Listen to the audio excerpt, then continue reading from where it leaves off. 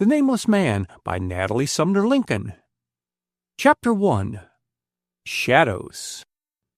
The invigorating breeze, stirring the leaves of the vines and rambler roses which grew in profusion over the trellis-covered veranda, carried, apparently, no comfort to the man seated there. He stared ahead of him, oblivious to his surroundings, the handsome rugs covering the veranda floor, the out-of-door furniture, the well-kept lawns and flower beds. He was only conscious of a growing distaste for the brilliant California sunshine, the blue of the heavens, and the vivid colors of the foliage. They did not match his brooding discontent. A sudden stronger puff of wind carried a paper loosely held in his fingers to the floor, and, too indolent to move, he planted his white-shod foot on it, leaving exposed the words, "By order of the court." "Oh, here you are," exclaimed a voice from the direction of the living room, and a middle-aged man stepped through the open French window onto the veranda and sat down heavily in one of the lounging chairs. "Seen these?" tossing several newspapers on the table. "Yes," answered his companion. "Washington doesn't appear to have taken kindly to your speech." Colonel Calhoun's florid face turned a deeper red. "The truth isn't always pleasant," he growled. "It's not nice to read that fancied security is fancy and nothing more. Japan has our measure and has spent years preparing to become mistress of the Pacific Ocean." "So they say. Here," and the slight emphasis on the last word caused Calhoun's eyes to flash with pent-up indignation. "That's Washington's game, trying to make it a local issue," he explained heatedly, "whereas the control of the Pacific affects every businessman, every farmer in America. For the sake of our millions invested in commerce, we must guard this ocean, keep uninterrupted our trade with China and the Orient, guard the waterway to Alaska, a country of still undeveloped riches, keep the path clear to the Philippine Islands, Guam, and Hawaii. Trade supremacy can sometimes only be maintained by war. We shall have to fight for it." His companion nodded. "Shouldn't wonder if we did," he agreed listlessly, "when Japan says the word." "Yes, and when she strikes, she will strike quickly. Look!" Calhoun indicated a map lying across a chair. "We have well-fortified harbors, yes, but an undefended coastline, easily accessible to an enemy. Japanese spies have been caught with reports of these fortifications, with plans of the forts guarding the Golden Gate, and caught taking soundings of the unfortified harbor of Monterey. It means that someday the Yellow Man hopes to supplant the White Man, as we, in our time, supplanted the American Red Indian." Calhoun's companion laughed. "It's not surprising that the cartoonists caricature you as a saffron-hued jingoist." "Let them." Calhoun shrugged his broad shoulders. "They'll reverse themselves, as did the administration in the matter of the Panama Canal tolls, the price of our coastal rights being the sop thrown to England to keep us out of war with her ally, Japan." "Well, what England did once, she may do again," retorted the other lazily. "With America prepared, we will require no nation's intervention in our behalf," declared Calhoun proudly. "But until we are—" The speaker rose and paced back and forth. "Dreaming of vast empire, the foremost men of Japan are planning and scheming for that nation's territorial advancement." "You'll have some difficulty convincing America of that fact," said his companion skeptically. "True." Calhoun struck his clenched fist into his left hand. "The majority of Americans think me a dreamer, or, at worst, a war-mad jingoist. Yesterday, a high government official declared if Calhoun had half the brains he thinks he has, he'd be half-witted. The fools," added Calhoun bitterly. "It's cheap to ridicule me, cheaper even than burying dead Americans in trenches. Japan is crouching for the spring. Racial hatred is fanning the flame, and her emissaries are everywhere. I'd willingly give $10,000 to the man who will unearth and expose the Japanese cabal, which, I believe, as I believe in God, is being conducted in Washington City today, right under the nose of our government officials." His companion laid down his unopened cigarette case, his eyes for a second seeking the paper still held on the floor by his foot. "By order of the court." A sudden movement, and his other foot covered the words. "Get out your checkbook, Calhoun," he said. "I will go to Washington." Chapter 2. The Man from California. Julian Barclay scanned the total of a column of figures with a wry face.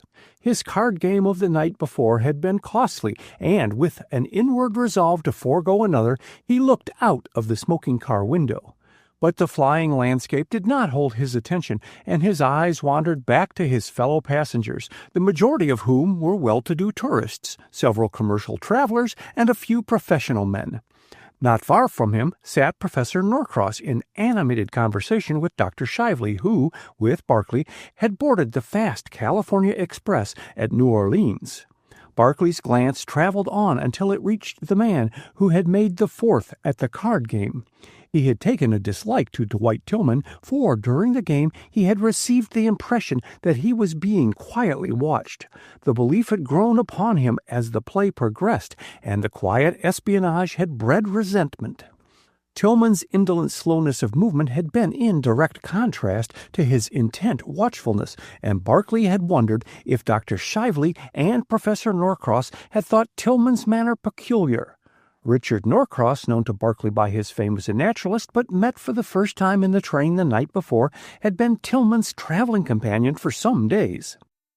Barclay, sitting back in his chair, studied Tillman, saw him start, lean forward, and look down the car.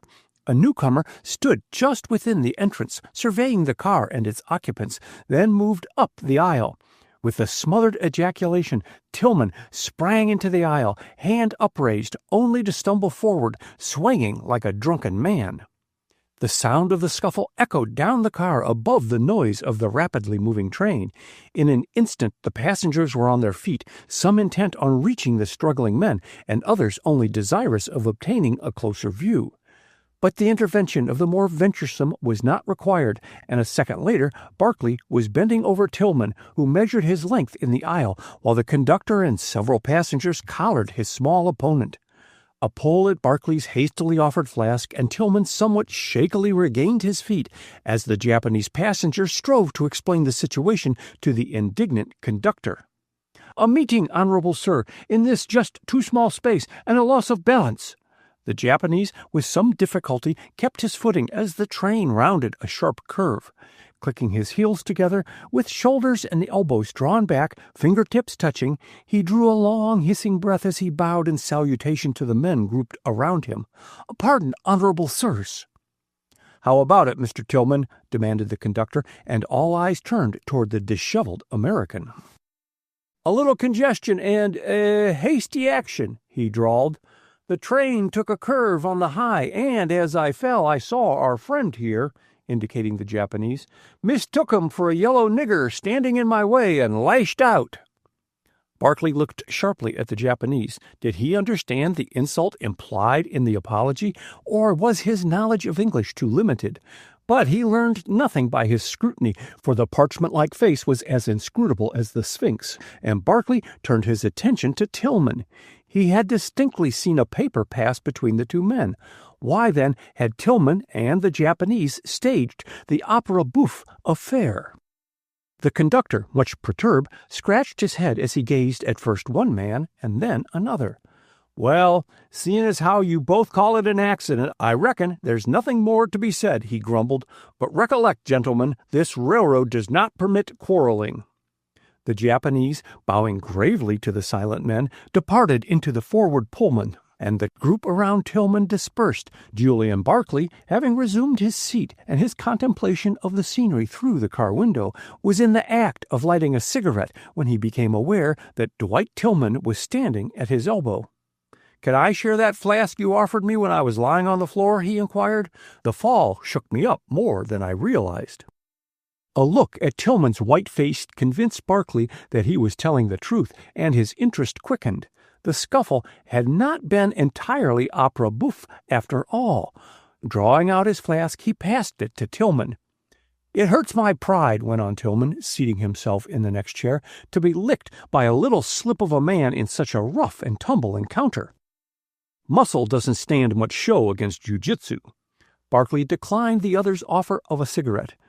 "Better think a second time before tackling a Jap," he cautioned. "A Jap," echoed Tillman, and he smiled queerly as he selected a cigarette. "The color line is so closely drawn in this section of the world, I'm surprised the railroad officials permit a yellow man to travel on the San Francisco, New Orleans, and Washington Express, except in the Jim Crow car."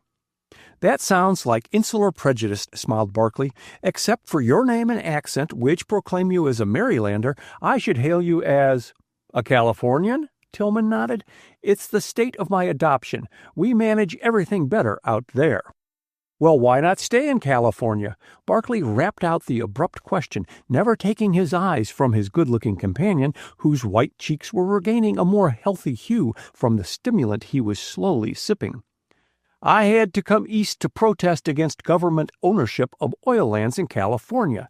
I'm one of the unfortunate devils who invested money there before the public land was withdrawn from entry by executive order. Congress is to legislate on the question shortly. I believe Navy Department officials are chiefly responsible for the deadlock." "I take it your sympathies are for a little Navy?" "That doesn't necessarily follow," protested Tillman, with more warmth than the occasion seemed to justify, "just because I don't believe in government ownership of oil lands." "I'm not so sure of that," argued Barkley. "Oil is the fuel for future battleships. We are exporting thousands of gallons of oil. It's time we conserved our resources." "But not by government ownership," retorted Tillman. "Let the government get oil concessions in Mexico and keep them. What's our Monroe Doctrine for but to make us a protectorate over most of the Western Hemisphere? We can drive out the other Johnnies when they try and tap our foreign resources."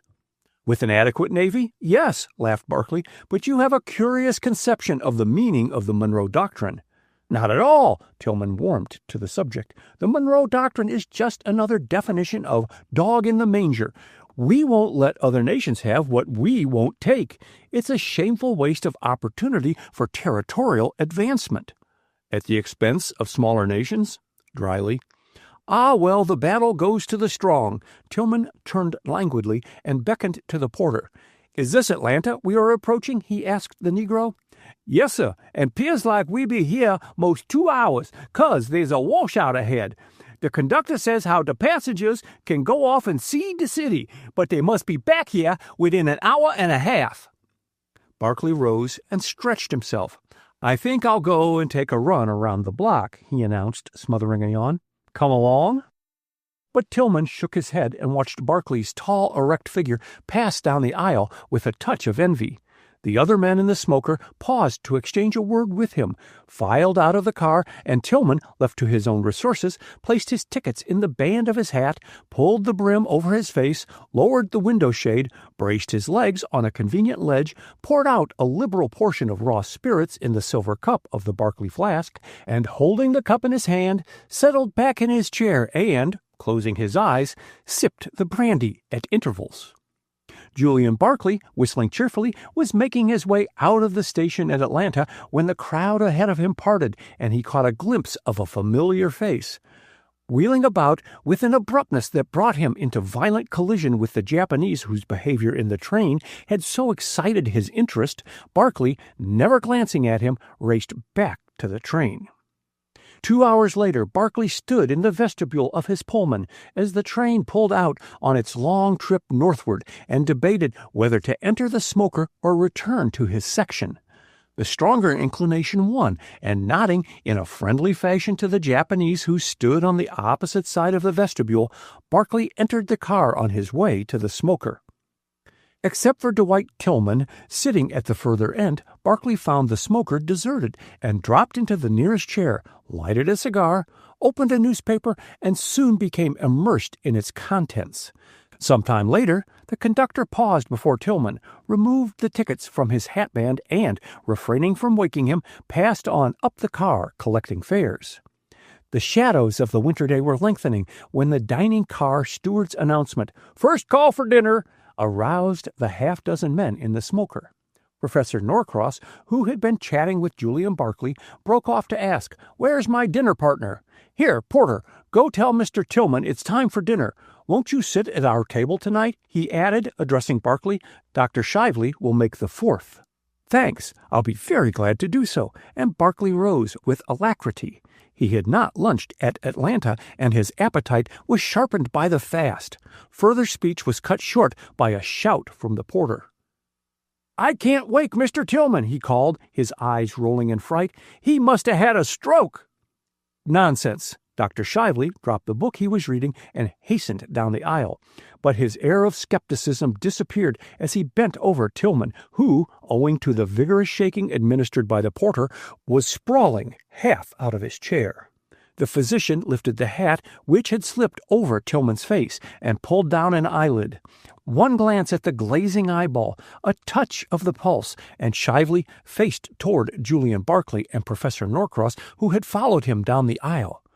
"Dead," he announced. "Stone dead." Chapter 3. Ways That Are Dark.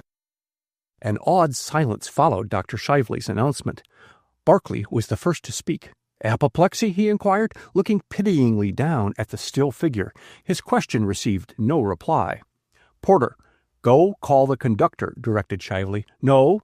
Stay. First show me into a vacant stateroom. Norcross, will you and Barclay carry Tillman? I can make a more careful and complete examination in the privacy of a stateroom."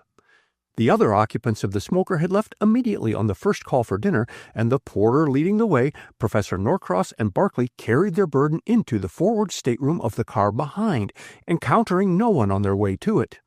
Shively stopped for a moment to glance keenly about the empty smoker, then followed the little procession into the stateroom. "Suppose you return to the smoker, Barclay," suggested Shively, bending over Tillman and loosening his tie, "and, just as a matter of form, see that nothing is disturbed in there. The porter is too rattled to be left in charge, and Norcross, please step into my Pullman and get my grip. Don't either of you mention Tillman's death just yet to the other passengers." "Very well," promised the professor, and Barclay, contenting himself with a nod of agreement, went back to the smoker. Reaching the empty car, he paced rapidly up and down the aisle, a feeling of horror growing upon him. The frail barrier between the quick and the dead had lifted momentarily. Tillman, within an arm's reach of assistance, had died in their midst without a hand being raised to save him. An involuntary shiver crept down Barclay's spine, and he moistened his dry lips. He felt the need of stimulants. Remembering that he had loaned his flask to Tillman, he moved reluctantly over to the chair the dead man had occupied and hunted about. The flask was not in sight. As he straightened up from investigating the corners of Tillman's chair, he saw Professor Norcross regarding him from the doorway, and glad to be no longer alone in the gloomy car, he joined him. "Discovered what ailed Tillman, Professor?" he asked. "Not yet." Norcross selected a chair in the middle of the car, and Barclay balanced himself on the arm of one across the aisle. "Poor Tillman. He so counted on enjoying this trip to Washington. It was his first visit East in nearly 10 years. "Indeed. Had you known him long?" "We met several years ago at Colonel Carter Calhoun's residence during one of my trips to California. The car tilted at an uncomfortable angle as the train raced around a curve, and Barclay almost slid into the professor's lap. Tillman at one time was quite wealthy," went on Norcross, reaching out a steadying hand. "Then he invested heavily in oil concessions, both in this country and in Mexico. I imagine Calhoun had a good deal to do with putting him on his feet again." "Was he married?" "I believe not. He told me that he expected to visit Dr. Leonard McLean in Washington, and said the latter was his nearest living relative. I shall wire McLean from the next station. Ah, here's the conductor," as the uniformed official, looking much perturbed, came in. "Did you see Dr. Shively?" "Yes, Professor." The conductor mopped his face with a large handkerchief. "Mr. Tillman's sudden taking off has been a shock. Why didn't he mention that he was ill when I took his ticket?" "Heaven knows." Norcross shook his head pityingly. "We were all within call. Did he appear ill, conductor?" "I didn't get a good look at his face, for his hat was pulled down low over his forehead. Judging from his attitude that he was asleep, I took pains not to disturb him, as he had told me only this morning that he hadn't slept well on this trip, owing to a bad tooth." "Aside from toothache, I never heard Tillman complain of feeling badly," said Norcross. "He looked the picture of health, strong, wiry." His scuffle this noon with the Japanese may have been more serious than we imagined, suggested Barkley slowly. The Jap resorted to jujitsu, and it's a nasty thing to run up against. True, agreed Norcross. I have seen something of that science in the East, and have heard of men sometimes dying from apoplexy after a blow. But that did not follow in this instance, broke in Dr. Shively, joining them. I am glad to have found you all together. Conductor, here is the key of the stateroom. I have locked Tillman's body in there and have stationed the porter outside this car with instructions to let no one in until you give him permission. Seems to me that's pretty extreme, exclaimed the conductor. I did it because I must have a word with you in private, and this car must be thoroughly searched before other passengers are admitted. Why? Demanded the conductor. The physician's grave manner impressed them all, and they gathered nearer in silence. Tillman was murdered. What? Chorused the men. Good God! Who did it? Demanded Barkley, recovering somewhat from his astonishment, while Professor Norcross asked, How was the crime committed? One at a time. Shively held up a protesting hand. It is for us to discover who is the murderer. Was he stabbed, sir? Asked the conductor. No, nor shot. The physician seated himself and checked his remarks off on his fingers. On superficial examination here, I concluded that Tillman had died from cardiac syncope. He had apparently every symptom, but it happened that last night he came to me and asked me for some cocaine to deaden the pain in his tooth. Before treating him with the cocaine, I tested his heart and found he had no valvular weakness. Therefore, I was astounded as well as horrified by his sudden death and determined to make an examination. An autopsy? Gasped the conductor.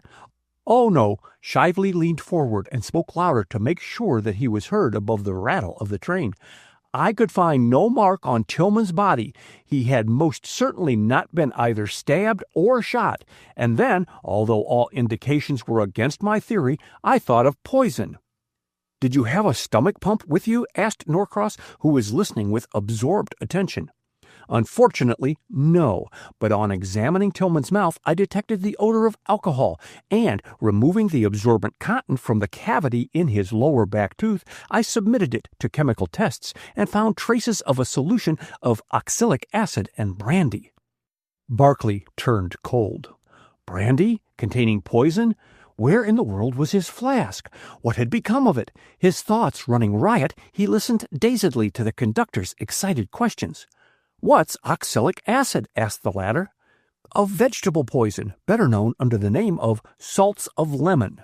A powder which, if dissolved in alcohol, kills almost instantly, was the reply. Also, the symptoms it produces are identical with heart failure, the acid-producing manifestation of great weakness, small pulse, and failure of the heart's power. So Tillman simply faded away before our eyes, exclaimed Norcross sorrowfully. Oh, the pity of it! He didn't die before our eyes, retorted Shively tartly. By the condition of the body, I judged Tillman had been dead about 6 hours. His listeners stared at him, astounded. Do you mean to say that Mr. Tillman sat in that chair with all of us about him, stone dead, and we never discovered it for 6 hours? Questioned the conductor in open incredulity. Exactly. Well, that beats time, muttered the conductor. Where were we 6 hours ago? Asked Norcross. The conductor consulted his watch. In Atlanta, he answered. I imagine that was where the crime was committed, said Shively. Who was in this car beside Tillman during the 2 hours we were in that station? I don't know, returned the conductor, but I can easily find out by asking the porter, and he hastened out of the smoker to reappear a second later with the porter. No, sir, there wasn't no one in this here smoker while we was in Atlanta, except Mr. Tillman, declared the Negro on being questioned. Not a soul. I take my Bible oath to that. I looked in here a few minutes after the train stopped, and Mr. Tillman was a-setting in the chair just as calm and peaceful, and I went outside and stood on the platform by the steps at that end, and didn't no one pass into the car while we was in the station. How about this end of the car? Questioned the conductor. The vestibule. Norcross and I sat there and smoked the whole time we were in Atlanta, except for the first 20 minutes when we got some lunch at the station restaurant, broke in Shively sharply. No one entered the car while we were there. If the crime was committed, it was done during the first 20 minutes the train was in the station. "Did Mr. Tillman order any brandy, Porter?" asked Norcross. "No, sir, he didn't." "Might it not be that Tillman, in a moment of despondency, killed himself?" asked Norcross, turning to the physician. "He carried a brandy flask in his bag." "If a death is possibly suicidal, it is also possibly homicidal," explained Shively. "The brandy flask is still in Tillman's bag, full to the brim and entirely free from oxalic acid." "He might have borrowed a flask from someone," suggested Barkley slowly, "and added the poison himself." "Quite true, he might have, but if it's a case of suicide, where is the flask?" asked Shively. "Tillman didn't swallow that also." "Let's hunt for it," and the conductor started forward. "Did you look about the car when you first entered, Barkley?" asked the professor.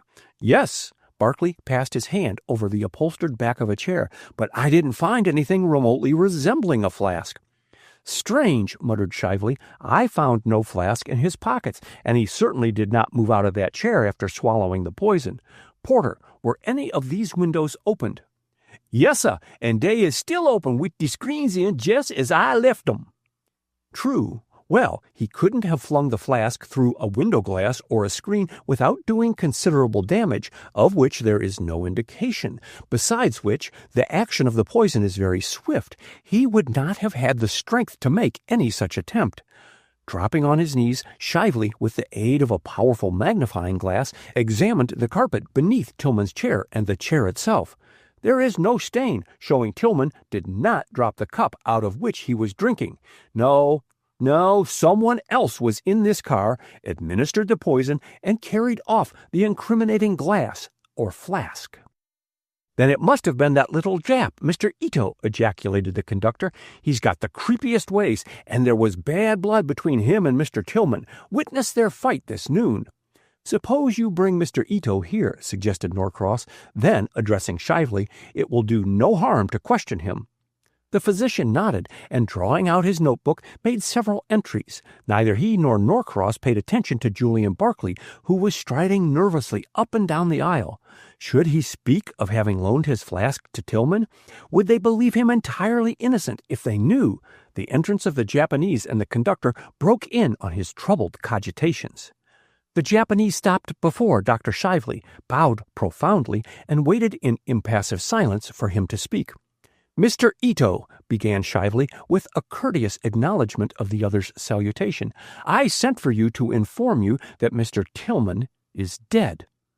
"Who is Mr. Tillman?" inquired Ito. "The man you fought here this morning." "I no fought man," denied Ito politely. "Stranger fell upon me, and I struggled to stand, that's all. Mr. Tillman, you say his name? He know well when he stagger and fall on me, and now he dead?" "Yes, now he is dead," repeated Shively, raising his voice so as to be heard above the rumble of the train. "Dead from drinking a poisonous compound derived from rice." "So," Ito reflected, "is what you call hard luck." Shively's color rose. "It is hard luck which I call upon you to explain," he said stiffly. "Kindly inform me where you spent your time during the 2 hours this train was in Atlanta." "Why you ask?" "Because during that time, or, to be more exact, 6 hours ago, Mr. Tillman was poisoned by drinking brandy containing a solution of oxalic acid. Where were you at that time, Mr. Ito?" "You say he died 6 hours ago?" The Japanese consulted his watch and did some rapid calculating. "That make time he swallow poison 5 minutes past 12. At that hour, I was in public library in Atlanta. I talk with librarian and take out book card. He stamp time on it. If you no believe, wire librarian at my expense and see I tell truth." Shively looked at Norcross and Barkley and then back at Ito. "The seriousness of the situation obliges me to get corroboration of your statement, Mr. Ito," he said. "I shall wire at the first opportunity to the Atlanta Library." "Then now is your chance," broke in the conductor. "We are just stopping at Greenville." "Can you hold the train for an answer?" asked Shively. "No, we are late already and must make up time," called the conductor as he made for the door. "Wire the librarian to send his answer to meet the train at Spartanburg, our next stop." Shively made ready to follow the conductor. "Keep your eye on Ito," he muttered to Barkley in passing, then louder. "Come with me, Norcross. I want you to telegraph to Spartanburg for a stomach pump while I get a wire off to the librarian." A second more, and Barclay and the Japanese had the smoker to themselves. Barclay did not relish being stared out of countenance by a bit of yellow parchment, but he never permitted his glance to waver before the steady regard of the oblique black eyes. Ito was the first to speak. "Will the honorable sir permit that I dine?" he asked. At the request, Barclay awoke to the realization that he was half famished. Tillman's tragic death had put all thought of dinner out of his mind. Obviously, he must not let the Japanese out of his sight, and there was surely no better place than a dining car for keeping him in full view. "Of course you can dine," he said cheerily. "We both will. Go ahead, Mr. Ito, and I'll follow." They made their way through the long train and, on reaching the dining car, were given a table for two. After giving his order to their waiter, Barclay settled back in his chair with a sigh of relief. The change from the gloomy smoker and its tragic happenings to the cheery dining car, flooded with light and echoing with the laughter and chatter of gay passengers, was a tonic in itself to his frayed nerves. Not waiting for the return of their waiter, Barclay lifted the carafe and, leaning over, poured some water into Ito's glass. The courtesy received no acknowledgment, for the Japanese was intent on drawing a design on the spotless tablecloth. Barclay watched each stroke of the pencil in idle curiosity, but suddenly the carafe remained poised in the air, for with the skill of a born artist there grew under the Japanese's hand an exquisite design of the chrysanthemum, the identical design which, done in delicate tracery, made Julian Barclay's silver brandy flask unique. Chapter 4. The Alibi. "You deny, then, having seen that chrysanthemum design on my silver flask?" persisted Barclay, his anger rising at Ito's evasive replies to his repeated question. The Japanese thoughtfully contemplated the soup tureen which the waiter placed impartially midway between the two men. "I am originator of designs, honorable sir," he said blandly. "It is possible so that my sketch was used in decorating your flask. Show me flask, and I tell you." I've lost my flask," stammered Barclay. If the Japanese really had been at the Atlanta Library at the hour Tillman was poisoned, he would know nothing of the flask, and he might be one of the Japanese employed by large silversmiths in this country to furnish them designs. But if he had been present at Tillman's murder and had guilty knowledge— Barclay's stubborn chin became more pronounced. His future actions, however, hinged on the little man's alibi. "Mr. Ito," he began deliberately, "you state that you are an artistic designer traveling in America to get in personal touch with your customers, but your name is not one usually associated with trade in your own country." Ito sipped his black coffee meditatively. "I poor Nipponese," he announced. "You rich American. I travel in your country to make money. You traveled in my country." Ito paused to pepper his soup, "and bought curios." The quick retort on Barclay's lips remained unspoken as Shively stopped at their table. "The engineer is making up time," he said, clinging to the table as the train went round a mountain curve and unbalanced him for the moment. "We'll be in Spartanburg very soon. Norcross and I are sitting here," and he joined the professor at the table directly across from them. Barclay passed a relish to the Japanese in silence, and still without speaking they continued their dinner, each apparently immersed in his own thoughts. If Ito observed that he was watched by Shively and Norcross as well as Barclay, there was no effort on his part to hasten the service of the meal, and he waited with patient courtesy for Barclay to finish before rising. "My car next," he volunteered, taking his hat from the waiter. "Go ahead, I'll come with you." Barclay pushed back his chair impatiently, and his long stride quickly brought him up with his companion, but not in time to exchange a word in private, for Shively was at their side, with Professor Norcross in tow. "Are these your traps, Mr. Ito?" Shively pointed to two suitcases, an overcoat, and an umbrella propped up in one of the sections of the sleeper. "Yes, honorable doctor." Ito gravely picked up his overcoat and umbrella. "We approach Spartanburg." "We do," dryly. "Just drawing into the station, in fact, and here's the conductor. Don't move, Mr. Ito," and Shively's deep voice spoke command. "Wait." "Here's your telegram, doctor. The station master threw it to me." The conductor was a trifle breathless. "What does it say, sir?" Snatching it from him, Shively tore open the dispatch and scanned it hurriedly. A look of perplexity replaced his eagerness as he read the message aloud. Yoshida Ito was in library from noon until 20 minutes of 2 p.m. today.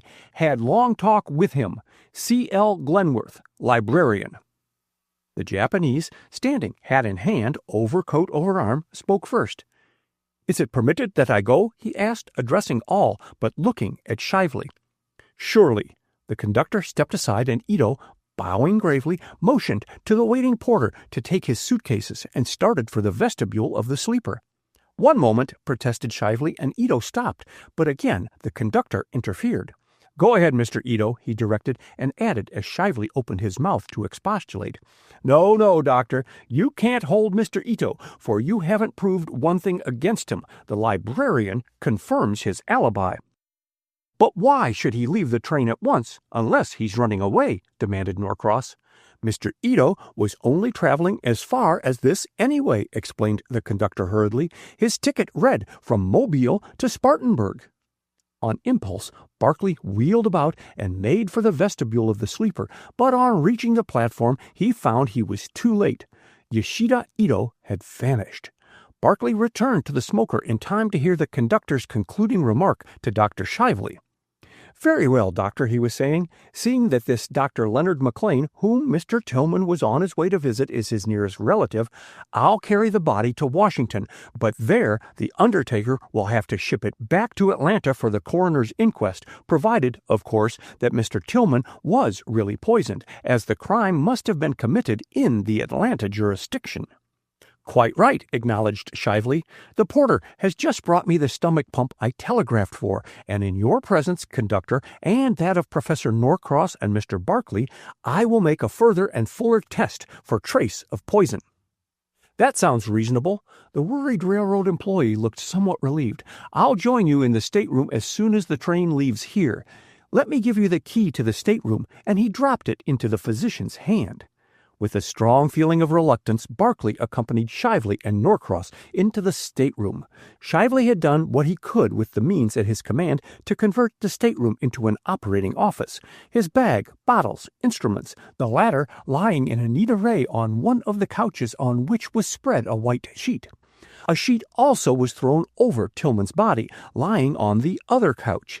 The scene brought vividly to Barclay's mind the clinics he had attended years before, and as he sniffed the pungent odor of disinfectants, he almost imagined himself back once more obeying the directions of a famous surgeon. Shively's voice recalled him to his surroundings. "I examined Tillman's pockets, hoping to find some clue of the murderer," explained Shively, "and took pains to replace each article as I found it, as Norcross can testify." The professor confirmed his statement with a vigorous nod. "Did you discover anything which might turn into a clue?" inquired Barclay eagerly. "Nothing that I considered a clue, but the police may have better luck." Shively paused to tear open the package he carried, and, fitting the instrument together, laid it with the others on the couch. "A letter from Dr. McLean, a bunch of keys, a bill folder containing several $100s, some loose change, and that is all." "A meager list for identification purposes," commented Barclay. "If I could only lay my hands on the flask or glass from which Tillman drank the brandy," fumed Shively, "then I'd have the murderer." The opening of the door interrupted him. "Ah, conductor, come in and close the door. Now, if you are ready, we can commence." Several times while the stomach pump was in use, Barclay became conscious of Shively's scrutiny, and he mentally cursed the instinct which betrayed his familiarity with medical instruments. Suddenly, Shively held up a test tube, and his expression told the conductor what his lack of medical knowledge prevented him from grasping sooner. "So Mr. Tillman was poisoned," he stated, rather than asked. "Yes, and by a dose of oxalic acid calculated to kill a dozen men," said Shively gravely. "Who could have administered it?" "Who indeed?" Barclay spoke with more force than he realized, and colored as they turned toward him. "I'm going to make it my business to find out, Dr. Shively. Good night." And not waiting for a reply, he stepped into the corridor and made his way swiftly back to his own Pullman. Barclay had been fortunate enough to secure an entire section to himself owing to the scarcity of passengers, for the rush had set into the south and few were traveling northward. He found his berth not yet made up, and sinking back in his seat, he thought over the events of the day. A painful desire to sneeze sent his fingers searching his pockets for a handkerchief, and in drawing it out, a small object fell in his lap. After replacing his handkerchief, Barclay picked up the chamois-covered bundle and unwound it. A girl's face smiled up at him from the hollow of his hand. Barclay looked and looked again at the miniature, unable to believe his eyes. How had a painting of a total stranger gotten into one of his pockets? He turned over the miniature, hoping to find some name or initial engraved on its back. But the handsome gold case was as blank as Barclay's mind. Gradually, his dazed wits grasped the beauty of the girl. The artist had done full justice to the exquisite coloring and contour of the face, the golden curly hair and the deep blue eyes so direct and clear they held his gaze, and he was conscious of a tantalizing wish to see her lips break into the smile which hovered in her eyes. Barclay attempted to open the case, but there was no sign of hinge or spring, and fearing to break the ivory miniature in attempting to force it open, he rewrapped the gold case in the chamois and replaced it in his pocket. Could it be that someone on the train had dropped the miniature, and he had absent-mindedly pocketed it? He racked his brain trying to recall each action of the day, but the miniature bore apparently no relation to any of them. How had it been slipped inside his pocket unknown to him? The thing smelt of legerdemain, and instantly his thoughts flew to the Japanese. But that was impossible. The girl was an American, and her refinement and high-bred air instantly placed her social position. She would not be likely to permit her miniature to be carried about by a Japanese designer, an artist. Good Lord! Barclay stared in blank dismay at the seat before him and gradually awoke to the realization that he was gazing directly at Professor Norcross, who had seated himself there a second or two before. With an effort, Barclay pulled himself together. "I'm glad you haven't turned in," said the professor. "For my own part, I can't sleep. Listen, Barclay," and he moved over and sat down by the ladder. "I have made the most astounding discovery." "What is that?" asked Barclay, as the professor paused to permit a passenger promenading the aisle to pass out of hearing. "We have let a murderer slip through our fingers," groaned the professor. "Then you have identified?" "Ito?" breaking in on Barclay's question. "Yes. But—" "Listen." Norcross spoke slowly and emphasized each point.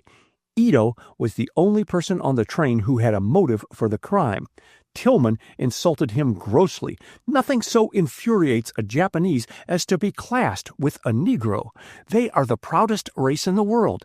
Ito took prompt retaliation on Tillman for—" "But how, Professor?" Barclay interrupted in his turn. "It has been proved by the librarian that Ito was at the Atlanta Library at noon today, and Tillman was poisoned at that same hour in the smoking car of this train. Tillman was killed here at noon, but not at the identical hour. Ito was at the library, man. You forget that Atlanta goes by Central Time, which is 1 hour slower than Eastern Time, which prevails on this train. Then you mean that calculating by our watches, Ito poisoned Tillman at noon, and an hour later, which by our time would be 1 o'clock, and by Atlanta time would be noon, was in the library. Thus, he had ample opportunity to commit the crime and establish a perfectly good alibi at the Atlanta Library. But the Atlanta librarian telegraphed he was there at noon. Of course, he was going by Central Time, which, as I have just mentioned, prevails in Atlanta. We have been going by our watches, which are 1 hour ahead of Atlanta, and between us we have muddled things up finely. Let me get this clear." Barclay rumpled his hair with both hands. "Going by Atlanta time, Ito poisoned Tillman at 11 o'clock this morning and was at the library at 12. "Exactly." "But By the time prevailing on this train and our watches, Ito poisoned Tillman at 12 o'clock and was at the library at 1, and relying on our forgetting in our excitement the difference of time, handed us a perfectly good alibi. You've put it in a nutshell. Norcross rose. The only opportunity the murderer had of entering the smoker unobserved was during the first 20 minutes following the train's arrival in Atlanta. After that, Shively and I stood in the vestibule smoking, while the porter was standing at the other end of the car until the train pulled out of the station. "How did you happen to think of the difference in time?" asked Barkley, detaining the professor. Shively observed the hour stamped on the Atlanta telegram and commented on the fact that it was sent before he had wired. Then we looked up the question of time, and that gave us the clue. To think of Ito putting it over on us! The professor clenched his fists. "I'd like to put my hands on him." "So would I," agreed Barkley cordially. "I have quite a number of questions to ask him," and a mental vision of the girl of the miniature obscured for the moment the kindly, clever face of the naturalist. Chapter 5. Recognition. "Please tell Mrs. Ogden, Rose, that I will join her at once." "Very well, Miss Ogden," and the trim maid departed. Ethel Ogden, conscious that she had made a hurried toilet and feeling but half awake, paused before her cheval glass and took a final look at her costume and hair, patting a stray curl into place, then left her bedroom in search of her cousin. She had a dim impression that to be late for breakfast would rank with one of the crimes of the Decalogue in the eyes of Walter Ogden. The climate in Washington that winter had proved too severe for Ethel's father, and by the advice of his physician he had gone in December to winter with friends in Atlanta. Mrs. Ogden, torn between anxiety for her husband and her desire to be with Ethel, had thankfully accepted their cousin's invitation to have Ethel spend the winter with them. Walter Ogden had been a frequent visitor to the national capital for a dozen years or more, and in times gone by, before he had made his not inconsiderable fortune, Commodore Ogden had assisted him financially on several occasions. Both Walter Ogden and his wife had urged Ethel to visit them in their western home, but she had never been able to accept. Their last invitation had solved many difficulties, for it enabled her to remain in Washington and continue her work. Commodore Ogden, who had retired before the age limit from the United States Navy on account of old wounds, had found, some years before, his modest savings swept away in unfortunate speculation, and outstanding debts had further crippled his resources. Ethel, to the horror of her mother, whose old-fashioned ideas did not include a tolerant view of the modern woman, had found her métier in teaching English to foreigners residing in Washington, and with the salary received from her pupils, dressed herself and contributed to the household expenses. During the 48 hours she had been with her cousins, Mr. and Mrs. Walter Ogden, she had seen little of them owing to her own business and social engagements, and had not had time to properly adjust herself to the household routine. The house was a large one, and reaching an intersecting corridor in the wide wall, Ethel paused in indecision. Had she turned to her right or to her left when leaving Mrs. Ogden's pretty bedroom the night before? Debating the point in her own mind, however, did not settle the question, and Ethel, finding a bedroom door ajar on her right, laid her hand on the knob. "Caught entering Bluebeard's chamber," said a soft, languid voice just back of her, and wheeling about, Ethel confronted her cousin. Fie, Ethel!" "I plead guilty only to searching for you." Ethel's gay laugh was infectious. "Tell me, is Bluebeard's chamber where Cousin Walter abides?" "Mercy, no." Mrs. Ogden tucked her hand inside Ethel's. "Bluebeard's chamber is the raison d'etre of our being here. On account of it, Walter was offered the house at a ridiculously low rental, $150 a month." $150 for this? Ethel's voice was raised in a crescendo of astonishment, and her eyes swept the well-proportioned hallway, and the vista of spacious rooms opening from it, and the handsome stairway down which they were passing. "Is there a harnt, as the darkies say, in Bluebeard's chamber, or is the house considered unlucky that the owners give it away?" Neither a much less romantic reason. The owner, what's his name? Never mind, Walter attends to that.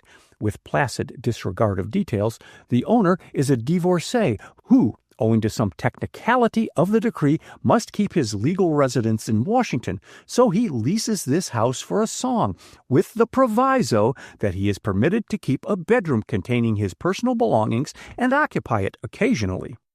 "But, Cousin Jane, how unpleasant!" ejaculated Ethel. "Suppose he elects to spend the winter with you?" "Well, at that, my dear, we'd be saving money." Mrs. Ogden straightened a rug on the handsome hardwood floor. "It's a wonderful house for the money, and you know nothing pleases Walter so much as to save." Mrs. Ogden's frank discussion of family traits and failings was apt to prove disconcerting, and Ethel colored with embarrassment. "I think it's perfectly dear of you to take me in this winter," she began, but Mrs. Ogden cut her short. "Don't look at it in that light, my dear," she said with kindly intent. "Both Walter and I are devoted to you, and I'm looking forward to your companionship this winter.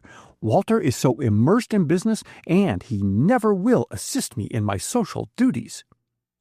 "Late again, Jane," announced a querulous voice as they entered the dining room, and Walter Ogden looked up from behind the folds of a morning paper. "I hope, Ethel, you will teach Jane punctuality." "I'm more apt to prove a culprit in that regard than a teacher," declared Ethel. "I'm seldom on time in the early morning." "Too many late hours," grumbled Ogden, rising heavily to pull out a chair for his wife. "Did you enjoy the dance last night, Ethel?" asked Mrs. Ogden, rattling the coffee cups with unnecessary vigor in the hope of diverting Ethel's attention from Ogden's early breakfast grumpiness. "Very much." Ethel took a large helping of cereal offered her by the attentive butler, "but it was a later affair than I anticipated, and on the way home Jim Patterson's car had a blowout." "Oh, did Mr. Patterson bring you back?" "Yes, and the Marshalls as well." Ethel smiled demurely. Mrs. Ogden's interest in James Patterson, United States Representative from California, was transparent. "I can't think why you don't marry Jim Patterson, Ethel. He's asked you often enough," remarked Mrs. Ogden, taking in her cousin's fresh young beauty with an appraising glance, "and then you would be able to give up your tiresome teaching."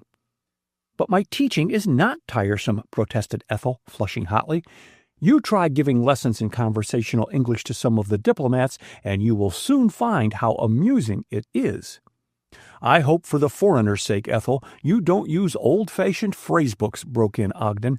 "I recall that some years ago the wife of a diplomat brushed up her English, of which she spoke only a few words, before attending a large luncheon, and during a pause in the conversation she remarked politely to her hostess, 'I see the rat. The rat is under the chair,' and consternation prevailed until the hostess and other guests grasped the situation." "My pupils have no opportunity to quote from primers," laughed Ethel. "I never use them. We talk, read, and compose, and I have them write letters to me. Oh," she paused and took a letter from her bag. "This came last night from Maru Takasaki. I asked him to write me his impressions of the diplomatic reception at the White House.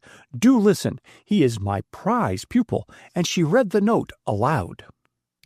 "My dear Miss Ogden, I have honor to inform you a news which you have been so anxious to hear. Last evening we went duly to the White House, where we were received by Mr. President, assisted by the ladies of the Cabinet as usual. All the rooms were lighted brilliantly, and the Marine Musical Band made the scenery more vivid and attractive. The strange costumes of the different countries, mixed with the plain dress of this country, at once reflect the peculiarities of these nations. Doubtless it was the grandest reception that has ever happened in this city, but all these things are not the object of my information. The only thing which I intend to inform you is that there was a punch, to your astonishment, and thus to the satisfaction of all the hosts. Indeed, the iced Californian claret was the only drinkable matter, besides several kinds of cold meats and dessert. I cannot keep this event in myself for so many days, seeing that you have been so anxious to know. Details I will reserve till the Monday evening, when I shall meet you. Yours sincerely, Maru Takasaki." Maru Takasaki, repeated Ogden. Is he the new attaché of the Japanese embassy? Yes, and he is so pleased with his progress in English that he wishes me to give lessons to his wife, who has just arrived from Japan. They have taken a house 2 blocks from here and have just moved in. I predict you will shortly have more pupils than you can handle, and Mrs. Ogden smiled at Ethel's enthusiasm. But you must not be so busy that you cannot be nice to my cousin. She stopped speaking as the butler approached her husband and commenced whispering in his ear. What is it, Walter? You say he's here? Asked Ogden, paying no attention to his wife's question. Yes, sir. And Charles the butler laid a visiting card in front of Ogden. At the door, sir. Good Lord! Ogden dropped his napkin and gazed blankly across at his wife. He's come. He? Who? Not...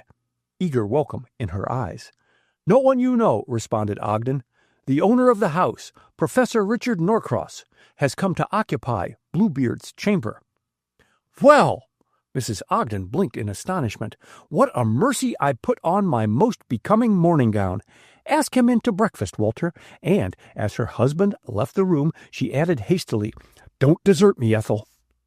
I really ought to be at Mrs. Henderson's in 20 minutes, Cousin Jane, expostulated Ethel, but she lingered a moment longer to fold her napkin, and the next second Ogden had entered, followed by Professor Norcross.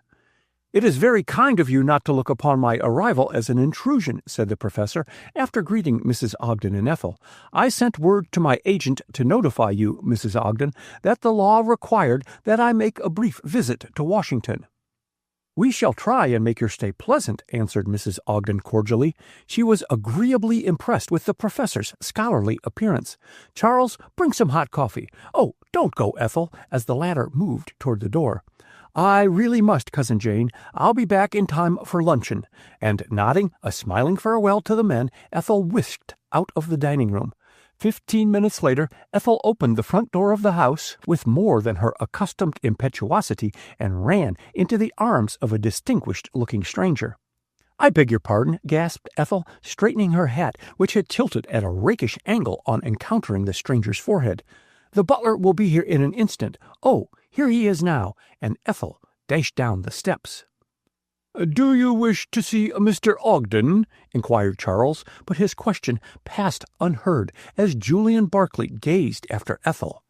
He had found the girl of the miniature.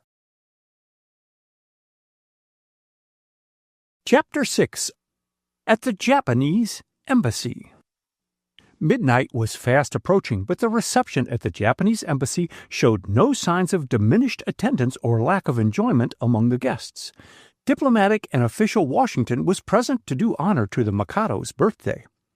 Mr. and Mrs. Walter Ogden and their guests were among the late arrivals, and Ethel Ogden received a warm welcome from Maru Takasaki, who hastened to greet her and, with an air of great pride, presented her to his wife. Madame Takasaki's pretty face broke into a friendly smile, and she shook Ethel's hand with marked cordiality. You so nice to Mr. Takasaki, she lisped with a delicious accent. He tell me of long white lady who teaches him. Ethel cast a startled look at a wall mirror which reflected back her blonde beauty, and the Japanese description of a tall blonde brought a smile to her lips, and her eyes danced. And do you like America, oh Takasaki-san? She asked. So much, Madame Takasaki raised her hands as if measuring her meaning. American people so nice, she smiled and nodded at her questioner. But it's so strange, they have so large noses. The noses give me terror. Ethel, following Madame Takasaki's glance, laughed outright. Truly, her compatriots' noses did appear large when compared to the small features of the Japanese. The arrival of Maru Takasaki, who had left them a few minutes before with another Japanese, prevented her reply, and she was introduced to Mr. Saito, who, Madame Takasaki explained, had arrived only that morning. You speak Japanese, Ms. Ogden? Inquired Saito. Ethel recalled a phrase she had picked up in looking over a Japanese-Italian phrasebook, meaning not yet, and in a spirit of mischief she responded, Mara, Mara. then dimly wondered at the alteration in her companion's manner, but Julian Barclay's abrupt arrival gave her no time to question Saito. "Won't you go in to supper with me, Miss Ogden?" demanded Barclay eagerly. "Thanks, but I cannot." Ethel's eyes sparkled at the disappointment which Barclay made no attempt to hide. "But perhaps—" "Yes?" eagerly as she stopped, tantalizing. "I see there is dancing in the ballroom, and after supper—" "You'll dance with me?" eager anticipation in his voice. "If you're good." Ethel turned to include Mr. Saito in their conversation, but he had moved over to the ambassador's side and was talking eagerly to him and Maru Takasaki. They turned simultaneously and looked at Ethel, and she was surprised by the concentration of their gaze. Angered by their staring, she turned abruptly to Barclay. "I promised to go out to supper with Professor Norcross. Have you seen him?" "Not since we reached here," moodily. "He monopolized you shamefully all this evening. Can't think of what you see in the old fogey." "Why, he is most entertaining," protested Ethel. "He has traveled all over the globe and in the most interesting places, and he isn't old, not over 60. "Nonsense," indignantly. "I don't believe he is 45. It's those glasses he wears which give him a venerable air. If you examine his face, you will find it quite young." "I'll take your word for it. Can't waste time examining his face." And Barclay's gaze never left Ethel. "Don't move, Miss Ogden," he entreated. "Against that background of wonderful old silk hangings, you'd make a lovely miniature." "Flatterer!" Ethel's eyes sank under his ardent look. "I'll never achieve a miniature. They are too expensive." "Do you mean to say that your family or friends have never had your miniature painted?" asked Barclay incredulously, and his hand felt the small gold miniature case tucked securely inside a concealed pocket of his dress suit. If the miniature had fascinated him, its living prototype had bewitched him, he admitted with secret rage, but he could no more tear himself away from Ethel's vicinity than the proverbial moth can ignore the candle. "Never had your miniature painted?" he repeated. "Never." Ethel laughed faintly at his persistent vehemence. "Awfully short-sighted of them to overlook such a thing of beauty," she mocked. Like most really beautiful women, Ethel rarely thought of it, but she was aware of a charm all her own, for it had smoothed life for her since childhood. Her blue eyes, which met every gaze with frank interest, were made for laughter, but in moments of stress their glance deepened, and she was rarely deceived by specious flattery or the equally treacherous frankness which often covers deceit. Her pale golden hair was her crowning beauty, which, with the unconscious grace of her every movement, made her presence felt however or wherever she appeared. "Here comes Professor Norcross," she announced, glancing down the room. "Then I'm going," ejaculated Barclay. "Don't forget those dances," and he disappeared behind the portieres as the professor pushed his way through the throng and joined Ethel. "Curious, morose sort of chap, Barclay," observed Norcross. "What made him leave you so suddenly?" I asked. He hastened to explain, seeing her surprise at the question. "Because I have a feeling that Barclay is avoiding me." "Why should you think that?" parried Ethel. She had observed Barclay's distrait manner and their lapse into silence whenever the professor appeared, and the situation was commencing to pique her curiosity. Not getting an immediate reply to her question, she changed the subject. "Suppose we go out to supper," she suggested, and Norcross accompanied her across the room. They found the dining room too crowded for comfort, and at Norcross's suggestion Ethel remained near the entrance while he went in search of an ice. Their progress toward the dining room had been attentively watched by the ambassador, who, exchanging greetings with his guests, imperceptibly followed Ethel and reached her side just as the professor left her. "Ah, Miss Ogden," he said, "why have you never confided to me that you speak Japanese when instructing my wife in English?" "But I don't speak Japanese," protested Ethel, somewhat bewildered. Her charming personality had won her a friendly footing in their household and the regard of both the ambassador and his wife, and she had particularly enjoyed having the latter for a pupil the year before. "But, Miss Ogden, you answered Mr. Saito in Japanese," answered the ambassador, regarding her steadily. Ethel laughed. "I picked up the phrase mata in one of your textbooks," she explained. "But that is very clever," and the ambassador looked at her with new respect. "Frankly," Ethel's love of fun got the better of her. "Your Excellency, I am a very clever woman," and she laughed at his serious reception of her jesting. "But no one has discovered it until now. I thank you for the compliment." The ambassador bowed gravely and started to speak, but the arrival of a cabinet officer caused him to turn hastily away, and Ethel welcomed Professor Norcross and his cooling ice with unaffected pleasure. "I think the Japanese are the most inquisitive, suspicious people I've ever encountered," she confided to him. "They pursue the same idea for hours and hours. I'll never be able to convince Mr. Saito that my knowledge of Japanese is limited to 3 or 4 words. Now, if I were an accomplished linguist like Mr. Barkley, gracious, I wonder what the ambassador would say if he knew Mr. Barkley speaks Japanese." Norcross laid down his spoon on his empty plate. "You heard him, then, speak Japanese?" "Yes, just as we were entering the house. Have you known Mr. Barkley for a long time?" "No, I never met him until 2 nights ago on the train coming to Washington," replied Norcross, handing Ethel a glass of lemonade and surrendering his empty plate to a servant. "It is quite a coincidence that you should both be traveling together toward the same house and never realize it until you met there," commented Ethel. The crush was thinning out, and in the comparative silence strains of music floated to them from the ballroom, and her foot unconsciously beat time. Norcross caught the direction her eyes were straying and spoke more quickly than customary. "You dance, Miss Ogden?" "With me," announced Barkley, just back of them, and Norcross colored at the curtness of his tone. "I have promised this dance to Mr. Barkley," explained Ethel hurriedly, half resentful of Barkley's air of proprietorship. "Then will you give me the next?" asked Norcross. "Surely," and smiling a gay farewell, Ethel laid her hand on Barkley's arm, and they walked in the direction of the ballroom. Norcross watched them out of sight, then strolled over to the buffet and secured a cup of coffee. Ethel was one of the best dancers in Washington, and to her delight found Barkley equally proficient. At the end of the dance, when the orchestra played an encore, she agreed with enthusiasm to Barkley's request that they continue, and Barkley, his eyes seldom straying from his beautiful companion, forgetful of all vexing problems and ignoring prudence, danced as he had seldom danced before. Ethel's absorption in the dance made her oblivious of the presence of a tall, burly man who stood by Mrs. Ogden and answered the latter's remarks in haphazard fashion. Her companion's inattention was not lost on Mrs. Ogden, and she smiled to herself on catching the direction of his gaze.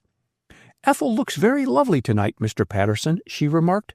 "Yes, very," and the emphasis on the adjective satisfied her matchmaking mind. Representative Patterson most certainly wore his heart on his sleeve, and gossip for once appeared right. He was undoubtedly in love with Ethel. "Who is the man she is dancing with?" he questioned a moment later. "His face appears familiar, but I cannot place him." "My cousin, Julian Barkley." Mrs. Ogden made room for Patterson on the settee she was sharing with another dowager. "Just returned from Panama, and I haven't seen him for years. He has taken a great fancy to Ethel," with a sidelong glance at Patterson. Mrs. Ogden had decided to hurry fate. "We have such a jolly house party now that Julian and Professor Norcross have joined us." "Norcross, the naturalist?" Mrs. Ogden nodded. "He is a clever man. I am puzzled by your cousin. I feel sure that I have met him somewhere." Patterson's heavy eyebrows met in a frown, and he is the type of man not easily forgotten. "I'll introduce you to him, and then you can compare notes," volunteered Mrs. Ogden, catching Ethel's eye and beckoning to her. "Cousin Jane seems to want us," said Ethel, and Barkley looked in the direction indicated. Ethel's hand was still on his arm, and she felt the muscles stiffen. She looked up, startled, to learn nothing from his blank expression. "Won't you give me another dance?" he asked. "Perhaps later." Ethel dodged an awkward couple who threatened to careen against her as they danced past, and made her way down the room. "Good evening, Jim," she exclaimed, stopping by her cousin. Her extended hand was eagerly clasped as Patterson welcomed her enthusiastically. "Mr. Patterson, my cousin, Mr. Barkley," chimed in Mrs. Ogden, and releasing Ethel's hand reluctantly, Patterson turned to greet Barkley. "Haven't we met before?" he asked, and his gray eyes scanned Barclay intently. "It may be." Barclay's cheery smile was almost boyish. "Were you in Chicago 2 years ago?" "No," thoughtfully, "I think not." "You two can reminisce later on," interrupted Mrs. Ogden hastily. "At present, Julian, I wish to introduce you to Miss Van Alstyne," and before Barclay could protest he found himself before an extremely plain girl who accepted his request for a dance almost before it was spoken. Patterson watched Barclay depart with a thoughtful frown, then turned to Ethel. "Suppose we sit out this dance," he suggested. "I want to talk to you and have you all to myself," and Ethel read in his expression the longing he did not strive to conceal from her. She had twice refused Jim Patterson, but he had declined to accept dismissal, pleading that his great love for her must eventually bring in return a like affection. His dogged persistence had won her respect and liking, and she had, with a determination almost fierce, nearly convinced herself that her liking was becoming something warmer, stronger. But tonight, Ethel closed her eyes as if in pain. "I wish to dance," she announced, and Patterson, angered by her imperious tone, of which, to do her justice, she was totally unconscious, placed his arm about her and swung her into the dancing throng. But as Ethel kept step to the music, her heart was in hot revolt. What influence was at work to upset her resolution? Why could she not marry Jim Patterson? He was generous, chivalrous. Surely to accept his offer of marriage was to ensure not only her future happiness, but the welfare of her invalid father and delicate mother.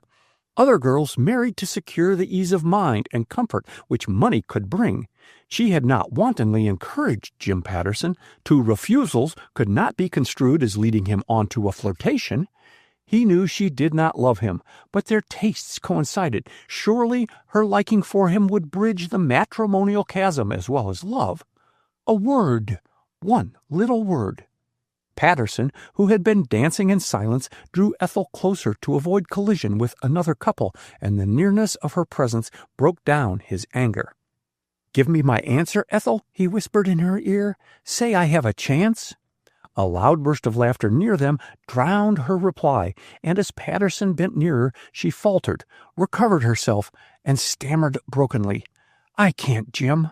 It's just impossible." In bitter disappointment, Patterson straightened up and thereby missed the look exchanged between Ethel and Julian Barclay, whom chance and the dance had brought by their side. Ethel's heart was beating with suffocating rapidity as she passed down the room. What witchery lurked in Julian Barclay's dark eyes to alter her preordained destiny? Barclay surrendered Miss Van Alstyne to her next partner with a thankful heart and outward regret, and avoiding Mrs. Ogden, made his way out of the ballroom. He was in no mood for talking. He wished to think and dream of Ethel Ogden. Why had she looked at him so strangely when chance brought them together in the dance? Was it deep calling to deep?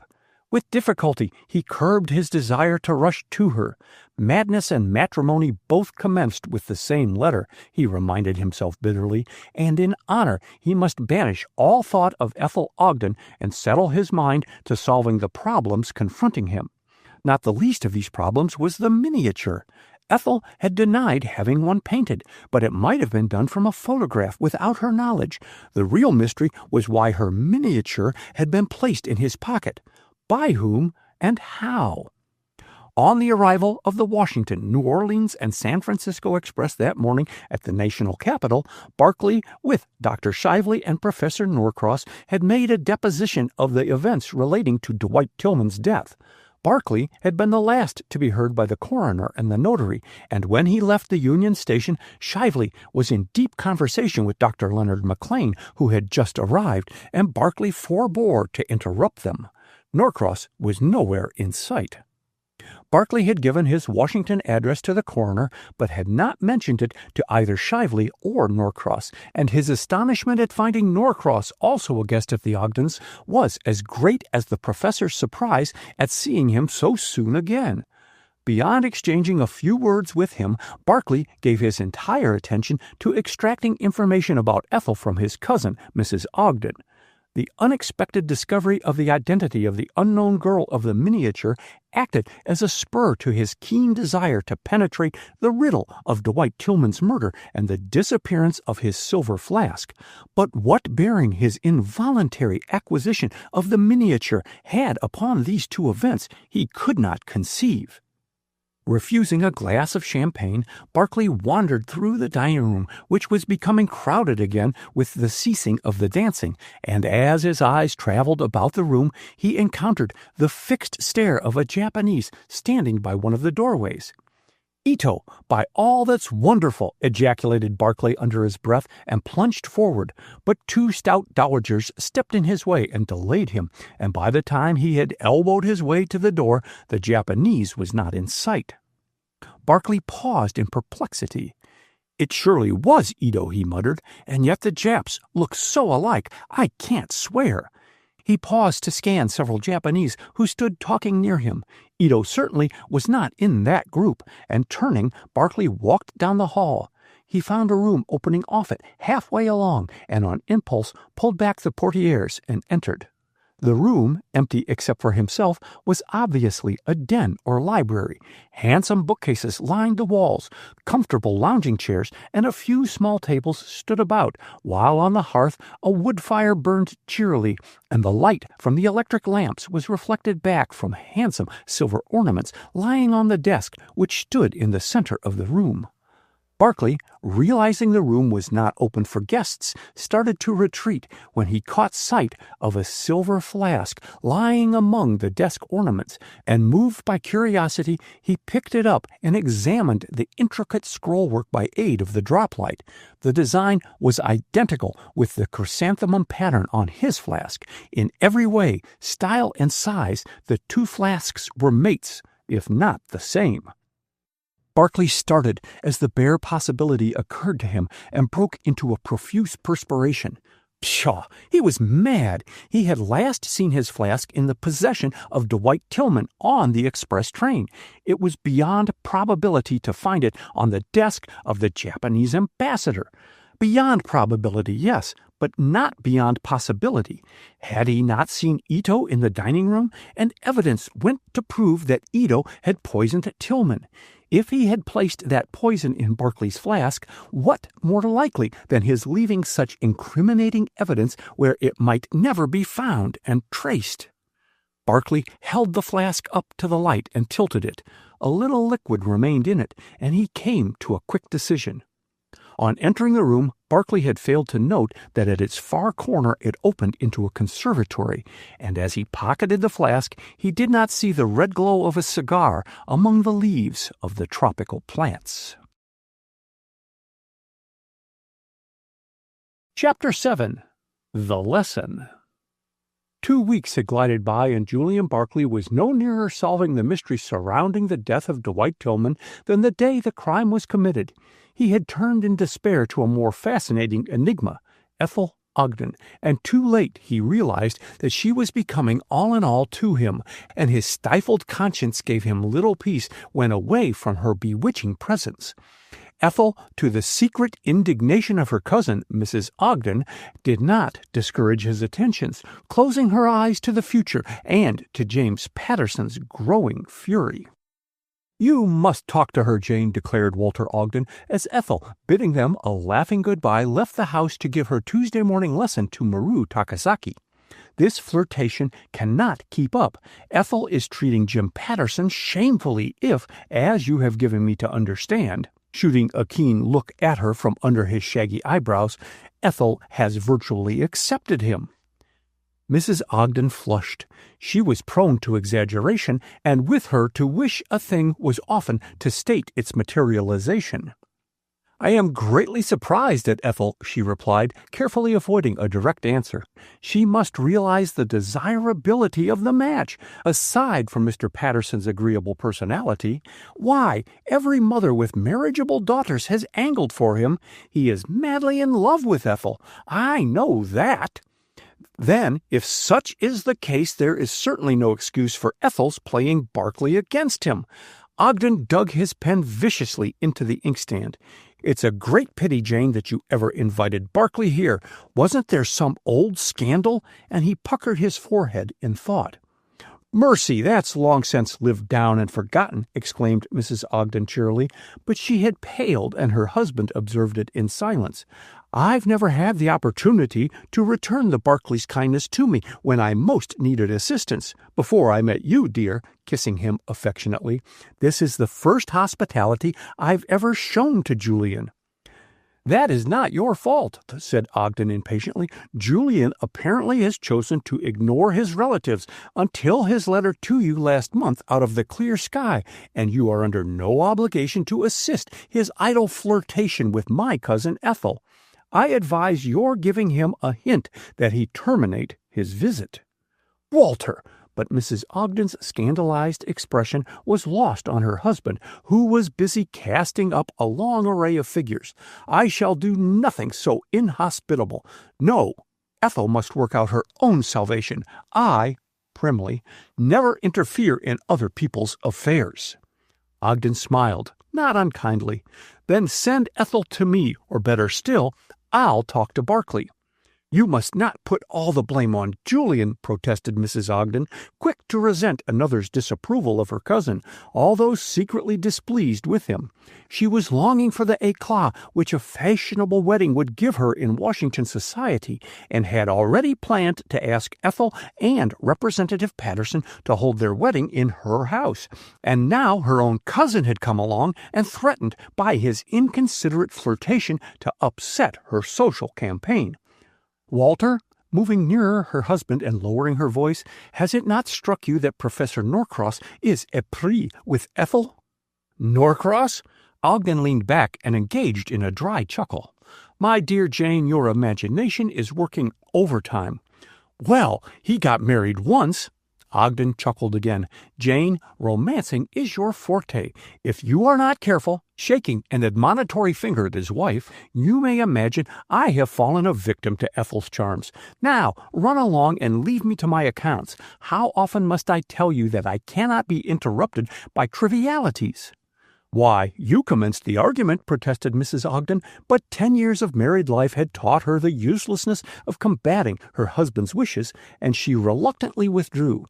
Ogden did not at once resume his perusal of his business affairs. "What was it I heard about Julian Barclay?" he muttered.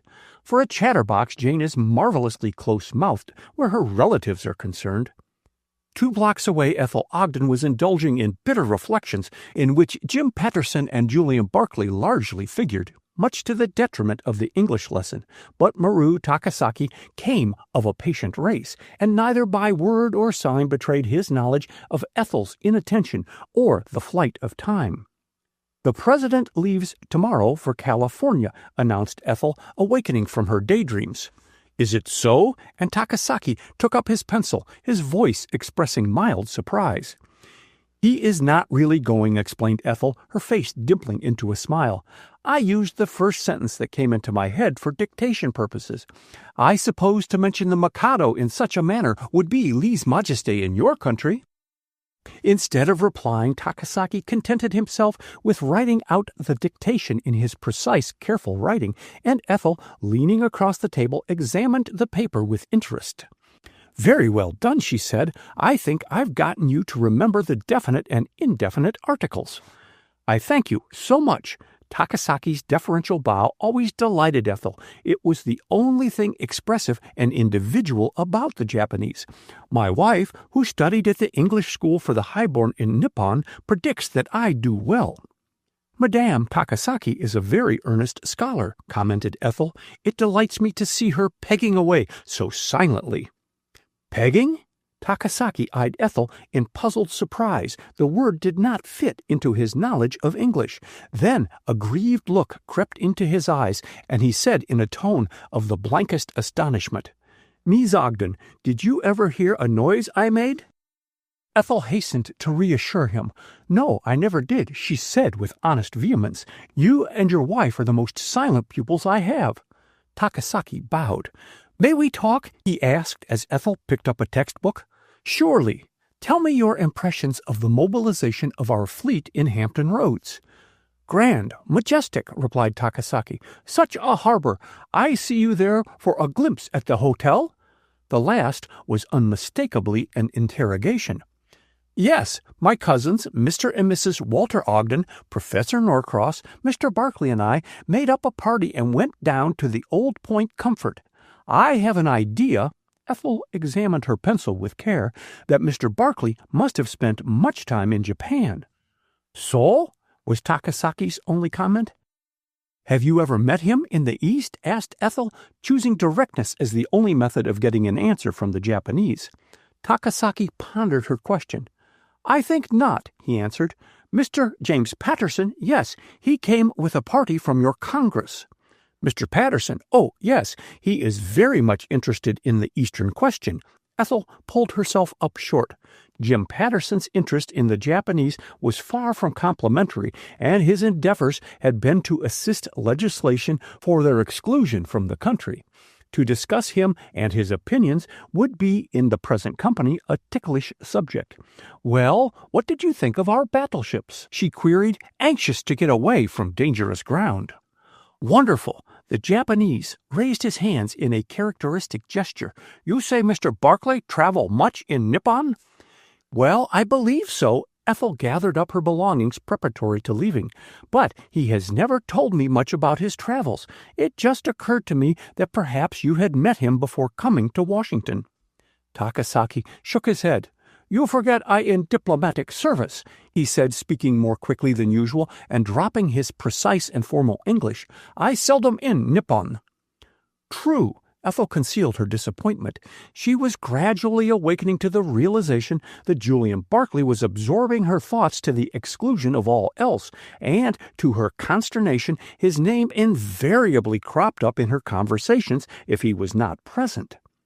A discreet tap sounded on the door, and, at Takasaki's command, a manservant stepped into the drawing-room.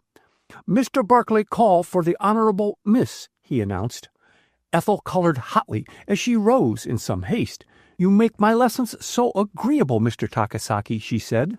I never realize when the time is up.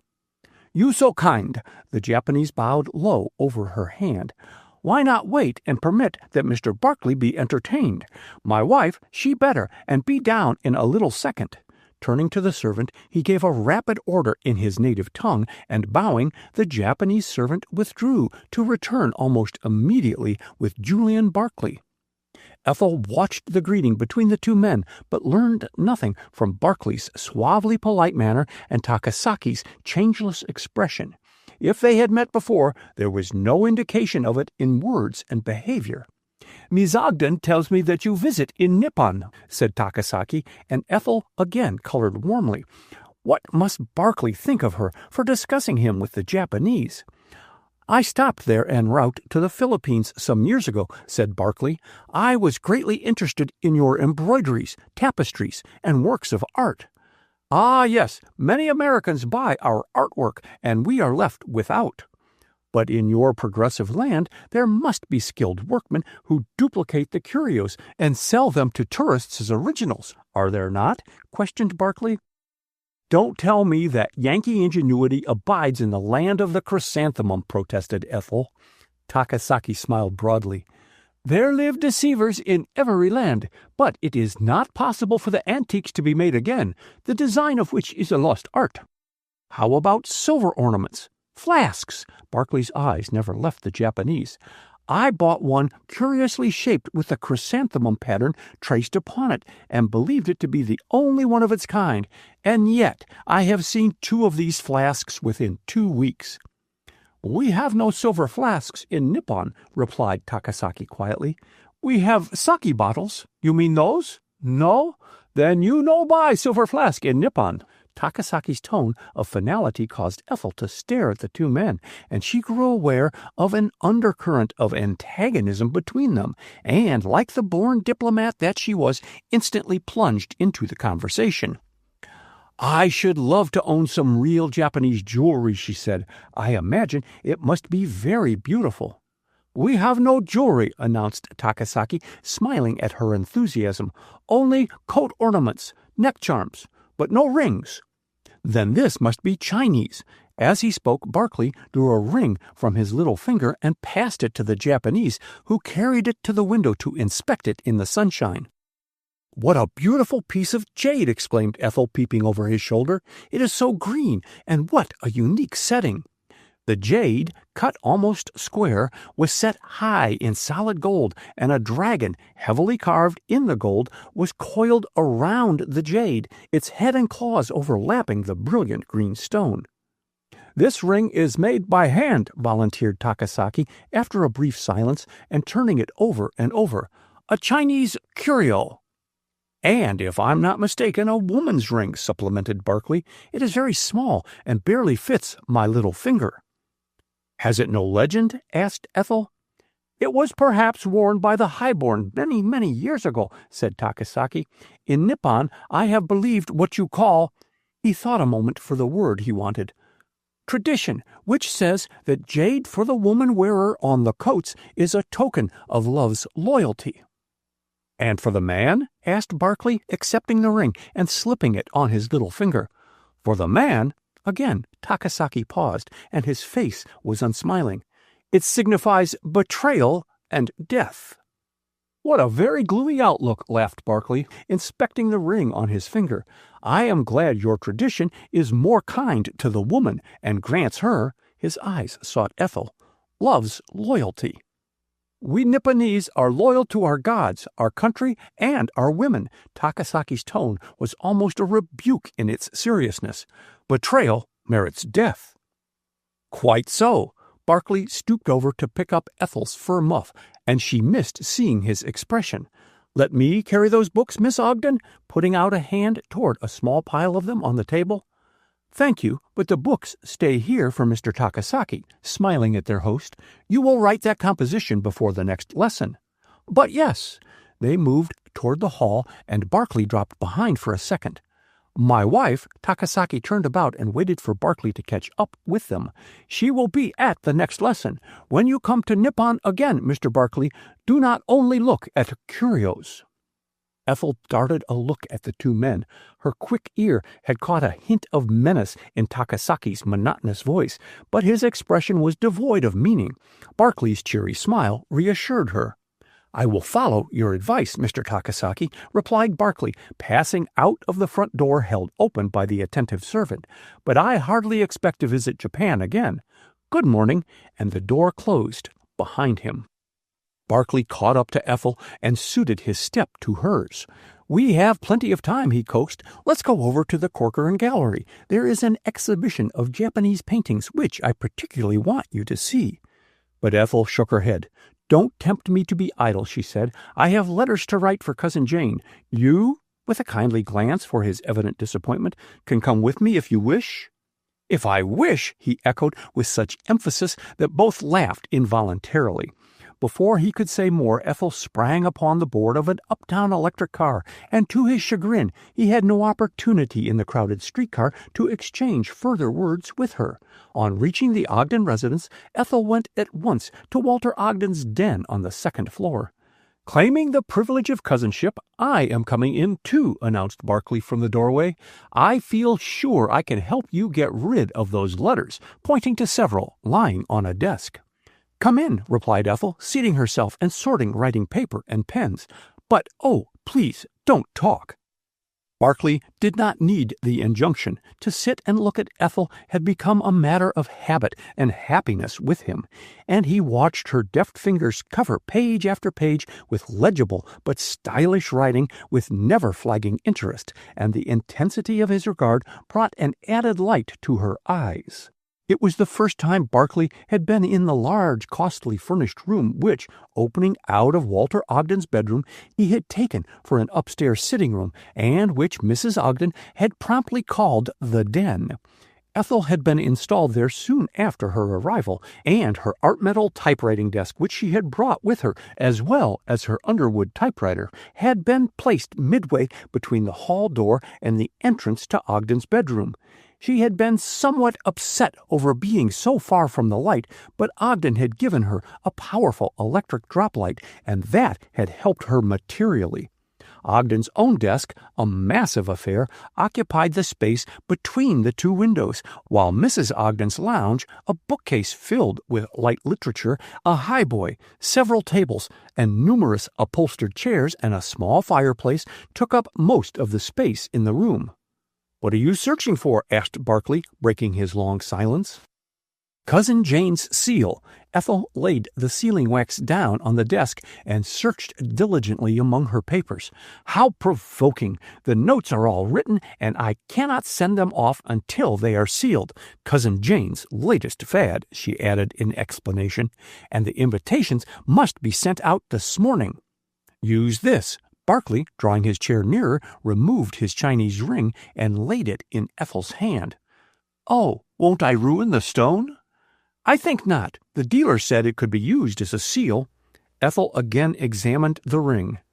"I think he was wrong," she announced. "I would be afraid to use it. The jade is too beautiful." "You admire it, then?" eagerly. "Very much. It is unique," proffering it back again, and Barclay held the ring against the whiteness of her hand. "It will be becoming to you," he said, and before she guessed his intention, he had slipped it on her finger. "Ah, I was right. Don't remove it." Ethel laughed unsteadily. "I never accept presents of value from acquaintances." Barclay drew back as if struck. "Acquaintances?" he repeated. "Ah, no, never. Say friends, Ethel," and neither noticed the use of her first name. "Well, friends." Ethel's voice shook a trifle, and she strove to change the conversation. "Your ring is too large." "But it can be made smaller," quickly. "See, it is too tight for me," indicating his little finger and the redness of the skin where the ring had been. Ethel leaned forward and glanced at the strong, slender fingers spread wide before her. "You have the hand of a surgeon," she remarked. "Why have you stopped wearing the ring on your right hand?" "How can you tell that?" And Barclay scrutinized her keenly. "By the worn circle around the little finger of the right hand." Barclay bent nearer. "If that is an indication, I must find out how many you are accustomed to wear," he announced, and Ethel laughed softly. "I never wear rings," spreading her fingers. "See, no marks." "But will you wear mine?" insistently, and then, as her face paled, he added more lightly, "On humanitarian grounds." "I don't catch your meaning," in puzzled surprise. "Takasaki has just told us that jade is unlucky for a man." "Well, if it's to ward off the evil eye," laughed Ethel, "I may consent to keep it." "I have your word for it?" with quick impetuosity. "Yes," blushing as her eyes met his. Barclay drew a long breath. "For the woman wearer it betokens love's loyalty," he quoted, and his hands imprisoned hers. "Loyalty," faltered Ethel, her eyes on the ring. "And love," he supplemented steadily, though his heart was beating almost to suffocation. "Ethel, my darling." A heavy step in the adjoining room, and the banging of a door brought Ethel to her feet, and snatching her hands from Barclay's detaining clasp, she slipped from the room as her cousin, Walter Ogden, entered by the other door. Chapter 8. P.S.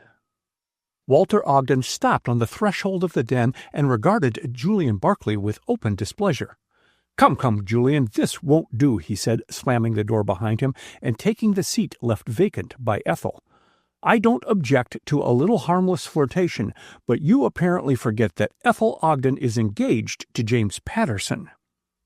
Barclay whitened, and his clear dark eyes contracted with sudden uncontrollable anguish. Then, mastering his emotion, he faced the older man with his usual nonchalant manner. "I was not aware, Ogden, that Miss Ogden was engaged to be married," he began and stopped, uncertain of his ability to keep his voice expressionless. "I quite understand," put in Ogden more kindly. "Ethel is greatly to blame." "No." The contradiction rang out clearly, and this time there was no mistaking the look in Barclay's eyes. "Miss Ogden is entirely blameless. It was my joy in her society which made me," speaking more slowly, "blind to the situation." Ogden did not reply at once, and Barclay stared steadily out of the window through which the noon sunshine crept in ever-increasing volume, but to him the day had become gray and cheerless. Ogden's voice aroused him from his bitter thoughts. "When are you returning to the East?" he added. "I haven't made any definite plans." Barclay glanced at the mantel clock. "If you'll excuse me, Ogden," rising, "I have to keep an engagement at the club." "Will you be back to luncheon?" queried Ogden, accompanying him into the hall. "No, please make my apologies to Cousin Jane," and Barclay disappeared down the staircase, while Ogden, with the feeling of work well done, went back to his den. His hint to Barclay might perhaps be broader than the situation merited, but it could do no permanent harm. James Patterson, in his opinion, was entitled to a fair field, and the sooner he and Ethel were married, the better for all parties. Ethel, never dreaming that her cousin concerned himself in her future welfare, dressed for luncheon with nervous rapidity. But her haste did not prevent her from stopping now and then to inspect the ring on her third finger. It was somewhat loose, and she debated a moment as to whether she should wind cotton thread around the hoop to tighten it, but a sudden imperative message from Mrs. Ogden sent her flying down the hall, wearing the ring as Barclay had given it to her. She hesitated outside the drawing-room entrance, then, with heightened color, advanced into the room. But the man who turned from the window on her entrance was not Barclay, and the happy sparkle died from her eyes as she greeted James Patterson. "I met Mrs. Ogden downtown," he explained, sitting on the sofa by her, "and she very kindly brought me home to luncheon." "What about your congressional duties?" asked Ethel mischievously. "They can go hang," with impulsive bitterness. Then he added more calmly, "The House has adjourned over today. I telephoned early this morning, Ethel, to ask you to go motoring, but the maid said you were out with, I suppose," the bitterness returning to his voice, "Julian Barclay." Mrs. Ogden's entrance saved Ethel from reply. "Come right in to luncheon," she said. "Professor Norcross and Walter are already waiting for us," and Patterson, disappointed in not having a longer tete-a-tete with Ethel, sulkily accompanied them into the dining-room.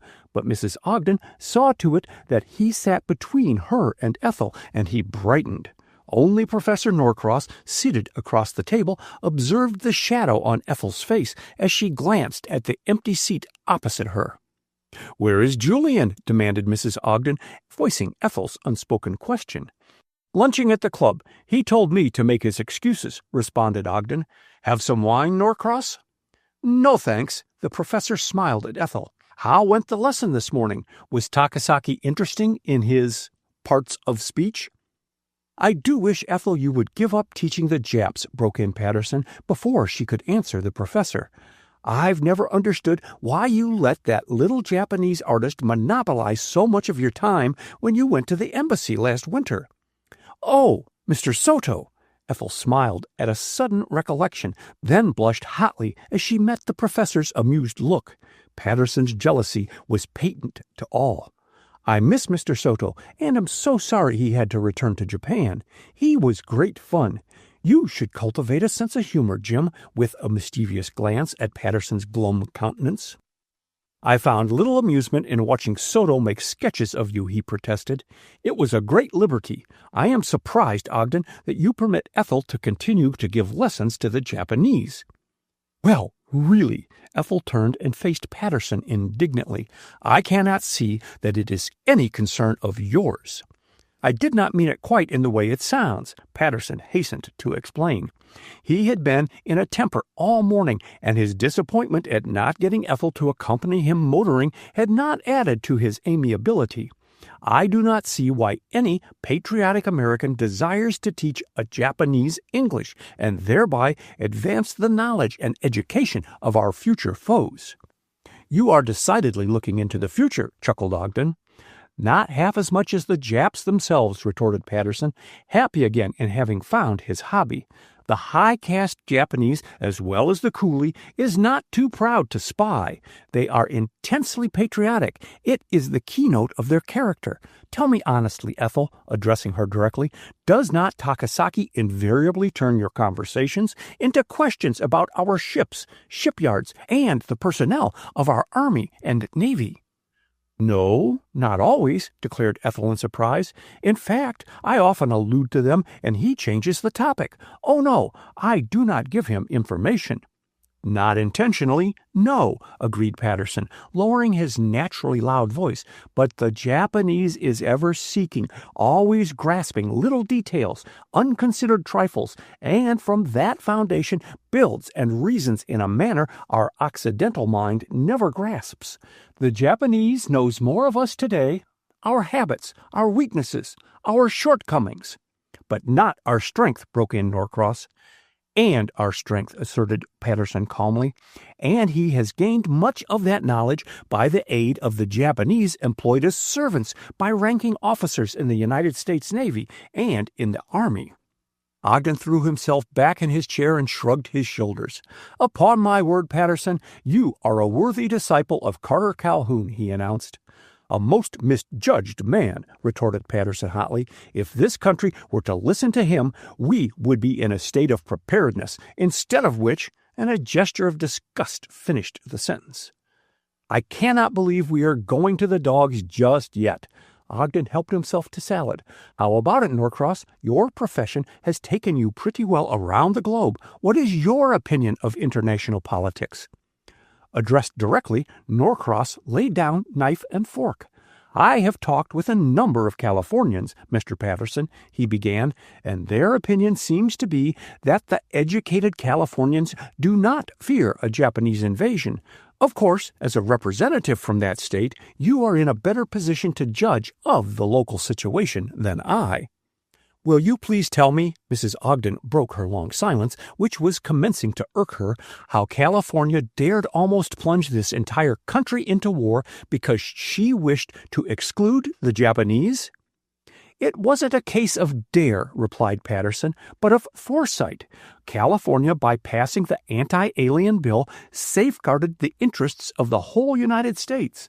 Secondly, the best way to avoid war is to prepare for it. I do not see any necessity for war with Japan, declared Ogden, and his positive tone caused Patterson to flush warmly. Nor do we, on the Pacific slope, see the menace you in the East imagine approaching on your Atlantic coastline, he retorted.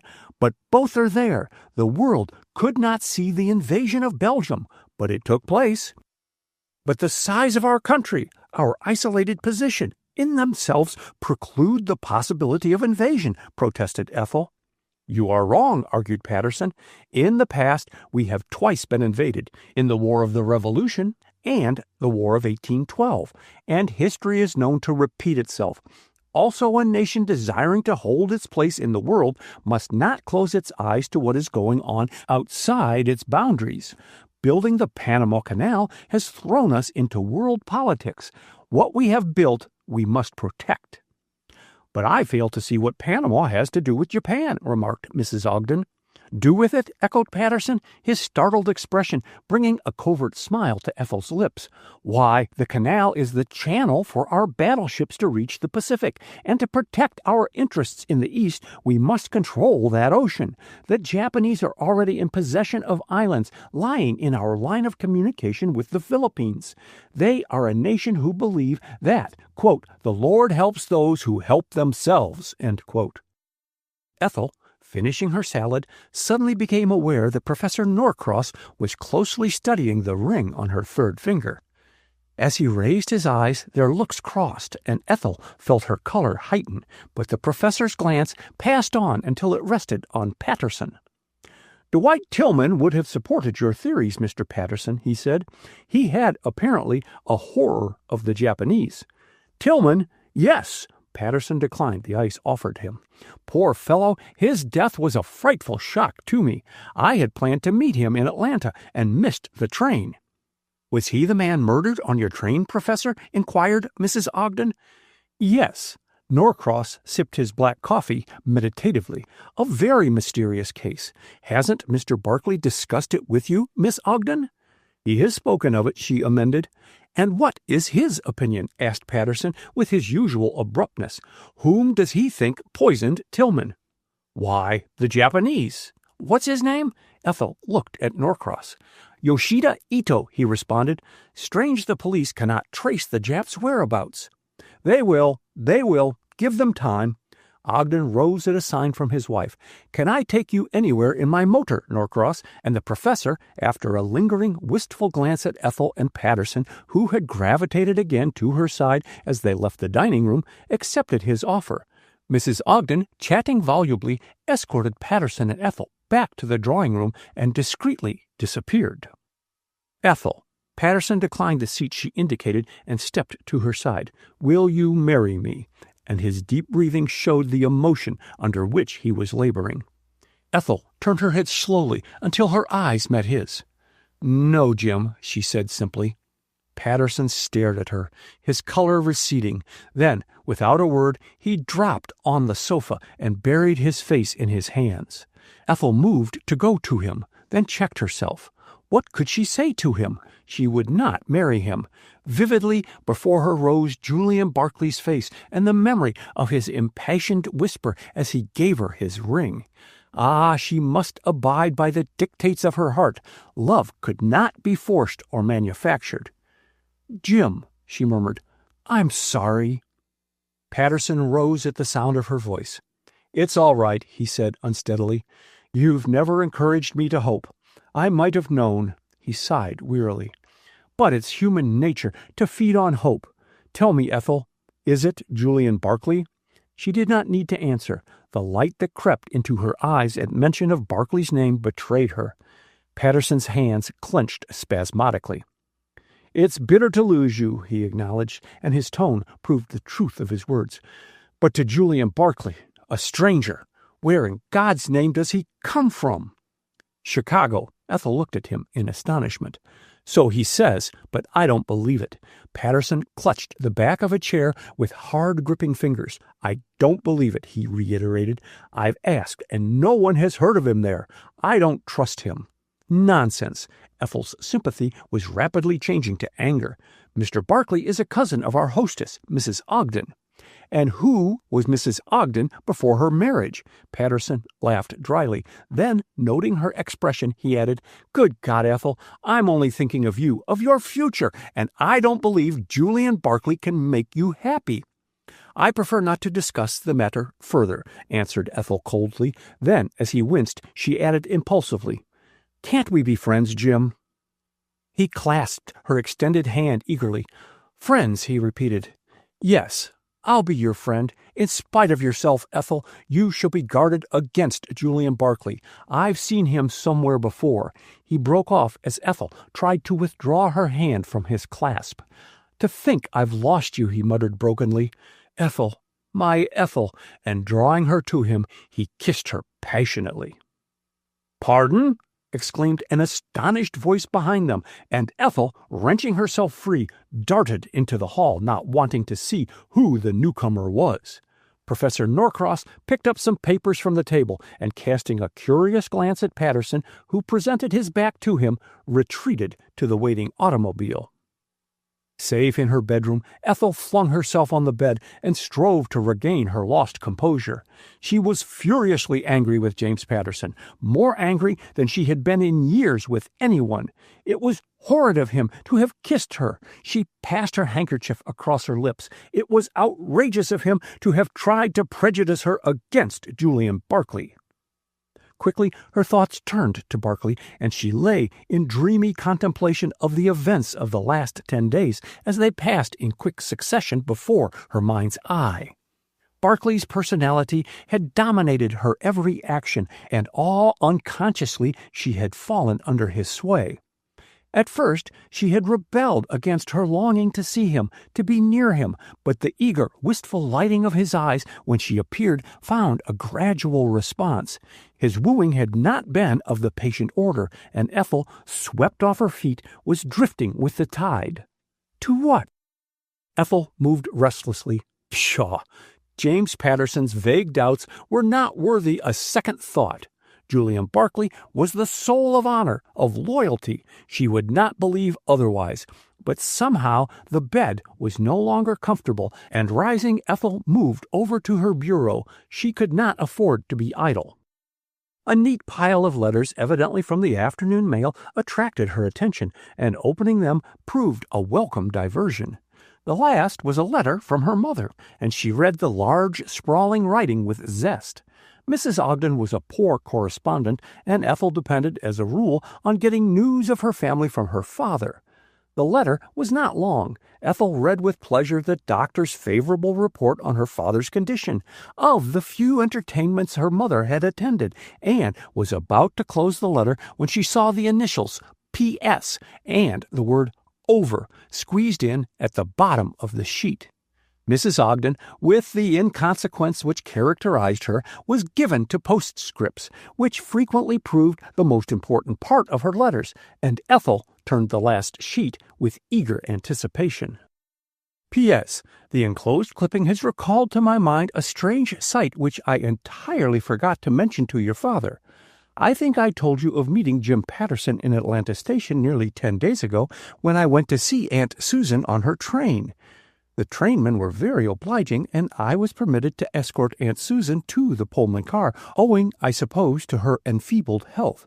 Sometimes, Ethel, illness has its perquisites. Well, to go back. On leaving the Pullman car, I got turned about and walked down the train shed with the vaguest idea as to the direction I should take to get back to the station.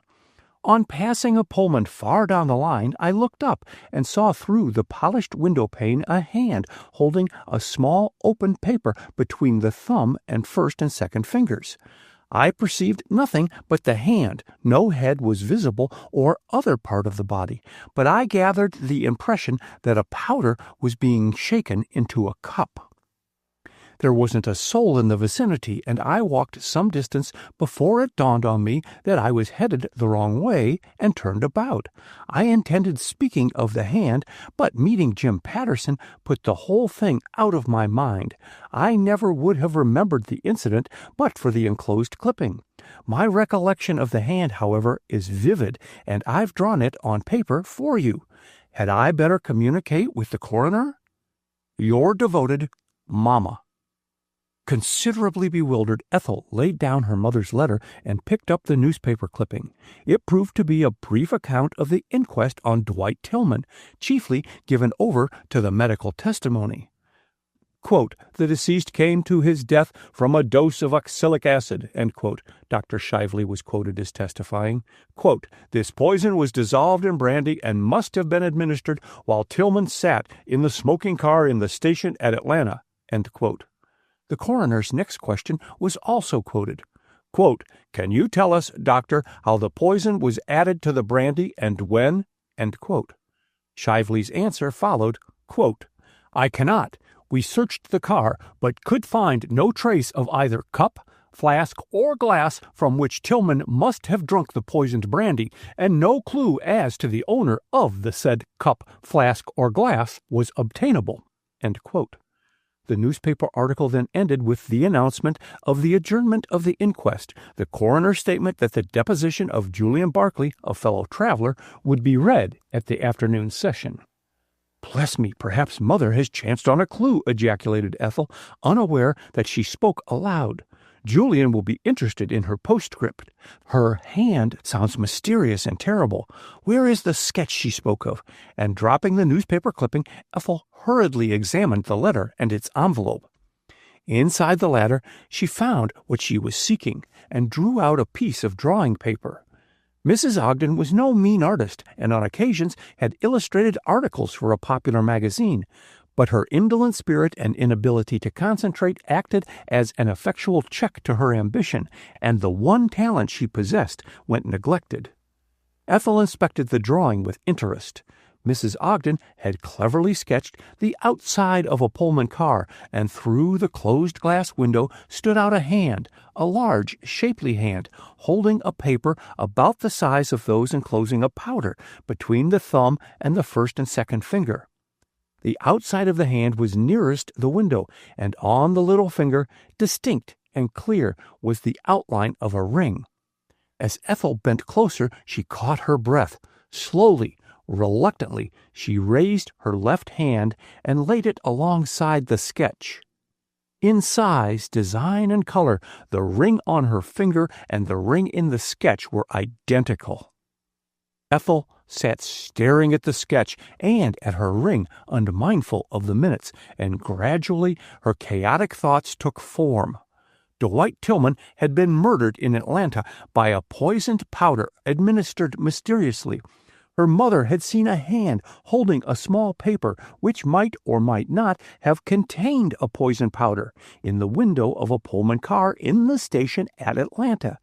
And the hand wore a jade ring with a unique carved gold setting on its little finger, which Julian Barclay had, until that noon, worn on his little finger. Ethel bent over the sketch. Was it the left hand or the right which her mother had seen? She could not tell from the drawing, but it hardly mattered. Julian Barclay had said he had worn the ring first on one hand and then on the other. Therefore the point was immaterial. That Julian Barclay was also a traveler on the train with Dwight Tillman was only a coincidence, she assured herself.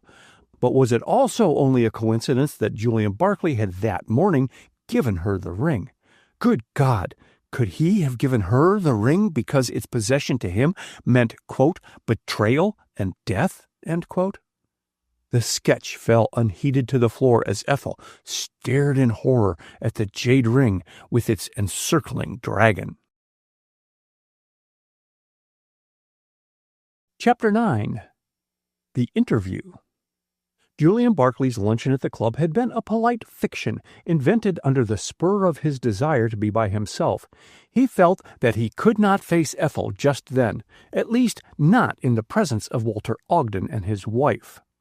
Once outside the Ogden house, Barclay turned blindly toward the country. An instinctive desire to reason his troubles in the open guided his footsteps, and how long he tramped and where, on the outskirts of Washington, he never knew. But when he again reached the downtown section of the city, he had recovered his composure and decided on his future actions. Too long had he drifted with the tide. Whatever the consequences to himself, he must take his place in the affairs of men. As to Ethel, he winced and bit his lip. Other and better men had had to renounce their heart's desire. A past of shadows was an unstable foundation on which to build a dream of happiness and deserved a rude awakening. There remained but one thing for him to do, to bid Ethel good-bye and wish her Godspeed on the road to happiness. Barclay stepped into a corner drugstore, looked up a number in the city directory, and, entering a taxicab, repeated the number to the chauffeur. Within 10 minutes, he was standing in an office building interviewing a colored servant. "Dr. McLean is in his office now, sir. Step this way, sir," and the office boy piloted him into a well-lighted room. Barclay sighed impatiently on catching sight of the rows of people waiting to see the popular surgeon. Then, resigning himself to the inevitable, he took a chair near the window and awaited his turn. Barclay picked up a newspaper, but the printed lines failed to interest him, and when Dr. Leonard McLean entered the room to summon the next patient into his consulting office, he was looking out of the window at the passing vehicles and electric cars. The surgeon's roving glance halted as it fell on Barclay's fine profile, then passed on, but each time that McLean re-entered the room he contrived, without attracting Barclay's attention, to get a better and nearer view of him. "Well, sir," McLean's clear, resonant voice broke in on Barclay's sad thoughts, "what can I do for you?" And looking up, Barclay found that he was the last patient, and the two men were alone. "I would like a word with you in private," he said. McLean bowed. "This way, then," and, stepping inside the consulting office, Barclay selected a chair farthest from the window, while the surgeon closed the communicating door and sat down before his desk. He waited for Barclay to speak, but it was some minutes before the latter broke the silence. "I have not come to consult you as a patient, doctor," he began, "but on a private matter." "Yes?" McLean's voice again aroused Barclay, and he cleared his throat nervously. "I realize that you are very busy," he stammered, glancing about the well-arranged office. "I promise not to take up your time needlessly. Here is my card," laying his visiting card on the desk, and McLean switched on his drop light, for the winter afternoon was waning into twilight, and read the name engraved on the card. "Well, Mr. Barclay, what can I do for you?" he asked. "Give me all the details of the inquest on Dwight Tillman," answered Barclay promptly, looking directly at McLean. "I understand that you went to Atlanta with the body and stayed on for the inquest." "True, I did," replied McLean, and imperceptibly his hand moved the shade of the droplight until Barclay's face was no longer in shadow. "Are you the Julian Barclay whose deposition was read at the inquest?" "I am." "And your reasons for questioning me, Mr. Barclay?" "I am desirous of helping trace the murderer." The surgeon's question had brought a touch of color to his white face. "I want to help trap Yoshida Ito." "Ah, then you know him to be guilty." "No, only believe him to be guilty," corrected Barclay quickly, "and all evidence, as far as I can ascertain, points to him." "Except a possible motive," supplemented McLean. "Men do not murder each other, Mr. Barclay, without a motive." The remark brought a curious glint in Barclay's eyes, which the surgeon observed, but his own expression remained impassive. "There is always the alternative of suicide," remarked Barclay composedly, "but in the case of the murder of your cousin, Dwight Tillman, that theory can be dispensed with." "Your reasons for that assertion?" Barclay drew back further in his chair, and the movement again brought his face in shadow. "If Dwight Tillman had committed suicide, the receptacle out of which he drank the poison would have been found near him." "Then you contend that the absence of such a receptacle indicates the presence of another person in the smoking car at the same time Tillman swallowed the poison?" "I do. Dr. Shively said that poison was almost instantaneous in its effect, and that it was physically impossible for Tillman to dispose of the, cup or glass after he had swallowed the poison. Therefore, another person must have been in the car, contrary to the porter's testimony, and," his voice deepening, "the fact that such a person does not come forward frankly, as he would do if innocent, presupposes his guilt." McLean nodded his head. "I entirely agree with your reasoning," he said gravely. "I asked simply to see if your view would coincide with mine. Dwight Tillman was undoubtedly murdered while sitting in the smoking car of the Washington, New Orleans, and San Francisco Express during its stop at the station in Atlanta, Georgia. The autopsy proved that a dose of oxalic acid had been administered in brandy and that he died almost instantly. No other cause of death could be ascertained, as Tillman was physically well and there was no indication of violence. But," Barclay hesitated and spoke more slowly, "oxalic acid has a forbidding, sour taste, and for that reason is seldom used by would-be murderers, the victim being quick to detect the acid taste. The medical records prove that it is sometimes mistaken for Epsom salts and swallowed inadvertently, and not infrequently used by suicides." He looked hard at McLean. "If not taken accidentally or with suicidal intent, Tillman must have detected the taste of the poison in the brandy." "True." McLean leaned one elbow on his desk as he bent nearer his companion. "I have already stated that Tillman was physically sound, but from birth he was deficient in one particular. He had no sense of taste." "Upon my word!" Barclay drew in his breath sharply and stared at McLean in astonishment. "Tillman had no motive to commit suicide," continued McLean. "I was made executor of his will, and his affairs appear to be in excellent shape. While not wealthy, Tillman had several $1,000s in the bank, besides owning much unencumbered improved property. He was not married, and I never heard of his having a love affair or a quarrel with anyone." "And yet he died mysteriously," muttered Barclay, eliminating the theory of suicide and considering the case as a murder, pure and simple. "It's far from simple," corrected McLean sharply. "Here we have a man seated in an empty smoking car, poisoned by some unknown person, and the murder was not discovered until 5 or 6 hours later. No trace of the receptacle in which the poison was administered, and the passengers on the train now scattered to the far winds." "If the police succeed in finding Yoshida Ito, they need look for no other passenger," said Barclay grimly. "You think so?" And the glance McLean shot at his companion was keen. "Yes." Barclay leaned forward in his earnestness. "The Japanese, on entering the smoking car, was attacked by Tillman. That I'll swear to." "You mentioned it in your deposition," put in McLean dryly. "Quite so," composedly. "After the brief scuffle, during which the Japanese used jujitsu and which, but for the interference of Dr. Shively and Professor Norcross, might have had fatal results for Tillman. The latter, on recovering his breath, offered the Japanese an insult which he was not likely to forgive. The Japanese mind works quickly, and with them to plan is to accomplish. It was a subtle brain that planned Tillman's murder, agreed McLean, but there are some points about Ito's conduct which, to me, contradict the evidence. A verdict of guilty was brought against him by the coroner's inquest, was it not? Asked Barclay coldly. Yes. McLean opened a desk drawer and took from it several papers and newspaper clippings and consulted one of them as he continued. The coroner, in summing up, asked, "On the evidence, are you satisfied beyond reasonable doubt that at noon on the day in question the Japanese Yoshida Ito was in company with the deceased?"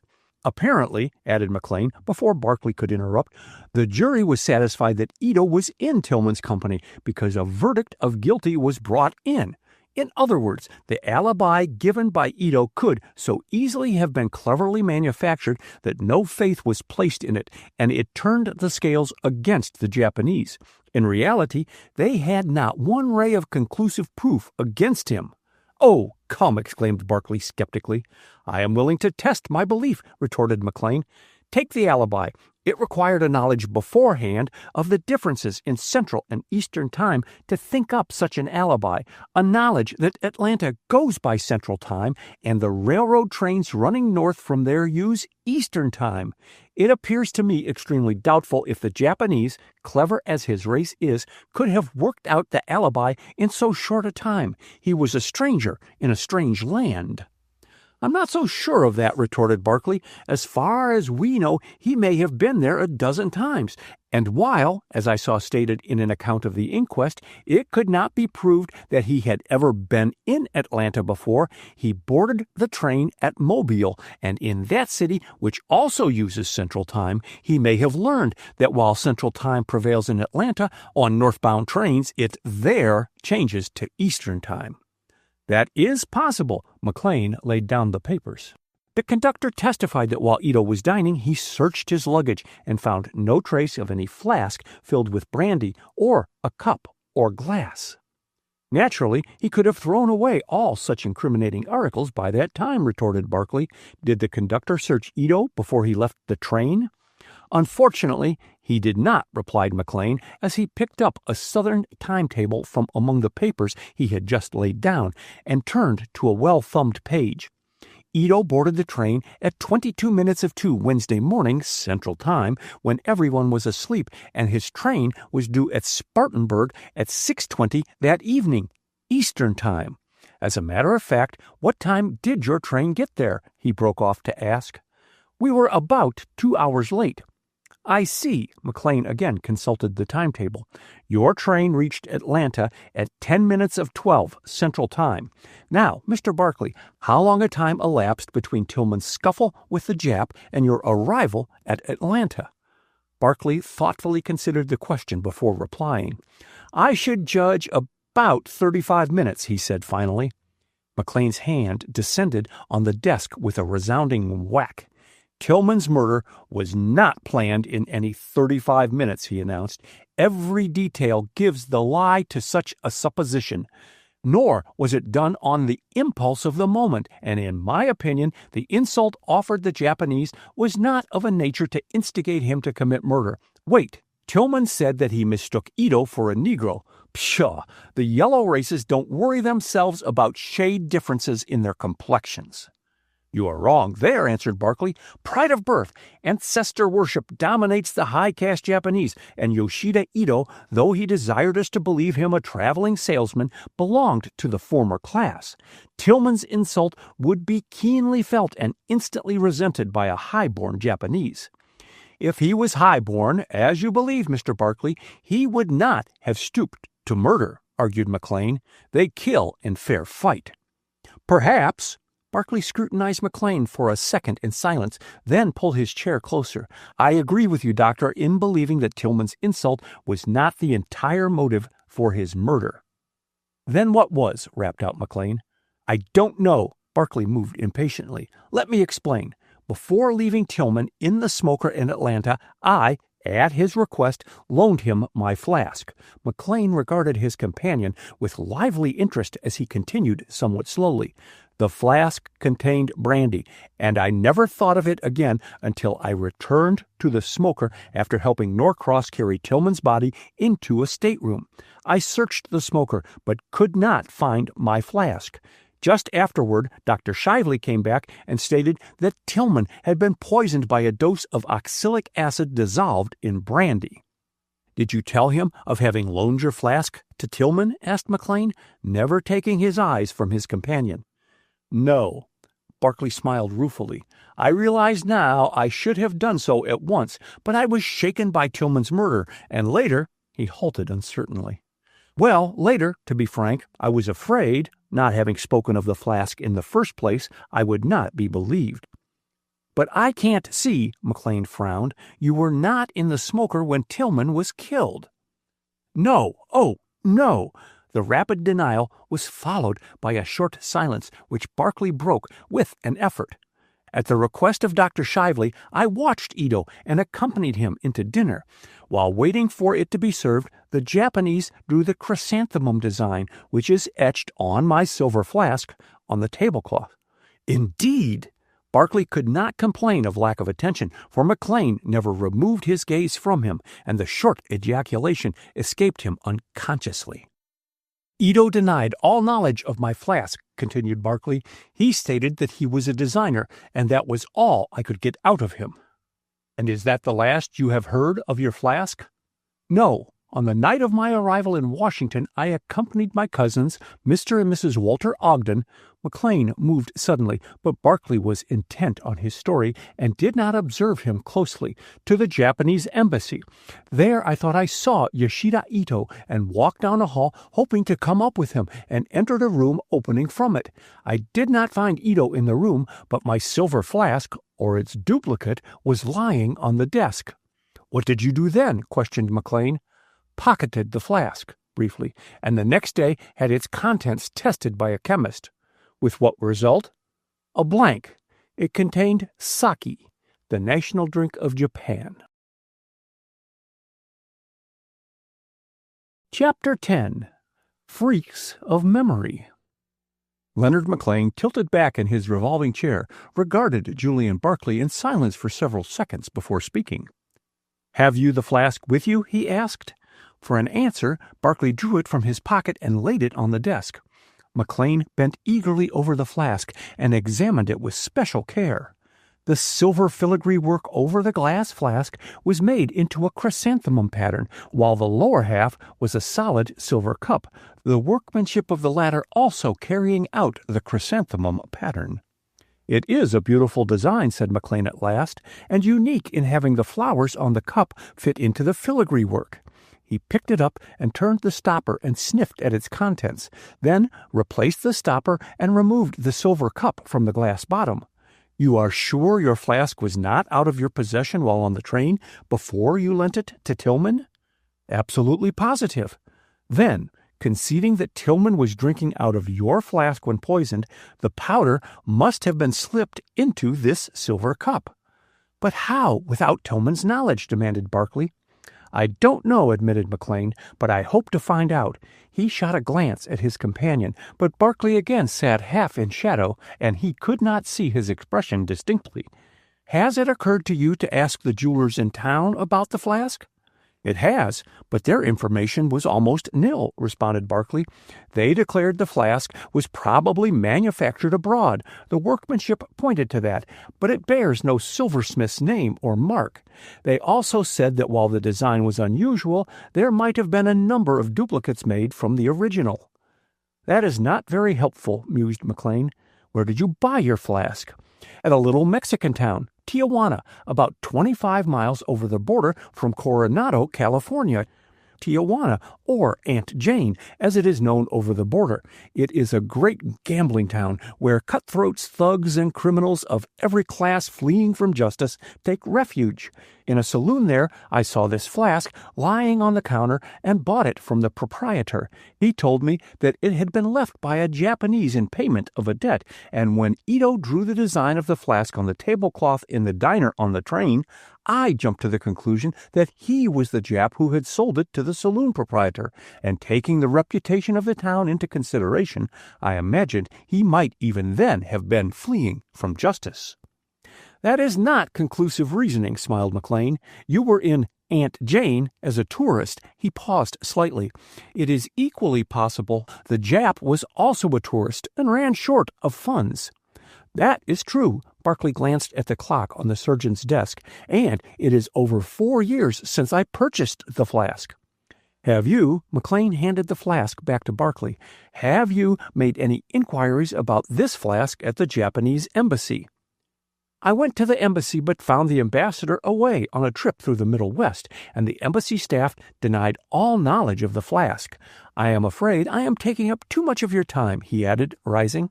No, sit down." McLean raised a protesting hand, and Barclay resumed his seat. "I am glad to talk over Tillman's mysterious death with you, Mr. Barclay. Now, let me understand your theory of his murder. You believe that Ito, the Jap, having some ulterior motive, followed my cousin on his trip east, murdered him, and slipped away." "Yes, that is about my idea," admitted Barclay. "Take the flask. It is a reasonable supposition that, not finding it in the smoking car near where Tillman sat, or among his effects, the murderer removed my flask. He would not have taken it away if the flask had not been incriminating. Therefore, I believe the oxalic acid was introduced into my flask." "It would seem so," agreed McLean. "But we have yet to discover how it was introduced into the brandy without Tillman's knowledge, and until then we have no real proof against anyone." "I cannot agree with you," replied Barclay obstinately. "I know the flask was originally owned by a Jap. I met a Jap who has a scuffle with Tillman shortly before he is murdered, and this Jap is familiar with the chrysanthemum design of my flask, even to the minutest detail. Why should he think of that flask at the time unless he had recently seen it?" finished Barclay triumphantly. "Memory plays queer tricks," responded McLean. "It might be that Ito— Look here," checking himself. "If Ito had murdered Tillman by putting poison in your flask, the last thing he would do would be to call attention to the flask. It would be betraying too great a familiarity with the crime." "Yes, but it is just in those small points that a criminal betrays himself," argued Barclay. "Giving his alibi, which may or may not be false, but which admits of his having been in the smoking car at the hour Tillman was poisoned. Ito leaves the train at Spartanburg, and the next time I catch a glimpse of him is in the Japanese embassy, and a few minutes later I find a flask resembling mine on a desk in the embassy. I tell you, Doctor," emphasizing his words by striking his hand in his open palm, "the silver flask and Ito form a connecting link in the chain of events leading to the murder of Dwight Tillman." "Perhaps, but I cannot see the significance." McLean paused, and Barclay broke in hastily. "My object in calling, Doctor, was to ascertain if Tillman was using his congressional influence to the detriment of Japanese interests here and abroad." McLean considered the question. "I now recall that Tillman testified against the Japanese before the California legislature at the time of the passage of the anti-alien bill. He and Jim Patterson, congressman from California," he stopped to explain. "I have met Patterson," answered Barclay, and resting his elbow on the desk, shaded his eyes with his hand. "You were saying?" "That Tillman and Patterson were much in accord on the subject and, I believe, carried on quite a correspondence. Perhaps Patterson can give me some data which may throw light on Tillman's transactions with the Japanese. I will see him." McLean again consulted the newspaper clippings. "There are several questions I wish to ask you before you leave," pulling up his chair to the desk. "When did you first meet Dwight Tillman?" "The night before his murder. I boarded the train at New Orleans, and going into the smoker was introduced to him and Professor Norcross by Dr. Shively. We four played poker until far into the night." "How did Tillman appear?" Barclay hesitated. Having never met him before, your question is a little difficult to answer. His manner to me appeared natural, and while he took little part in the conversation, he was at all times pleasant and good-natured. Was he winning? Barclay laughed shortly. I believe so. I was the only heavy loser. We played nearly all night, and I believe it was Tillman who made the first move to break up the game. Did you talk with him next morning? Not for any length of time. I had a short talk with him just before the train stopped at the station in Atlanta. Was it then you gave him your flask? Yes, he asked me for it, said his scuffle with the Jap had shaken him up and he needed a bracer. Except for that, did his manner indicate excitement, terror, for instance? It did not. McLean consulted the notes he had scribbled on a sheet before him, then asked, You spoke of Dr. Shively having introduced you to Tillman. Where had you known Shively? I met him in Panama, and we made the trip to the States together. He had known Professor Norcross and Tillman before, and they both appeared glad to see him when he joined them in the smoking car. Had he arranged to meet them on that train? I think not. They all expressed great surprise at the meeting. Barclay rose. I really must be going, Doctor. I cannot take up any more of your time. Just one more question. Did you see Shively while the train was at Atlanta? No. Barclay paused. He and Norcross left the smoking car together just as the train drew into the station, and that was my last glimpse of them until they entered the smoker about half an hour before the dining car steward announced the first call for dinner. As he finished speaking, Barclay moved across the room, and the surgeon followed him.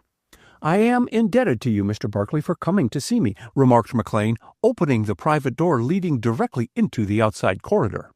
Your account of Tillman's death has interested me, and I will take steps to investigate the points you have brought up.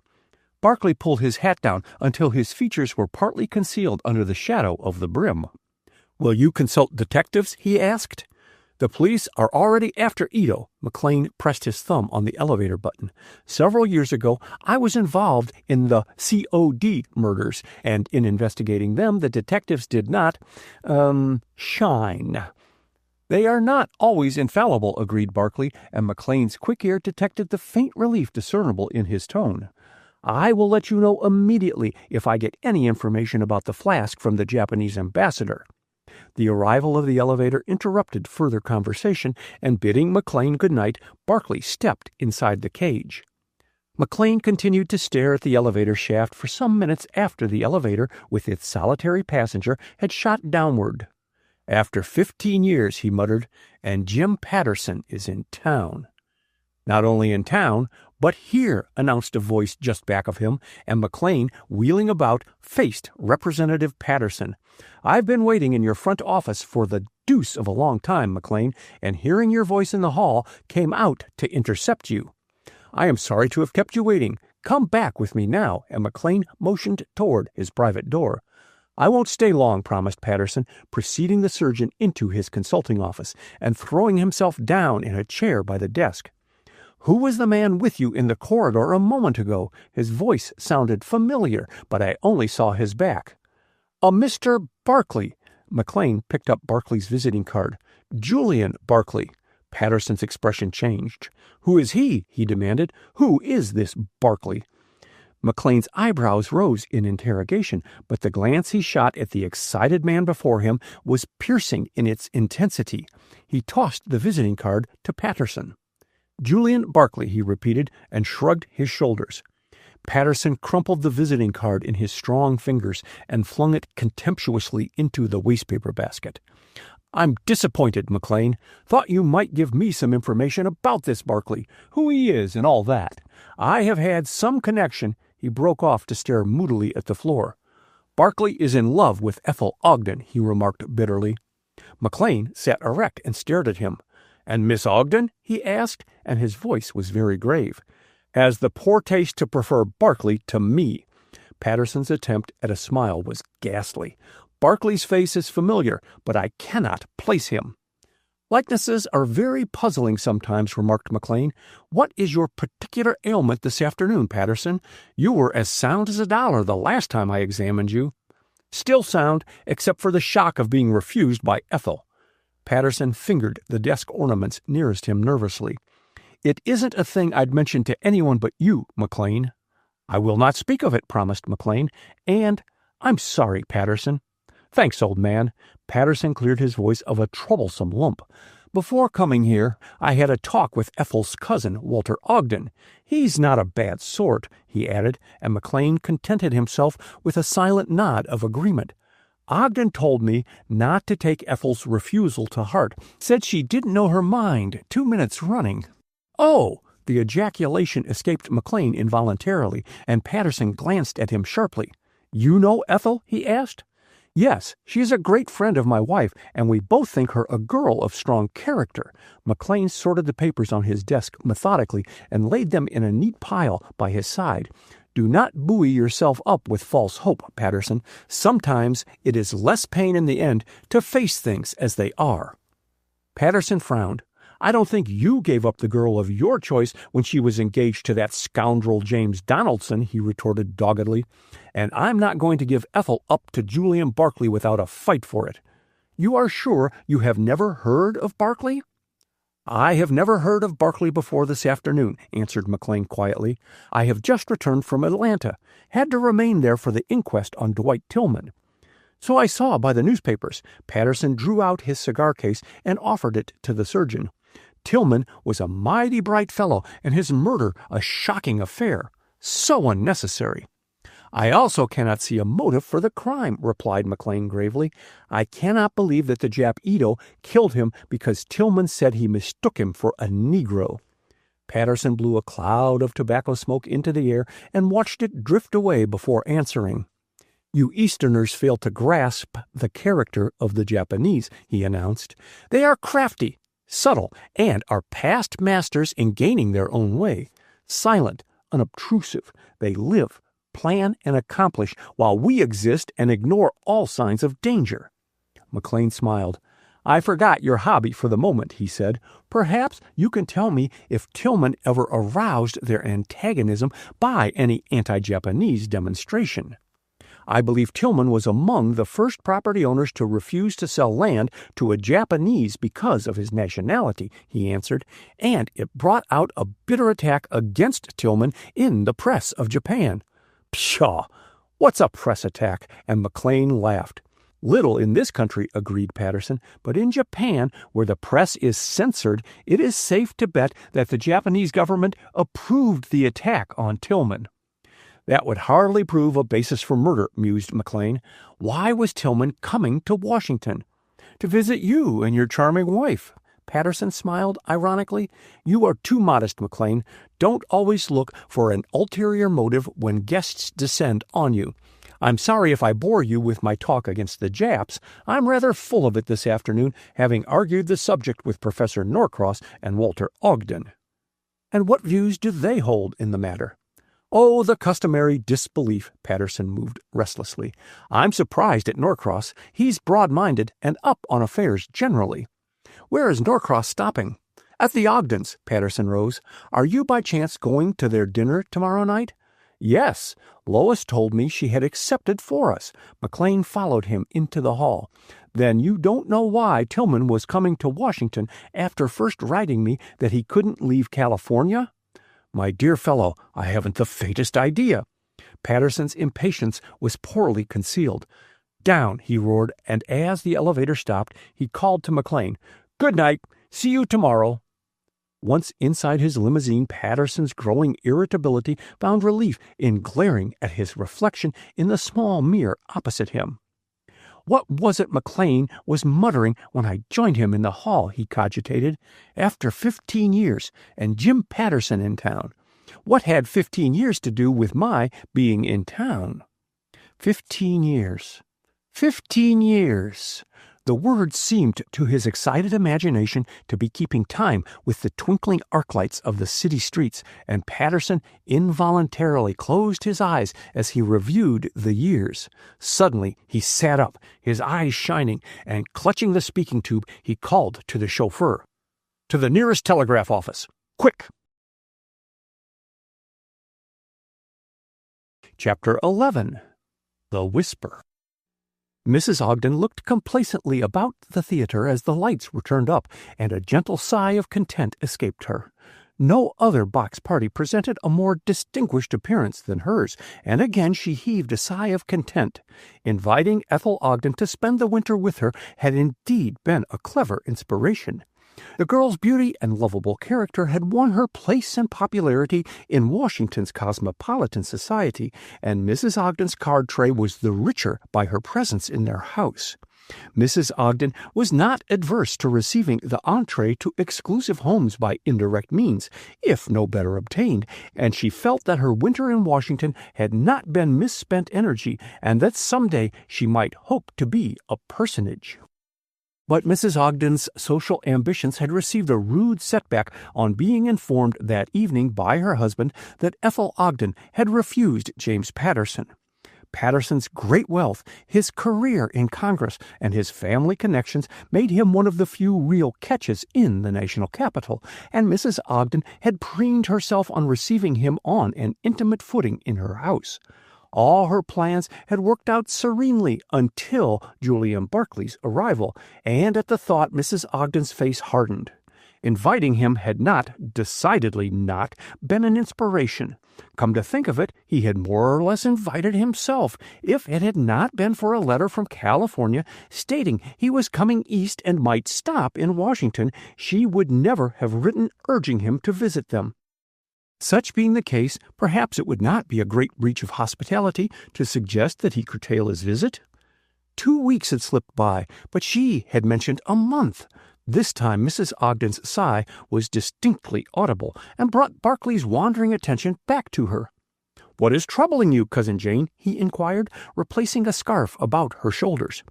"The perversity of human nature," retorted Mrs. Ogden, and he laughed while wondering at the concentration of her gaze.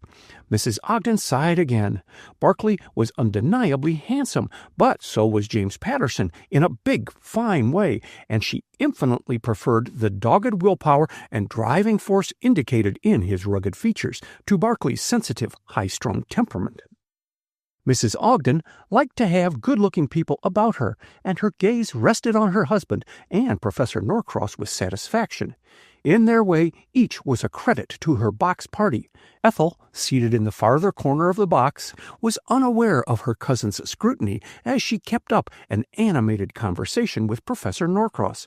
She had learned in the hard school of necessity to repress her emotions, and as she talked on indifferent subjects, the professor never guessed the effort it cost her, nor how maddening was the desire to turn and look at Julian Barclay. After the first shock of her mother's postscript, with its suggestion of crime and treachery, Ethel had pulled herself together and, with the shrewd common sense of her New England forebears, had reasoned out her doubts and suspicions. The murder of Dwight Tillman, the presence of Julian Barclay on the same train, the presence of her mother in the Atlanta station at the same time the crime was committed, the hand at the window grasping a suspicious-looking paper, the similarity of the ring on the hand in the window and the one given her by Julian Barclay, the arrival of her mother's letter on the day Barclay had given her the ring, should be, in her loyal mind, simply coincidences to be explained away when she had a talk with Julian Barclay. She had dressed early and gone downstairs hoping for an opportunity to see Barclay alone before dinner, but he had been the last to appear, and Mrs. Ogden had hurried them off to the theater immediately after coffee had been served. On entering the box, she had expected that Barclay would occupy the seat directly behind her, but on turning around, she found him standing by the chair nearest Mrs. Ogden. He caught her eye, bowed, and sat down by Mrs. Ogden. Ethel had flushed painfully. A look, a smile from her had always brought him to her side. Could it be that he was intentionally avoiding her? The thought stung, and turning her back on Barclay, she greeted Professor Norcross with so brilliant a smile that he was conscious of an accelerated pulse. But her false gaiety had waned with the progress of the play, and finally she sat silent in her chair and listened to Norcross, his voice coming to her as from a long way off.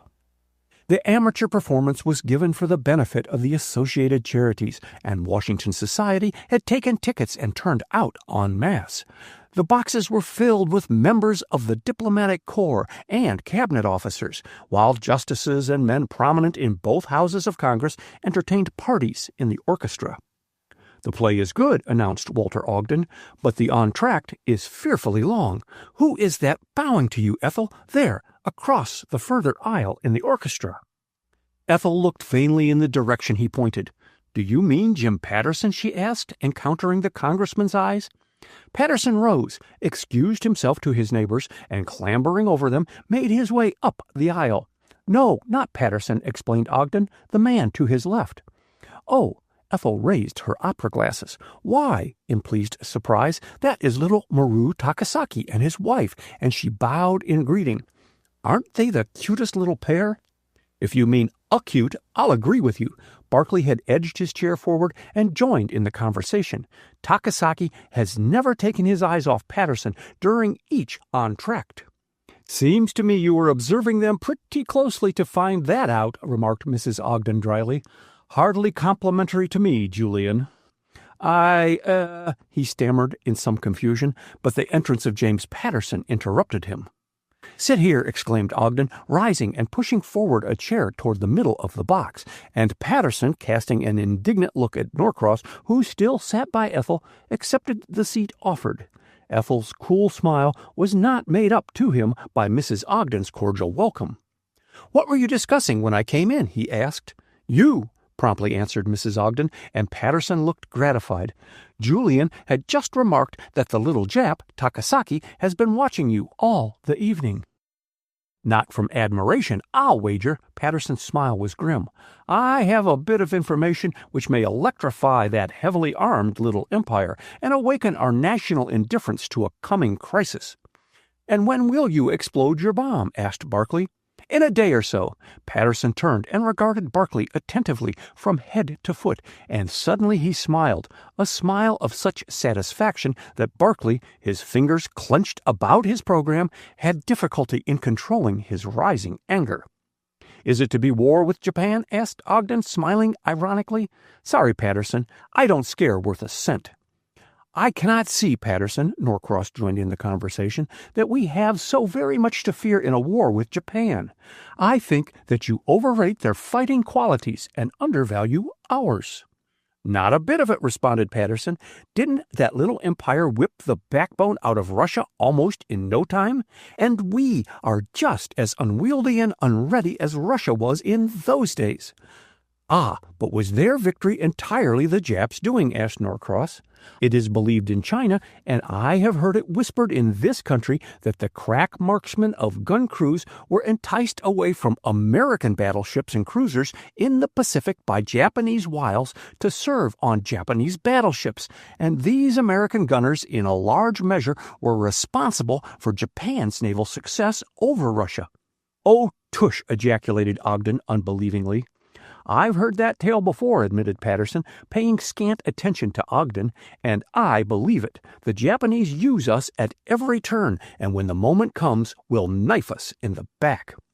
Ethel had been an interested listener. She had always looked on Patterson's fervid tirades against the Japanese as a distinct bore, but suddenly she saw her way to eliciting information without appearing to do so, and promptly took a hand in the conversation. "Didn't you tell me of a Japanese knifing an American on the train with you, Mr. Barkley?" she asked. It was the first time she had addressed him that evening, and Barkley bent forward so as not to lose a note of her voice. "A Japanese did poison Dwight Tillman, not knife him," he answered. "Norcross and I were passengers on the same train." "How horrible!" Ethel shivered. "Could no one prevent the crime?" "No one was around." Barkley waited until Patterson stopped speaking across him to Mrs. Ogden, and then continued. "The crime was apparently committed while the train was in the station at Atlanta."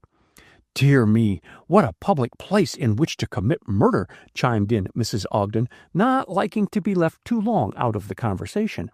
"I should have thought the murder would have been detected instantly."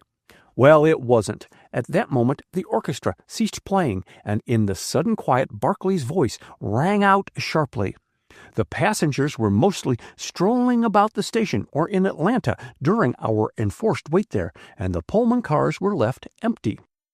Did you go sightseeing also, Barkley?" And as Patterson put the question, his eyes never left Barkley's face. His absorption prevented him observing Ethel's eagerness. She held her breath for Barkley's answer, which was slow in coming. "Yes," he replied. Ethel's taut muscles relaxed as she sank back in her chair. She had caught the expression in Barkley's eyes, and it had given the lie to his spoken yes. Barkley leaned further forward and spoke to her directly. "Have you ever come across a man named Yoshida Ito among your Japanese friends?" he asked. "What is it?" she mumbled, and raising her handkerchief to conceal her trembling lips. "Have you ever met a Japanese named Yoshida Ito?" repeated Norcross, as the orchestra resumed playing and drowned Barkley's voice. "He is the man who is thought to have murdered Tillman." "Yoshida Ito?" Ethel shook her head. "I will ask the ambassador and Mr. Takasaki. Perhaps they may have heard of him." "They probably have," agreed Patterson, "but you will get nothing out of those two men but what they want you to learn. There goes the curtain." Ethel never afterward remembered one word of what transpired on the stage. She was grateful for the darkness which concealed the agony she was enduring from two inquiring eyes. With dry lips and burning eyeballs, she sat staring before her, combating with every reason she could command her growing conviction that, if not the actual criminal, Julian Barkley was, in some way, responsible for Dwight Tillman's death. If he had not lied when asked about his whereabouts in Atlanta, there must be extenuating circumstances, and yet he had lied. Of that Ethel was thoroughly convinced. She had come to know and read Julian Barkley's expression as only a loving woman can during their brief, happy days together. Under cover of darkness, Barkley edged back his chair until he could get an uninterrupted view of Ethel. He could only see the outline of her shapely head and shoulders, and he longed unspeakably for the sound of her voice, the touch of her hand. In a sudden rush of passion, all his loss came home to him, and an involuntary groan escaped between his clenched teeth. It was drowned in rounds of applause as the curtain descended at the end of the play. "Now, Mr. Patterson, you must have supper with us at the New Willard," announced Mrs. Ogden, rising to put on her wraps. "I shall not take no for an answer." "You are awfully kind, Mrs. Ogden." Patterson looked appealingly at Ethel, but her face was averted, and he only caught a glimpse of a flushed cheek. He was about to decline the invitation when his dogged perseverance gained the mastery. "I'll come with pleasure." Barkley moved impulsively to help Ethel on with her cloak, then drew back as Patterson slipped it about her shoulders. Bah! It was Patterson's right. He was the interloper, and turning, he made blindly for the stairs. Others were before him, however, and he made but slow progress. Suddenly he realized that Ethel was standing at his elbow. He was about to speak to her when he caught sight of a face in the crowd beneath them. "There! Look!" he cried, and his excitement communicated itself to Ethel. "Where?" She eagerly scanned the crowd. "Oh, that's Mr. Takasaki." But her words were unheeded as Barkley, regardless of the crowd about them, forced his way down the staircase and out of the theater. Ethel turned in bewilderment to Professor Norcross, who was on her other side, and to his horror he found her eyes were filled with tears. "Pay no attention to Barkley," he whispered. "He is excitable, and tomorrow will be properly ashamed of his eccentric behavior. Ah, here is Mrs. Ogden." "Ethel," Mrs. Ogden was out of breath from her efforts to call to them over the heads of the crowd, "Mr. Patterson will take you over to the Willard in his car." "Oh, no." Ethel shrank back. Her endurance had reached the breaking point, and she could not face another interview with James Patterson. I have a splitting headache, Cousin Jane. Could you let me go directly home?" "And not go to the Willard?" ejaculated Mrs. Ogden in consternation.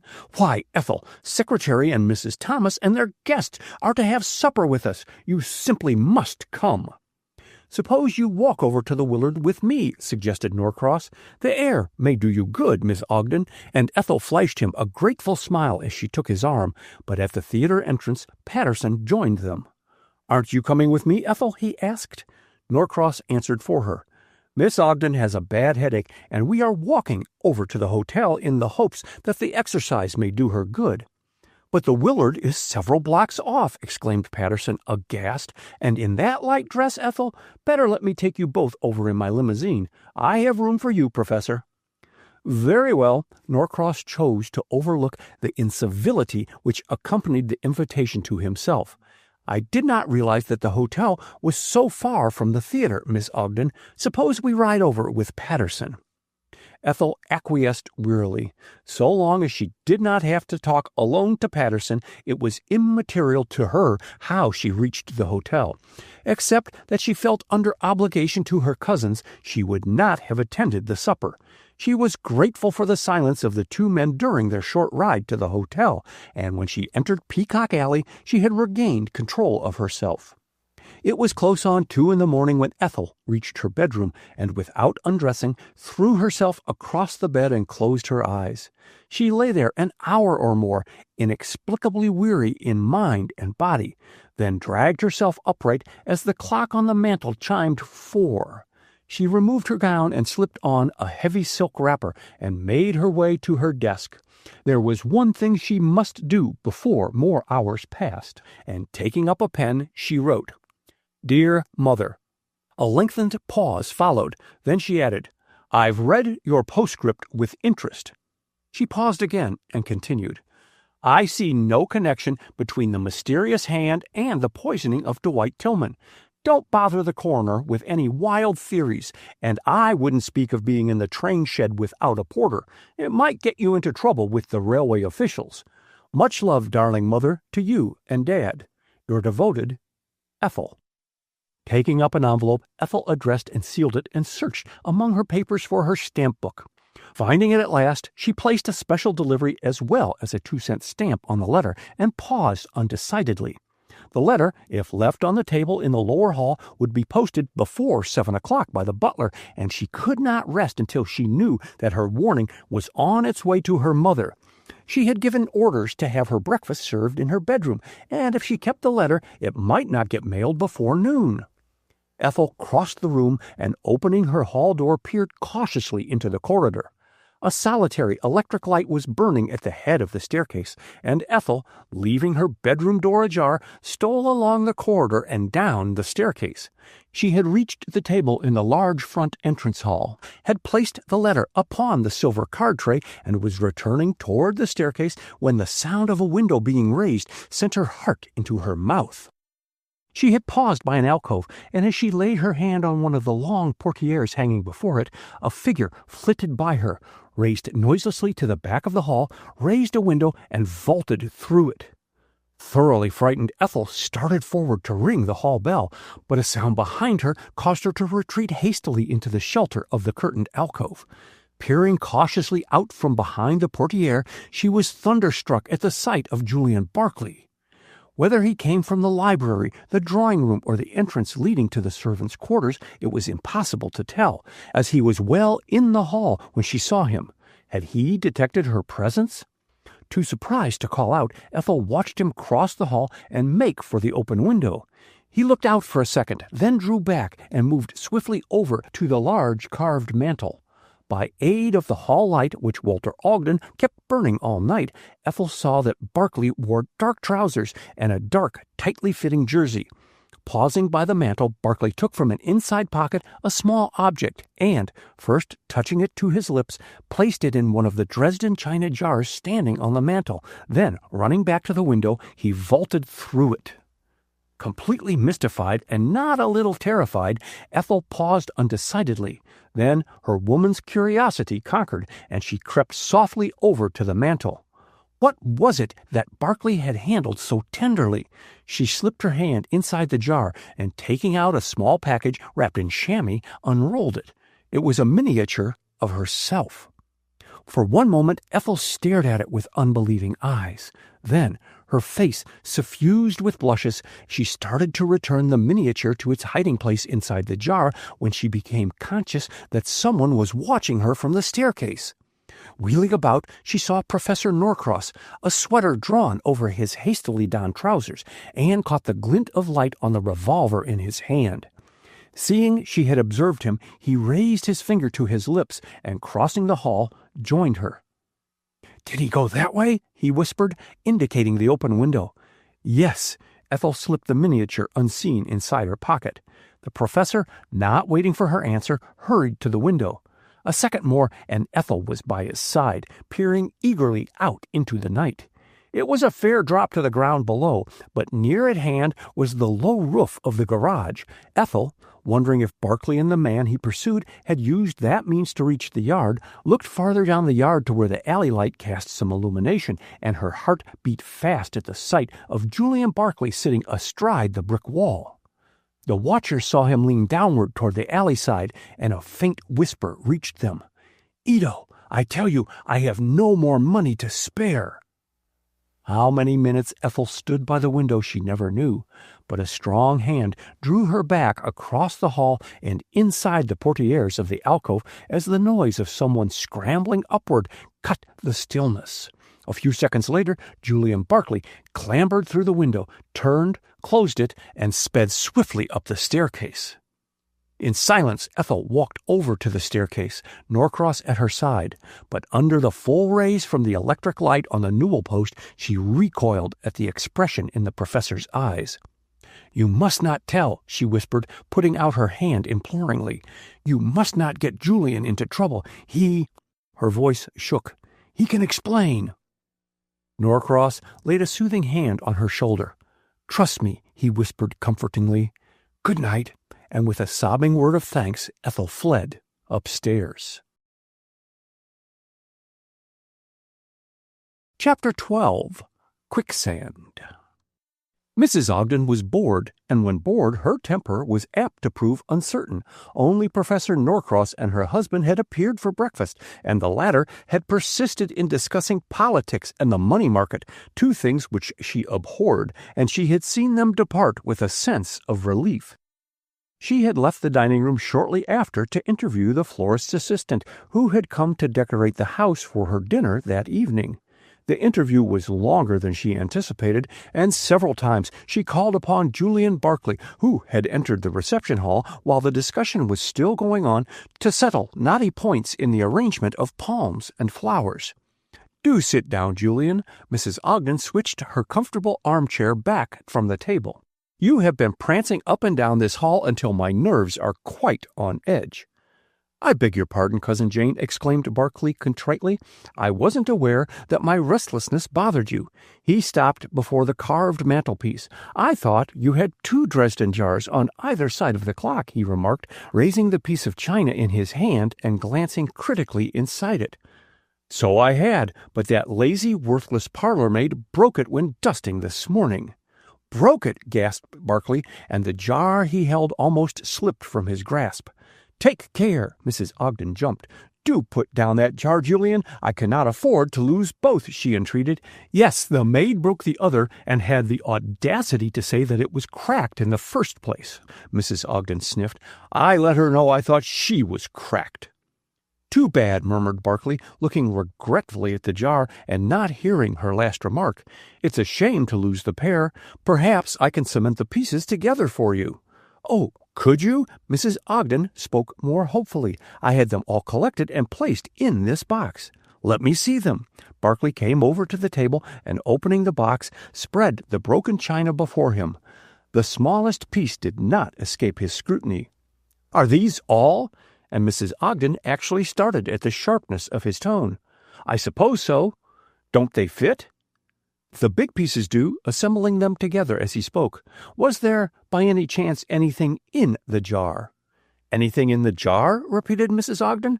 "No, nothing was ever kept in either of them. Do stop fingering those pieces, Julian. You may cut your hand on the sharp edges." "No danger." Barkley thoughtfully returned the china to the box. "I shall have to ask the maid if she picked up all the pieces." "You can't do that because she has gone." "Gone?" staring blankly at his cousin. "Certainly," tartly. "You don't think I'm going to keep a bull in the china shop in my employ, do you, with all my valuable bric-a-brac? No, indeed. I gave her a week's wages and sent her packing." Barkley replaced the cover on the box before speaking again. "I can't blame you for firing her," he said. "There's nothing more aggravating than losing an article you value through carelessness. Cursed carelessness," he added with suppressed bitterness, and Mrs. Ogden stared at him in surprise. "It's good of you, Julian, to take so much interest in my jar," she said, much pleased, "and sometime when you are not busy, if you will stick the jar together—" Surely, he broke in. "Could you give me the girl's full name and address, Cousin Jane? She—" "Don't tell me she has stolen something from you," exclaimed Mrs. Ogden, interrupting in her turn. No, Barclay moved restlessly. "Quite the contrary. She laundered some handkerchiefs for me, and I'd like to send her a tip." "Very thoughtful of you," commented Mrs. Ogden dryly. "She can take that tip out in my broken jar. Rose was a better laundress than a parlor maid, although Mrs. Leonard McLean gave her an excellent reference. Don't you want any breakfast?" "Breakfast? Have you had yours?" "Ages ago," and her tone implied the feeling of virtuous satisfaction which accompanies early rising. "Run along into the dining room, Julian. You must be starved. Why, it is nearly 10 o'clock. "I'm not hungry," protested Barclay, turning nevertheless towards the entrance to the dining room. "Coming this way, Cousin Jane?" "No, I'm going upstairs," and gathering her belongings together, Mrs. Ogden departed. Barclay found the dining room deserted, and half-heartedly ate the tempting dishes set before him. Inquiry from the butler had elicited the news that Walter Ogden and Professor Norcross had breakfasted and gone downtown some time before. Has Miss Ogden been down? He finally asked the butler, who hovered behind his chair. "No, sir. She is after breakfasting in her room. Another muffin, sir," holding the bread plate coaxingly before him. Barclay was a favorite with the servants. "No more, thanks." Barclay pushed back his plate. "Has Rose, the parlor maid, left the house yet?" "Yes, sir. I saw her go over an hour ago, sir." "Can you tell me her full name and address?" "Rose O'Day, sir. She went direct to the station, sir, and I understood her to say she was going to her home in New York. I don't know her exact address. I'll ask the cook, sir, if you wish." "Do so," and Barclay, picking up the morning paper left by Ogden, listlessly read its contents. Charles was back in a short time. "She lives somewhere in Cohoes, near Troy, New York, sir, but the cook doesn't know her house address." "Thanks." Barclay concealed his disappointment, slipped a tip in Charles's ready hand. "Is luncheon to be at the usual hour?" "Half an hour earlier, sir." Charles started to clear the table as Barclay rose. "Mrs. Ogden has engaged extra help for the dinner tonight, and I have to show them the silver and things, sir." "I hope the new servants all come highly recommended," remarked Barclay, with sarcastic emphasis which the manservant never saw. "Mrs. Ogden's handsome silver and jewels would be a temptation, a grave temptation to thieves." "Yes, sir." The butler looked considerably startled. "The extra footman come from the caterer, sir. Will you take the paper, sir?" "No, I've read it," and stuffing his hands in his pockets, Barclay left the room. In the hall, he went directly to the mantel and stared dully at the remaining Dresden jar. Inwardly, he anathematized the absent-mindedness which had cost him the loss of his most precious possession. Had Rose, the parlor-maid, seen Ethel's miniature before she broke the china jar and stolen it, or had the miniature also been destroyed in the fall? The latter hardly seemed likely, for he had found no trace of broken glass or ivory among the china. She might have accidentally broken the miniature and stolen the gold case, but even then there would have been some ivory or glass picked up in the debris. Barclay sighed heavily. Undoubtedly, the girl had stolen the miniature, for what reason he could not imagine, and his best plan was to go to Cohoes and try and find her.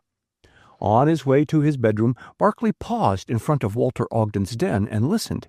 Had Ethel taken up her customary post in the den? A tinkle of the telephone bell sounded behind the closed door, and he heard her voice answering the call. A great yearning to see her swept over him, and he raised his hand to knock at the closed door, but the muscles contracted with a sudden thought, and his knuckles touched the mahogany so lightly that no sound followed the contact. With a gesture of despair, he continued his way down the corridor. Barclay's presence outside the door had not gone undetected. Ethel, one hand resting on the desk, waited breathlessly as his familiar footsteps sounded down the corridor and stopped before the den. Would he come in? Her sad eyes brightened at the thought. Instinctively she answered the telephone's abrupt summons, and as she received the Central's apologetic, "Wrong number, excuse me, please," she heard Barclay's receding footsteps and turned wearily back to her work. As the morning wore on, her attention wandered, and throwing down her pen in despair, she took from the top drawer of her typewriting desk a small object and, removing the chamois, looked at her miniature. All through the sleepless night, when her tired brain refused to refute or accept the evidence of Julian Barclay's complicity in the poisoning of Dwight Tillman, and agonizing sobs shook her, the touch of the miniature under her pillow had brought a ray of comfort. Julian Barclay had treasured her miniature and kissed it. Ethel had slipped the miniature out of its chamois covering and fallen into fitful slumber, holding it against her white cheek. Ethel took a magnifying glass out of her drawer and examined the miniature. It was an exquisite piece of workmanship, and the likeness extraordinary. Her wonder grew. She had known Julian Barclay a little over 2 weeks. It hardly seemed possible that the miniature could have been painted and framed in that time. She studied the gold case with interest, but it bore no name or initials, and turning it this way and that, she attempted to open it. Finally convinced that it was tightly soldered in place, she laid the miniature down and toyed with her pencil in deep thought. If, as she imagined, Julian Barclay had left the miniature in the jar that it might not be broken in his window climbing, why had he not stopped on his return and looked for it in the jar? Instead, he had gone immediately upstairs. Could it be that he had seen her and Professor Norcross and dared not loiter in the hall? The idea brought a lump to Ethel's throat. If so, it was but one more evidence of his guilt. That he was guilty there would be no doubt. His own words to Ito at their clandestine meeting proved a secret understanding and bribery. Ito, a fugitive from justice, would not have risked exposure by entering the Ogden residence unless the matter had been one of desperate importance. Probably her appearance downstairs had frightened him away, and Julian Barclay, not having seen the cause of his flight, had gone in pursuit to tell the Japanese. What, that he had no more money to spare? The inference was all too plain. With slow, unwilling fingers, Ethel summed up the evidence against Julian Barclay on the paper pad before her. He was a passenger on the train with Dwight Tillman. He was the last person known to have seen Dwight Tillman alive. He had lied when stating that he had been sightseeing about Atlanta at the time the crime was committed. A hand wearing a jade ring, the duplicate of one he had since given her, had been seen by her mother through the Pullman car window holding a paper which, by its size and shape, might easily have contained a powdered poison at an angle which suggested the act of pouring something into a cup. And if that was not enough, only a few short hours before, she, Ethel, and Professor Norcross had seen him meet Yoshida Ito, the supposed murderer, clandestinely, and his words, "no more money to spare," implied that he had furnished the Japanese with sums in the past. Hush money. Ethel, through a blur of tears, stared before her. Then, in a sudden revulsion of feeling, she tore the paper on which she had been writing into tiny bits. Where she had given her love, she had given her loyalty. Evidence might be against Julian Barclay, but a motive for the crime was missing. Dashing the tears from her eyes, she again examined the miniature by aid of the magnifying glass. Suddenly her conversation with Barclay at the Japanese embassy reception flashed into her mind. Had that inspired him to have her miniature painted? She knew of no one else who could have gone to the expense, except possibly James Patterson, and she felt confident that he would not have done it without first speaking to her. No, Julian Barclay must have had the painting executed. The act itself fitted in with his romantic, quixotic courtship of her. There only remained the question of time. Could the miniature have been painted in the short time she had known him? Carrying the miniature over to the light, Ethel almost stared her painted prototype out of countenance, then wrinkled her forehead in a puzzled frown. She had discovered another startling fact. every detail of the gown she was wearing in the miniature was unfamiliar. She had never owned or worn one like it. A loud knock at the door awoke her from her bewilderment. "Luncheon is served, Miss Ethel," announced Charles, opening the door in response to her call. "I'll be right down. Tell Mrs. Ogden not to wait for me." And as she spoke, Ethel replaced the chamois about the miniature and laid it in her desk drawer, alongside Julian Barclay's jade ring. Pausing only long enough to arrange her curly hair and pinch some color in her cheeks, she hastened down to the dining room. "Just a light lunch, Ethel," said Mrs. Ogden as Professor Norcross rose and pulled back her chair. "Walter telephoned he would not be back from the capital, and Julian hasn't shown up." "He's coming now, Mrs. Ogden," volunteered the butler, and Barclay appeared a second later. Barclay's words of apology were addressed to Mrs. Ogden, but his eyes sought Ethel as a needle seeks its magnet. The dining room was not well lighted, and he failed to catch her expression as she returned his greeting. But under cover of Mrs. Ogden's incessant talk, his glance stole again and again to the silent girl on his right. Mrs. Ogden at last awoke to the increasing darkness as wind clouds obscured the sunshine, and directed Charles to switch on the electric lights, to Barclay's secret satisfaction. He never wearied of looking at Ethel. "By the way, Julian, why did you disappear so mysteriously last night?" inquired Mrs. Ogden. "You did not come to my supper party." "I owe you 1,000 apologies," exclaimed Barclay, flushing. "I confess I never gave it a thought, Cousin Jane," and at the sight of her offended look, he added hastily, "I hope that you will pardon my absent-mindedness when I tell you that among the crowd leaving the theater I saw Yoshida Ito." "Who is he?" asked Mrs. Ogden. "Oh, now I recollect, the Jap who poisoned Dwight Tillman." "Exactly, and wishing to hand him over to the police, I gave chase." "And did you catch him?" demanded his cousin breathlessly. "No, worse luck. He eluded me in the crowd and disappeared in the direction of the mall." "Did you find any further trace of the Jap?" inquired Ethel, breaking her long silence, and her voice sounded unnatural in her own ears. "No." Barclay moved a tall glass compote containing nuts so that he could look directly at her. "No, I wandered about that part of the city, questioned the policemen on duty there, and came home. Do you know, Cousin Jane," helping himself to a walnut, "that you had a burglar here last night?" "What?" Mrs. Ogden's fork fell with a clatter into her plate, and her usually rosy cheeks turned pale. "Fact." Barclay's serene smile widened at seeing the concentrated attention which Ethel and Professor Norcross were giving him.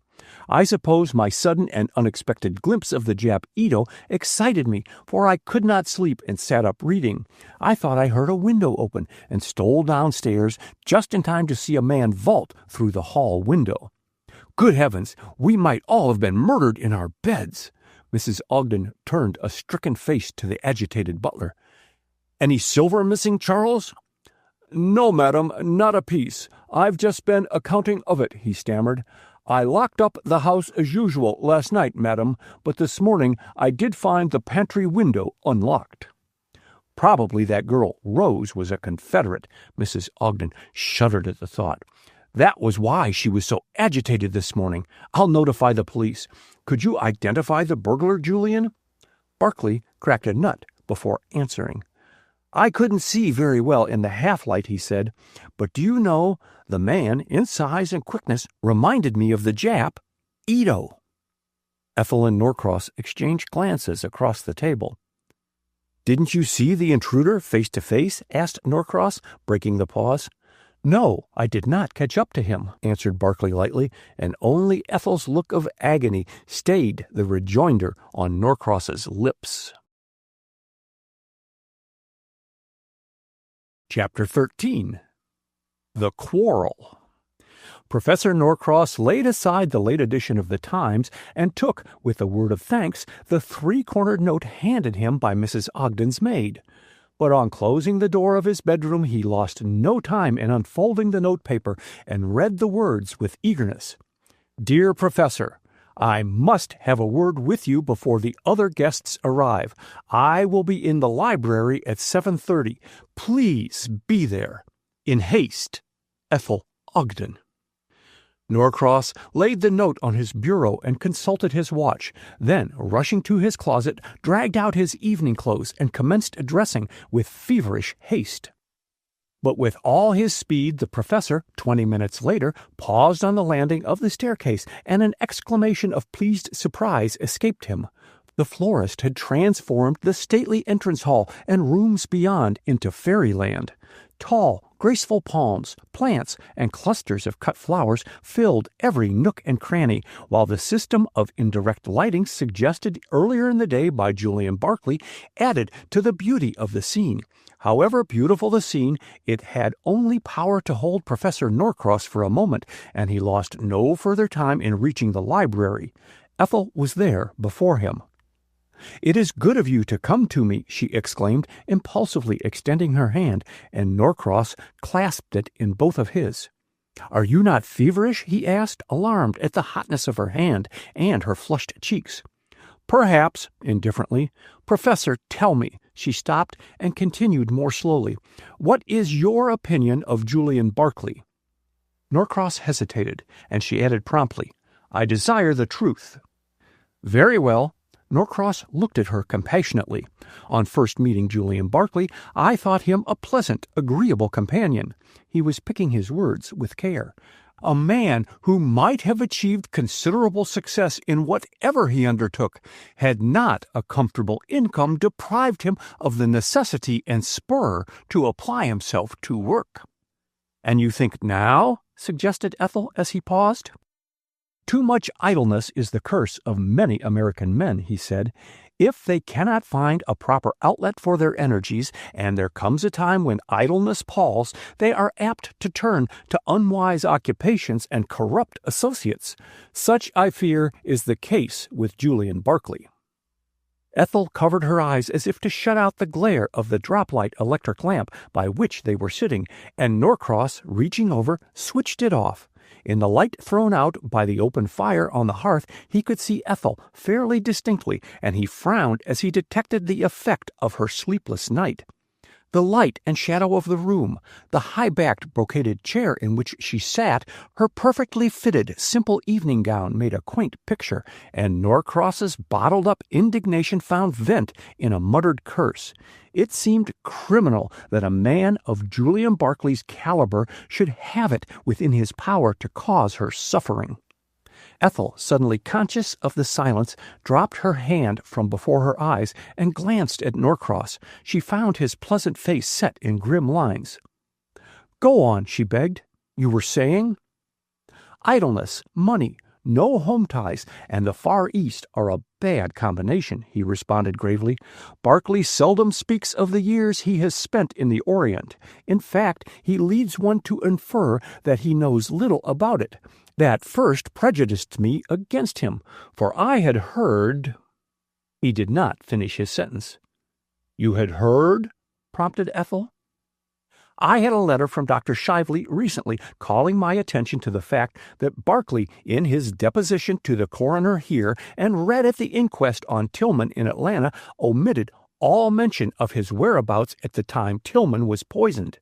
As every passenger even remotely connected with the affair proved his alibi, Barclay's omission was surprising."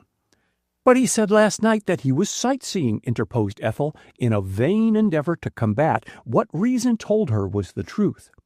"Neither Shively or I caught a glimpse of him about the station," said Norcross gravely, "and Shively writes that he has questioned many of the passengers, porters, and railroad officials at Atlanta, and all state they did not see a man answering his description. Until Shively's letter arrived, I have thought the Jap, Ito, guilty. But now, after last night—" He paused and contemplated her thoughtfully. "I am forced to believe that Julian Barclay must be involved in the crime also." Ethel shaded her face with her hand.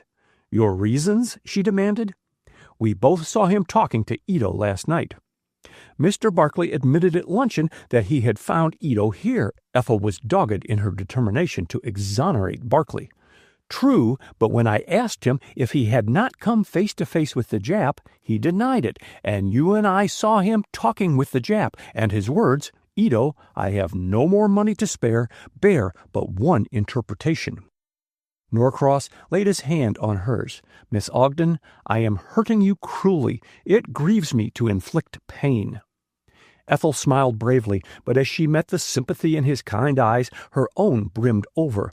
She dashed the tears impatiently away. "It is better that I face the situation," she said. "Why did Julian bring up the subject of the burglar at luncheon?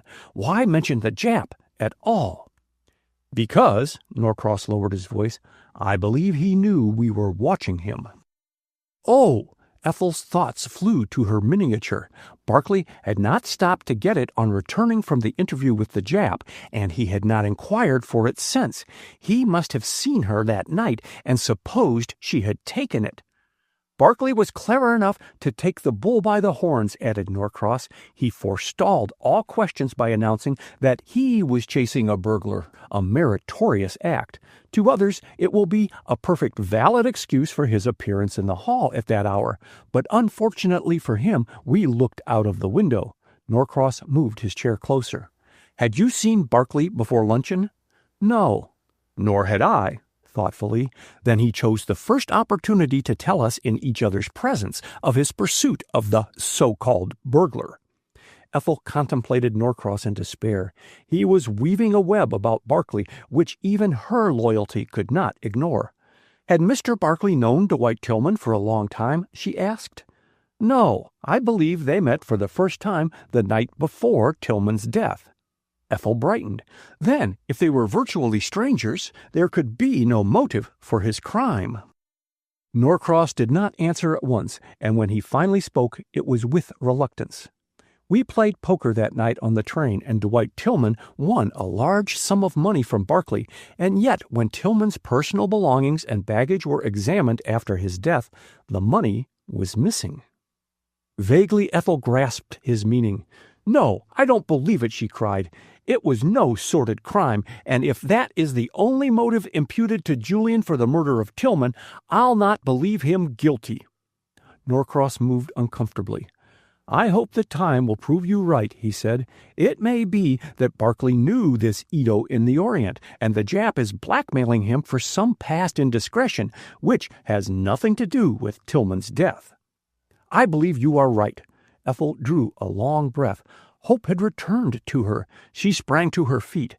"How can I thank you?" "By getting back your old gay smile," he exclaimed, coloring, and speaking lightly to conceal his emotion. "There, that's better," as Ethel flashed him a grateful look and a smile. "I hope you will always come to me to solve your problems." I will," she promised fervently.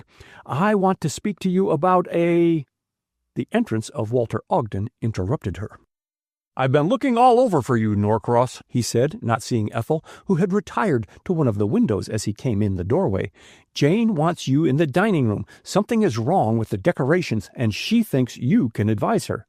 "Surely, I will come at once. Will you excuse me, Miss Ogden?" bowing toward Ethel, and Ogden wheeled about. "I didn't know you were downstairs, Ethel," he exclaimed. "Coming with us?" holding back the portieres as he spoke. "Not just this minute."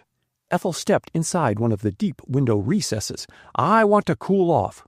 "Cool off?" Ogden's voice expressed his astonishment. "All right," and he followed Professor Norcross with somewhat mixed feelings. Had he interrupted a flirtation? A flirtation with the professor? Ogden had some difficulty suppressing a chuckle. Ethel had spoken on the impulse of the moment. She wanted to be by herself. Norcross had given her food for thought. Blackmail. Ah, that would explain Barclay's surprising interview with the Jap. What more likely than that Ito, a fugitive from justice, had applied to Barclay for funds with which to escape from the country? He probably had bled Barclay before. As for the indiscretion, if Barclay had remained any time in the East, he might have become involved in some political entanglement. Pulling the catch of the leaded glass window which opened inward, Ethel peeped outside. The cold air was refreshing, and she filled her lungs with it. A wide balcony ran by the window, and leaning farther out, Ethel was startled at seeing a man standing at the end overlooking the street. He moved slightly, and by the light shining through the drawing-room windows, Ethel recognized Barclay. Quickly, she drew back into the library and closed the window. Barclay might have heard the faint noise the window catch made falling into place, but his attention was centered on James Patterson, who stood at the corner just under the arc light talking to a man. They were too far away for Barclay to distinguish a word of their conversation, but that it was animated Patterson's gestures indicated. At last Patterson moved toward the Ogden residence, and his companion lifted his hat in farewell, and the arc light fell full upon Yoshida Ito.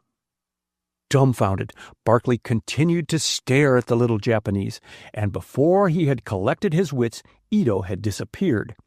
He was not so much surprised at the Jap's unexpected appearance, but to find him in Patterson's company took his breath away.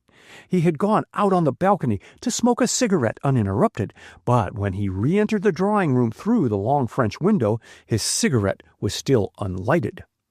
Barclay found the drawing-room deserted, and he was about to go into the library when the entrance of James Patterson stopped him. The two men stared at each other for a prolonged moment. "This is better luck than I expected," said Patterson. "I have wanted to see you alone for some time." "Your ambition might have been attained before, if you had let me know you wished to see me," replied Barclay sarcastically, and Patterson stiffened. "I am not so sure of that," he rejoined swiftly. "Your manner has led me to believe that you desire to avoid me, as in the station at Atlanta."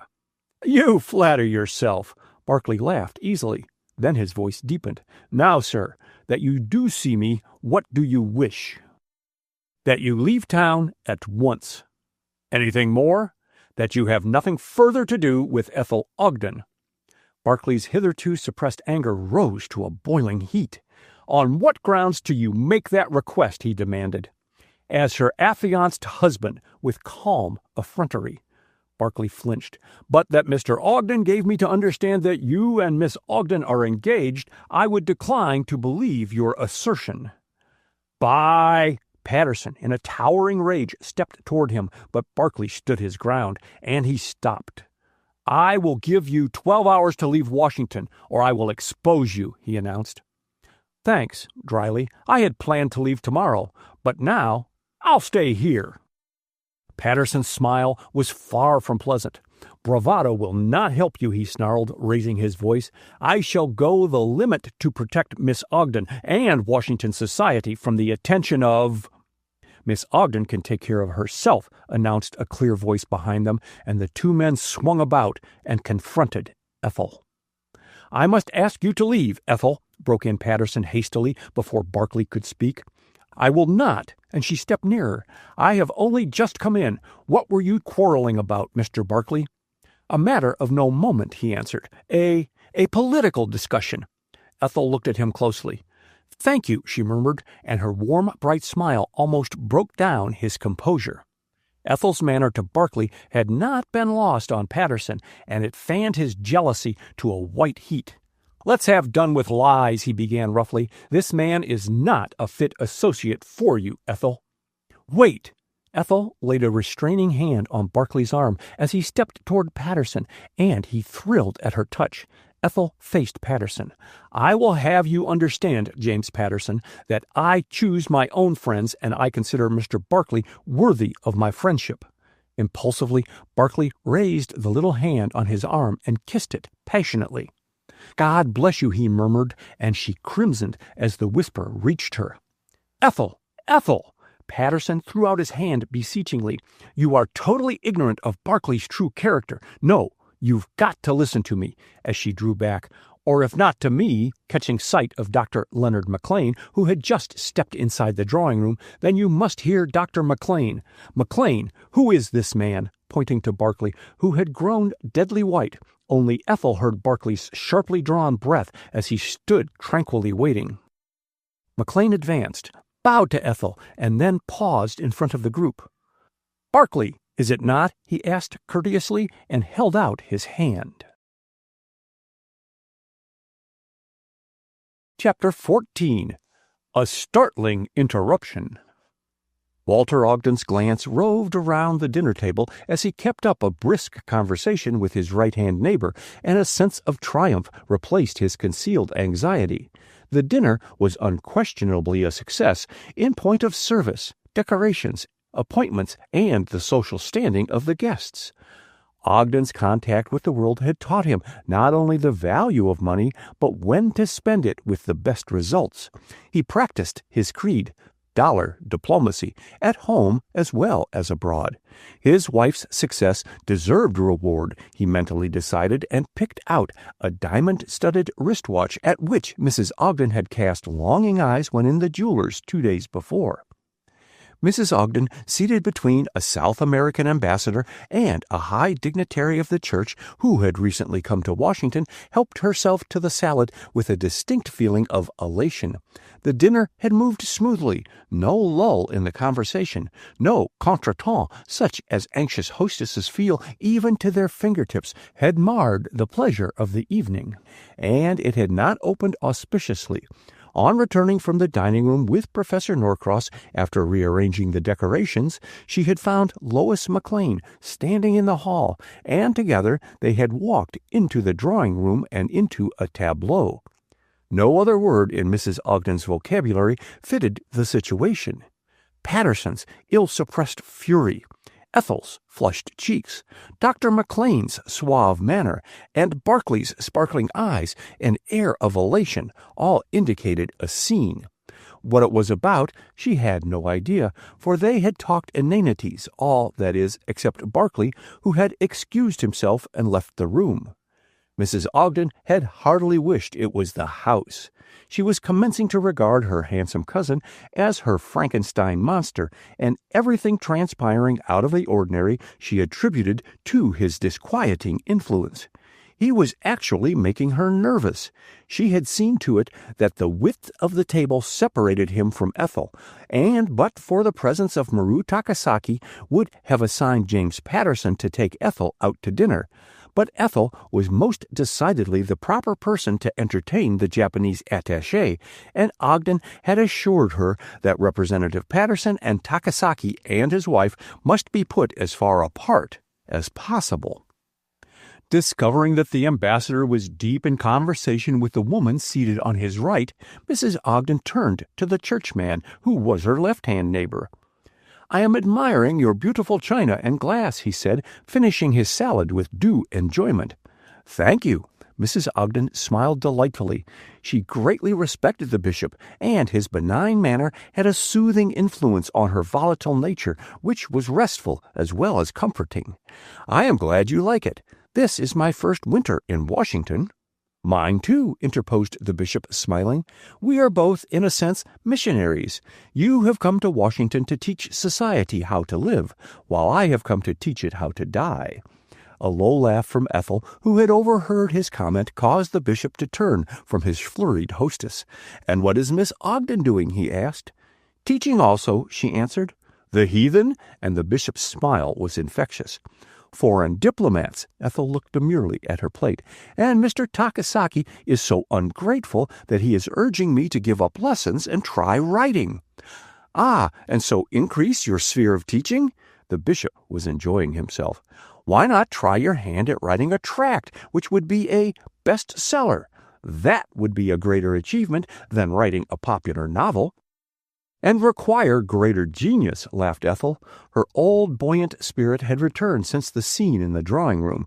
Her faith in Julian Barclay was not misplaced. His behavior in the face of James Patterson's charges had proved that, and Patterson's attack upon his character had not been backed up by Leonard McLean, as he had evidently expected and counted upon. And vindicated in one instance, Barclay would also be cleared of any implication in the murder of Dwight Tillman. So ran Ethel's subconscious thoughts, and her heart was filled with a great thanksgiving. Even unemotional Takasaki met her gay smile with a show of responsiveness, and the bishop had eaten his dinner with greater relish for the added spice of her merry mood. Genius is so misdirected these days, sighed the bishop, and few writers make the distinction between strength and coarseness. You can congratulate yourself, Mr. Takasaki, as the Japanese attaché turned to join in their conversation, that the problem novel has not struck Japan. Takasaki, when in doubt, always smiled, and the bishop envied him his strong white teeth. Saitomo Ito is our great national political writer, he said. He solves all what you call problems on paper. I forgot your problems are mainly political, responded the bishop, concealing a smile. Ours, alas, embrace the home. What did you say, Mrs. Ogden? And the bishop turned and gave his full attention to his hostess. Saitomo Ito, Ethel repeated the name thoughtfully. Is he known in this country, Mr. Takasaki? His writing have been given in English, and I believe are read by the most studious, replied the Japanese, and he travel here once or twice. Has Mr. Ito any relatives in the United States? Asked Ethel. Takasaki considered the question before replying. Many Itos in Nippon, Ms. Ogden, and one most high admiral, but I no keep track of family member. You met a Nipponese named Ito, and Ethel became conscious that his black eyes were boring into her with the intenseness of his gaze. I have not met him, only seen him, she corrected. Yoshida Ito. The Japanese attaché shook his head. I know Itos, but no Yoshida. You think my wife look well? And by his manner, Ethel knew that the topic of Yoshida Ito was to be taboo between them. She had tried too often to make Japanese discuss matters which they wished avoided, not to know the futility of such proceedings, and she accepted the change of conversation with good grace. To James Patterson, the dinner appeared never-ending. He was furiously angry with Julian Barclay and Leonard MacLean. But for the latter's extraordinary conduct in the drawing-room, Julian Barclay would have been exposed and sent about his business. He could not conceive what had induced MacLean to shield Barclay. He did MacLean the justice to admit that money considerations would not influence him. Perhaps, after all, he was wrong, and Julian Barclay was the man he pretended to be. Patterson looked at Barclay, who sat on his side of the round table. No, he must be right. He could almost swear to his identity. But MacLean? Patterson shook his head in bewilderment. There was nothing for it but to await the answer to his telegram. A penny for your thoughts, said a soft voice at his side, and facing about, Patterson smiled at Lois MacLean, a happy addition of the Lois Tremaine whose troubled courtship had carried her along the path of crime safely to the altar with the man she worshipped. Can you not guess my thoughts? Asked Patterson. Well, judging by your glances, I imagine you were wishing you were seated by Ethel Ogden in place of the Japanese, and Lois laughed mischievously. It's not very complimentary to me, but... There are extenuating circumstances, completed Patterson, reddening. He had not realized that his absorption in Ethel was observed by others, and as he seldom took teasing in good part, he hastened to change the conversation. I cannot cure the Ogdens of inviting Japanese to their house. Some day these Japs will bite the hand that feeds them. Did I not see an item in yesterday's paper that Japan would shortly vacate Kaiachau, which they took from the Germans? Asked Lois, striving to get away from personalities. Oh, yes, that is published periodically. Patterson crumbled his cracker with impatient fingers. Japan cares very little to colonize in China. Her people cannot compete with other Orientals. Here they can live on a few grains of rice a day, while our laborers require a full dinner pail. They will work all day without complaint and will underbid any laborer in the land. Why don't they seek new lands to conquer?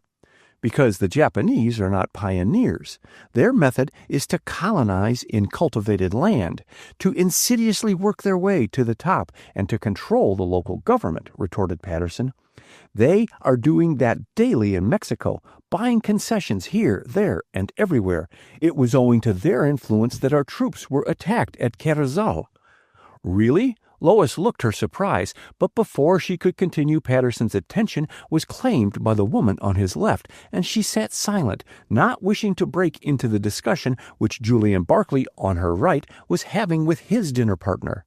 Lois had not met Barclay before, having accompanied her husband to Atlanta, but what she had heard of him had awakened her interest. She was often guided by first impressions, and she was still debating in her mind whether she liked Barclay or not, when he turned and looked at her. "Be a good Samaritan, Mrs. McLean," he said, "and tell me who is sitting next each other on the other side of this centerpiece." "I can only see one corner of the table." Lois craned her neck and looked around the bed of roses which formed the centerpiece.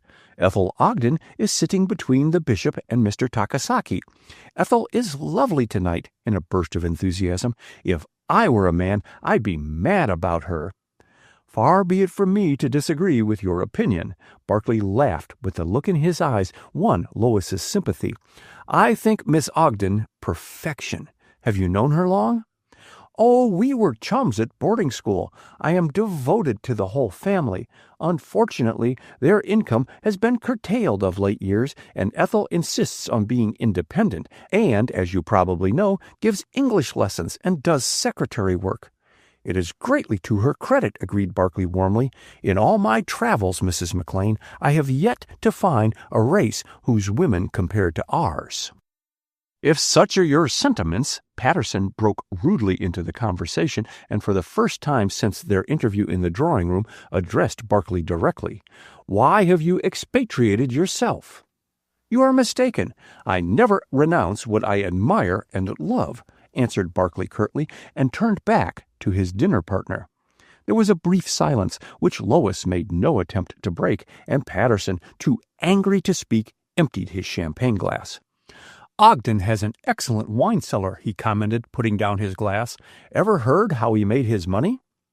"No, except that Ethel once said he held heavy interests in the Pacific shipping trade with the Far East."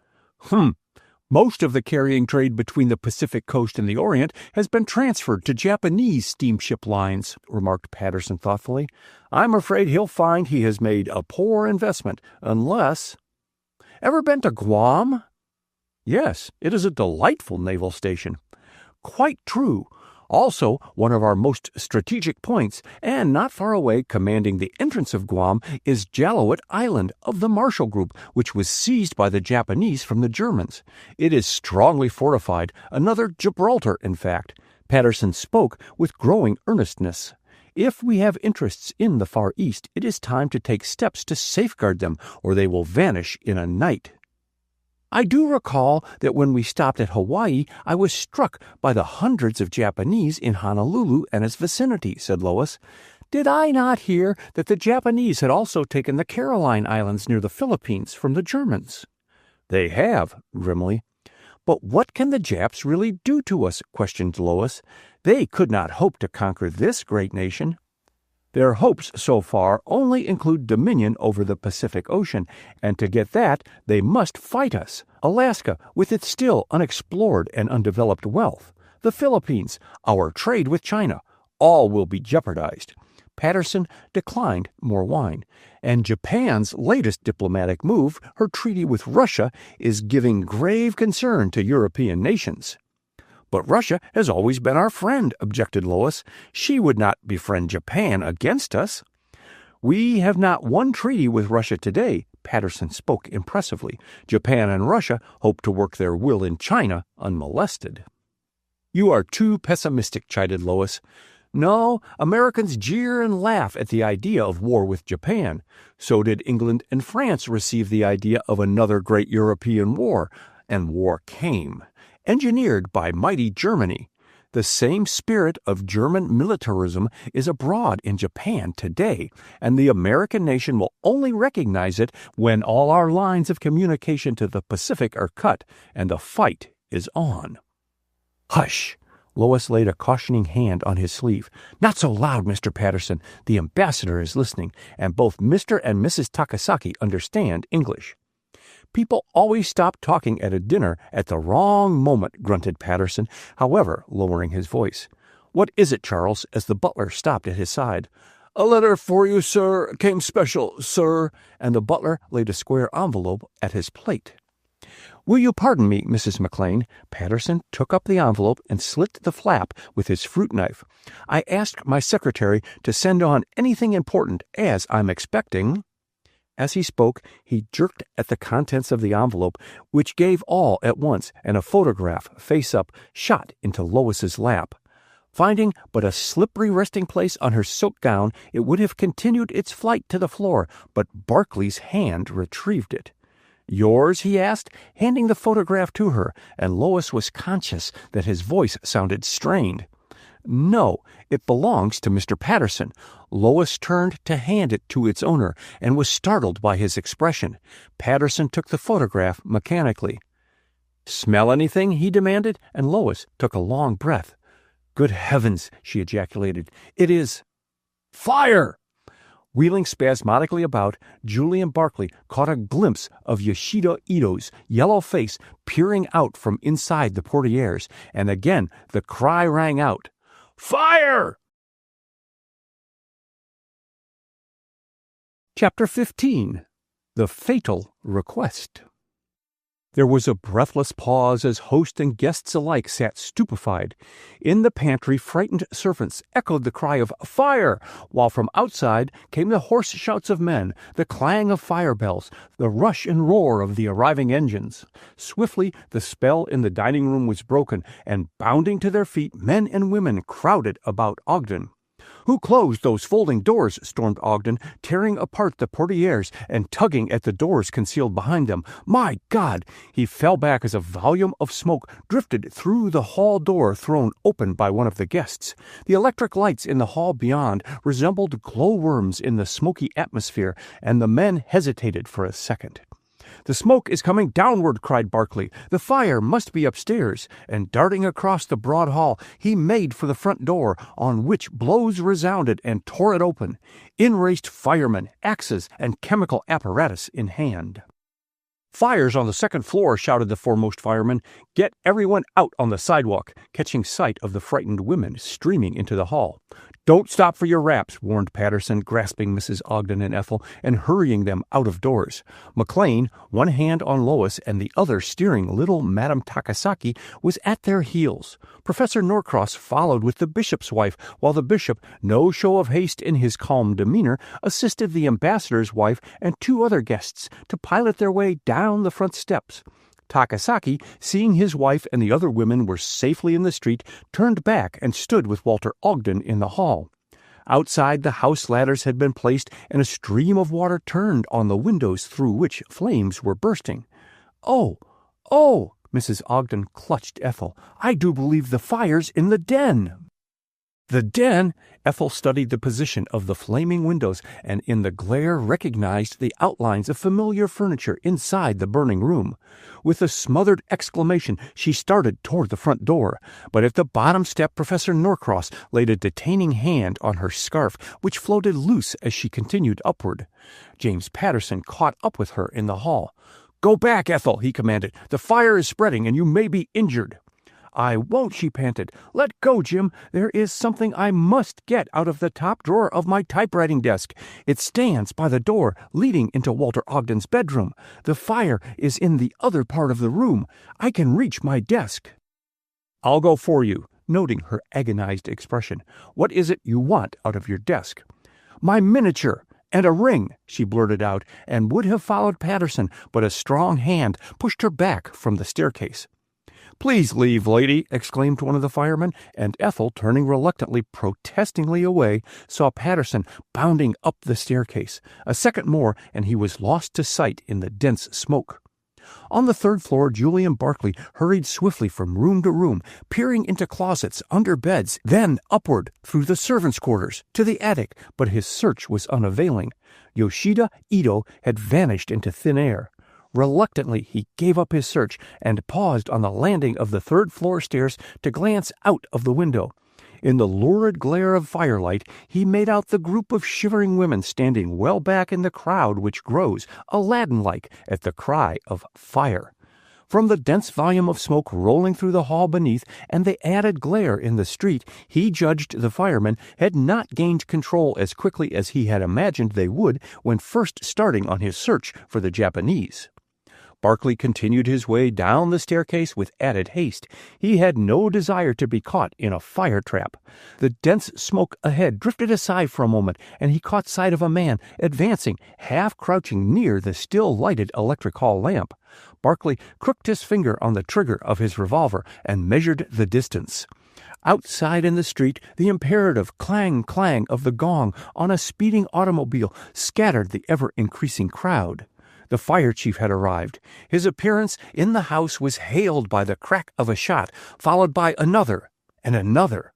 The firemen in the second story gave back. Bullets were whistling uncomfortably near. Good God! Walter Ogden, upstairs with the fireman, turned a ghastly face to the shadowy form nearest him. The boxes of cartridges which I kept in my desk have ignited.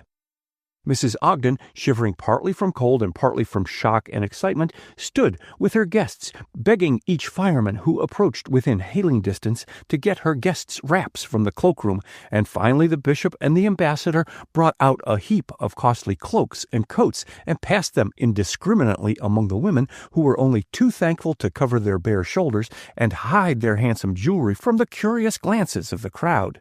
Firemen had gained admission to the house next door to the Ogdens, and from windows overlooking the fire poured a stream of water into the burning rooms, for the fire had spread to Mrs. Ogden's bedroom. Bullets zipping by their ears caused the firemen to drop their hose in consternation, and the men on the ladders likewise ducked out of range. "Are we going to burn up entirely?" groaned Mrs. Ogden. "My beautiful things! Oh! What's that?" And she clutched Ethel despairingly. "Are they shooting each other in the house?" Ethel listened to the fusillade in horrified silence while straining her eyes to catch a glimpse of James Patterson among the men clustered in the Ogdens' entrance hall. He had had plenty of time to secure her miniature and ring and return. Fear chilled her at the thought that he might have been overcome by the smoke. Why had she let him go? She should have recollected that her desk was of metal and supposedly fireproof. Mrs. Ogden's grasp on her arm tightened, and Ethel turned to remonstrate, but she found her cousin in no condition to listen to reason or release her grasp. "Ethel, do tell me what's going on," she implored distractedly. "There, listen." "It sounds like cartridges exploding," gasped Ethel. "Cartridges?" Mrs. Ogden forgot everything in sudden fury. "Walter left 2 boxes of them in his desk. Oh, the rascal! The fool!" "Hush!" Professor Norcross shook her roughly. "I came out to tell you, Mrs. Ogden, that the fire is almost under control, and as soon as the cartridges are all discharged, the firemen will get into the room. There, they are resuming work now." The professor proved a true prophet. With the arrival of another engine and the additional force of water, the firemen stamped out the last spark of fire. Mrs. Ogden and her guests again gathered in her drawing-room, and the crowded street was once more empty, the spectators drifting away in the wake of the departing firemen, a few of whom remained behind.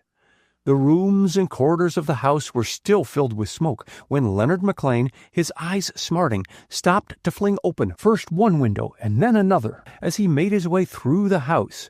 Turning from the back stairs into the front corridor on the second floor, he stopped abruptly at the sight of Julian Barclay bending over a figure stretched on the floor. Barclay lifted a relieved face as McLean touched him on the shoulder. "I've just found James Patterson," he said. "I fear he is overcome by smoke, rising to make place for the surgeon. Is the fire out?" McLean did not answer at once, his skillful fingers making swift examination, and his expression grew grimmer and more grim. "The fire is out," he announced in answer to Barclay's repeated question, and slipping one hand under the recumbent man, turned him over. "And Jim Patterson is dead," he added, pointing to a small hole through which blood was ebbing slowly. Midnight was long past when Julian Barclay reached his bedroom. He carefully locked the door behind him and drew down the blinds to his windows, then stopped before his mirror, but a glimpse of his face caused him to draw back and glance over his shoulder. Pshaw! The occurrences of the night were getting on his nerves. Other men had looked white and weary. Ethel even had fainted away at the news of James Patterson's tragic death, and Walter Ogden had groaned in bitter horror at the havoc wrought by his careless keeping of the cartridges in his den. Before undressing, Barclay took from his trousers pocket a small, chamois-covered miniature, and uncovering it, gazed long and thoughtfully at the painted likeness of Ethel Ogden. Suddenly, with a gesture almost of horror, he laid the portrait on the dressing table and, again inserting his hand in his pocket, drew out a crumpled piece of cardboard and applied a match to it. The match caught, and the cardboard twisted and turned like some living thing writhing in pain, disclosing amidst the flames the lower half of a torn photograph. Chapter 16. The Inquest. At the sound of advancing footsteps, Mrs. Ogden dropped her newspaper with a faint scream. Her nervous system had not recovered from the shock of the night before. Fire and death had robbed her of her customary air of repose. "Oh, it's you, my dear," she exclaimed in a relieved tone, as Lois McLean took the chair opposite her. "And how did you leave Ethel?" "Much more composed. She will be down directly." Getting up, "Mrs. McLean, how could you permit it?" And Mrs. Ogden sat bolt upright and gazed in disapproval at her guest. "It wasn't a case of my permitting. Ethel had made up her mind to dress and come downstairs, and nothing I could say would dissuade her," responded Lois. She glanced curiously about the drawing-room. "Did the water do much damage?" "Did it?" Mrs. Ogden's intonation was eloquent, but she was too intent on gathering information to be switched to another topic, no matter how interesting it might be. "Do pull your chair closer, Mrs. McLean. I never can talk to people at arm's length. Tell me, don't you think Ethel is terribly broken up over Jim Patterson's death?" "I think it was a frightful shock to her," admitted Lois. It seemed so unnecessary." Mrs. Ogden squirmed in her chair. "My husband walked the floor all night, completely cut up over the result of his carelessness in leaving the cartridges in his desk. But for that, James Patterson would be alive today." "I think Mr. Ogden takes too much of the blame on his shoulders," said Lois gently. "He was not responsible for the fire. By the way, have you learned how it started?" "The fire inspector and the insurance representative attributed it to crossed electric wires." Mrs. Ogden moved restlessly.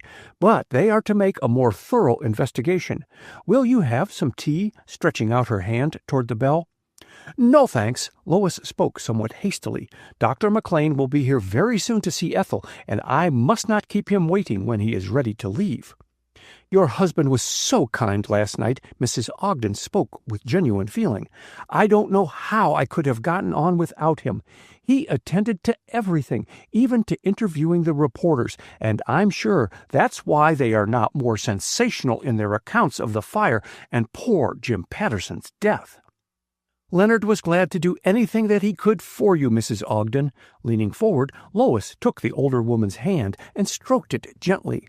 Shock and anxiety had left their mark on Mrs. Ogden. Her lips quivered, and she seized Lois's kind hand in a spasmodic grip. "If you only knew all I've been through," she wailed. "Ethel unconscious for so long, and Jim lying there dead. They wouldn't take him up and place him respectably in bed, but must needs leave him lying on the hall floor, like something worthless until the coroner came. And then they took him to the morgue, of all places, when he had a large apartment at Dresden. But it is the law." Lois whitened. The present tragedy brought back memories of another in which she had been one of the principal figures not so long since. "In case of sudden or violent death, the autopsy has to be held at the morgue." "The autopsy?" gasped Mrs. Ogden, horror-stricken. "You don't mean they are going to hold an autopsy?" "So my husband said." Lois spoke more guardedly. "He asked me to say nothing to Ethel, thinking it might upset her, so please don't mention it." "No, of course not." Mrs. Ogden looked sharply at her visitor. "I believe Ethel was more deeply in love with Jim Patterson than she realized, and now that it is too late, she is grieving her heart out." Lois did not reply at once. "I think Ethel is shocked beyond measure, and grieved also," she interpolated, "but I do not think that she entertained any warmer feelings for Jim than friendship." "But her emotion on hearing of his death, her unconsciousness," persisted Mrs. Ogden. "Did she not speak of Jim to you today?" Lois checked a smile. She had a feeling that Mrs. Ogden had been approaching that question ever since her entrance, and now it was out. She mentioned him, yes, and with deep sorrow and regret for his death. But that was all, she said calmly. Ethel is a queer girl, mused Mrs. Ogden. I cannot quite make her out. Apparently, with all her bonhomie, she is at bottom reserved. She never talks of herself, her ills, or her emotions. She has one of the most loyal, lovable natures I've ever known, exclaimed Lois warmly. When Ethel gives her friendship, her affection is given wholeheartedly, loyally. I hope sincerely that Jim Patterson was nothing more than a friend, for if not, Ethel will never recover from the shock of his tragic death. Mrs. Ogden stirred uneasily.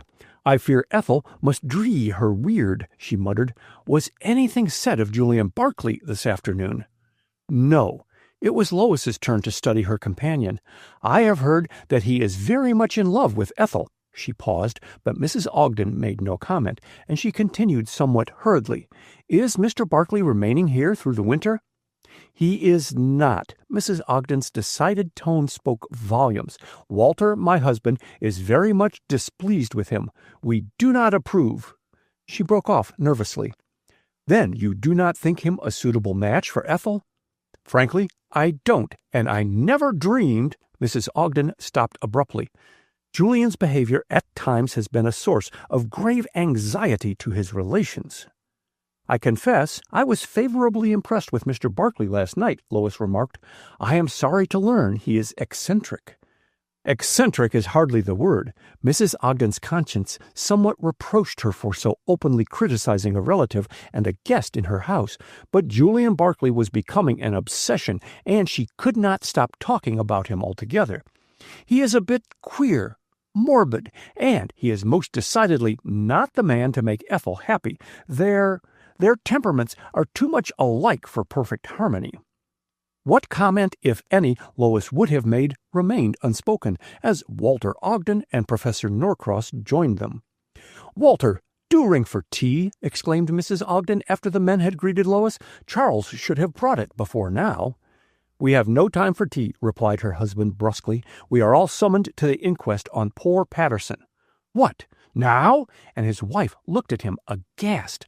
"Yes, immediately. So go get your wraps. We have to go at once to the morgue. Where's Ethel?" "Here," and turning, they beheld Ethel standing in the doorway.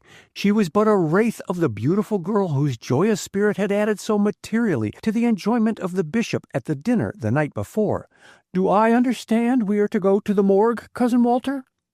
"Yes." Ogden's rough tone softened. He was very fond of Ethel. "We won't be there very long." "But why should I go?" asked Ethel. "Well, the coroner wishes to know why Patterson was so foolhardy as to approach the den when the cartridges were exploding, and there was some talk of—" "My having sent him into the den?" Ethel turned pale, and Lois, observing her emotion, slipped her arm about her waist. "I did." Ethel paused to control her voice. "And I shall never cease to reproach myself. I virtually killed James Patterson." "My dear Miss Ogden," Professor Norcross turned a shocked face in her direction, "you must not permit yourself to indulge in such morbid fancies." "It was more my fault than yours, Ethel," added Ogden. "I left the cartridges in my desk, and it was only a merciful providence that others were not killed. Now don't waste further time. Run and get your wraps." Ethel turned to Lois, and the appeal in her eyes was unmistakable. "Won't you come with me?" she whispered. "I will." Lois's hearty response brought comfort to Ethel. "And we can go down in my electric, if you don't object, Mrs. Ogden." "Not at all, not at all." Mrs. Ogden, having summoned her maid a few seconds before, was bustling into the wraps brought her. "Ethel, wrap yourself up warmly. What about your husband?" suddenly recollecting Dr. McLean, and wheeling on Lois. "Will you leave word for him to join you at the morgue?" "I think he is already there," broke in Ogden impatiently. "Now, Jane, don't keep everyone waiting." And driving his nervous wife and Professor Norcross ahead of him, Ogden made his noisy way to the street, leaving Ethel and Lois to follow more leisurely. The speedier touring car of the Ogdens brought them and Professor Norcross to the morgue some moments before Lois's slower electric brougham put in an appearance, and they waited outside the weather-stained, stuccoed building with some impatience. Their arrival, however, was observed from inside the morgue, and Leonard McLean joined them. "The inquest has commenced," he said, and Mrs. Ogden wondered at his constrained manner. "Your name has been called as a witness, Mr. Ogden. I think you had better go in at once." "What about Ethel and Mrs. McLean?" Mrs. Ogden halted on the lower step of the building. "They are coming in your electric." "I will wait for them," volunteered Professor Norcross, and turned back to the cobblestoned pavement which did duty for a sidewalk. The Ogdens, preceded by Leonard McLean, filed through the hall and into the outer room. "This room is reserved for witnesses," observed McLean, pulling forward a chair for Mrs. Ogden, and the men present rose. Ogden recognized among them the fire chief and several of his servants. "Ogden, this is the morgue master," added McLean, as a heavily built man stepped toward them. "Mr. Walter Ogden?" inquired the latter interrogatively. "Then, sir, kindly step into the courtroom with me."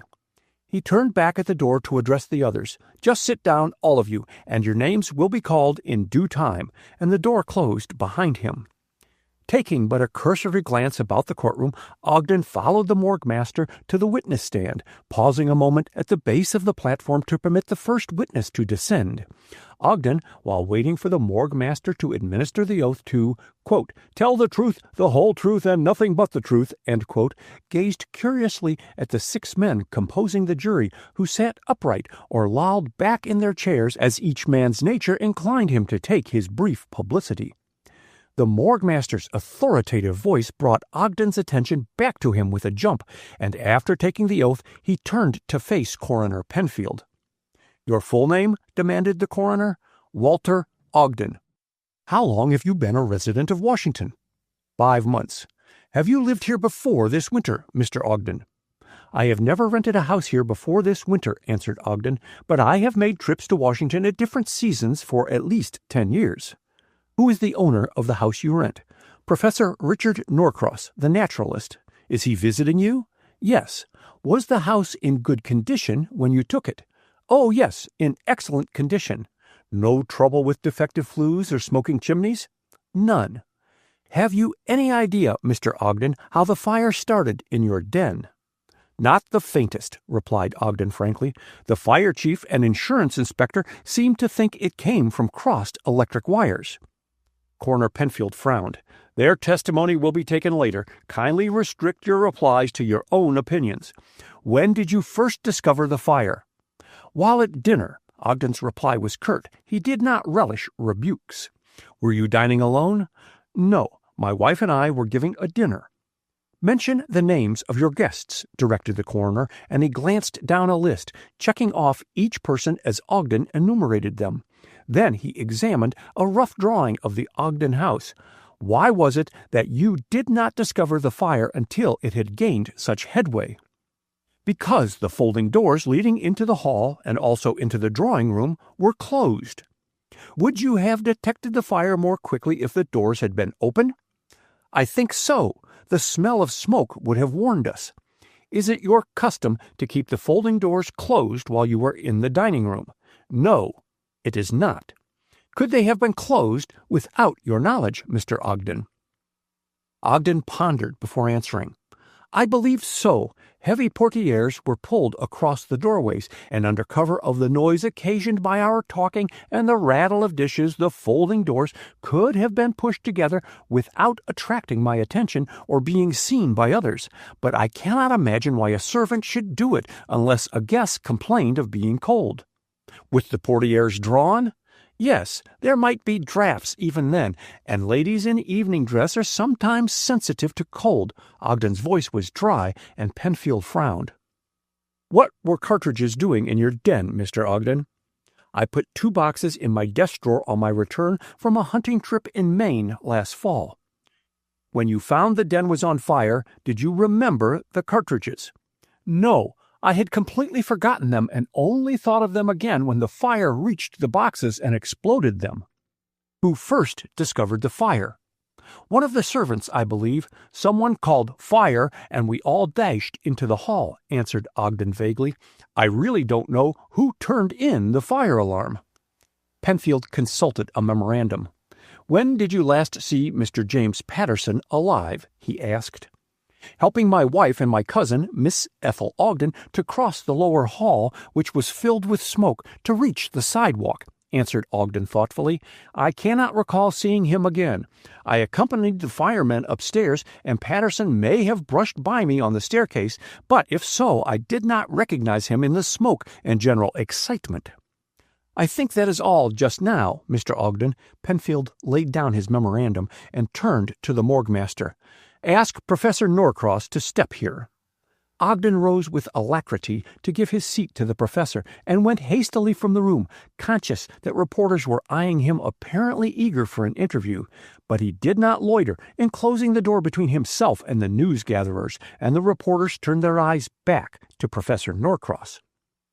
"Washington is my legal residence," said the professor a few minutes later, after answering the coroner's question as to his age, occupation, and length of residence in Washington. "I spend a few weeks of every year here, and own the house now leased to Mr. Walter Ogden.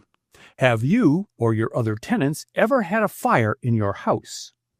"Once, a number of years ago, a chimney caught fire, but since then I have had a new system of heating installed, and no more trouble has arisen." "Is your house covered by fire insurance, Professor?"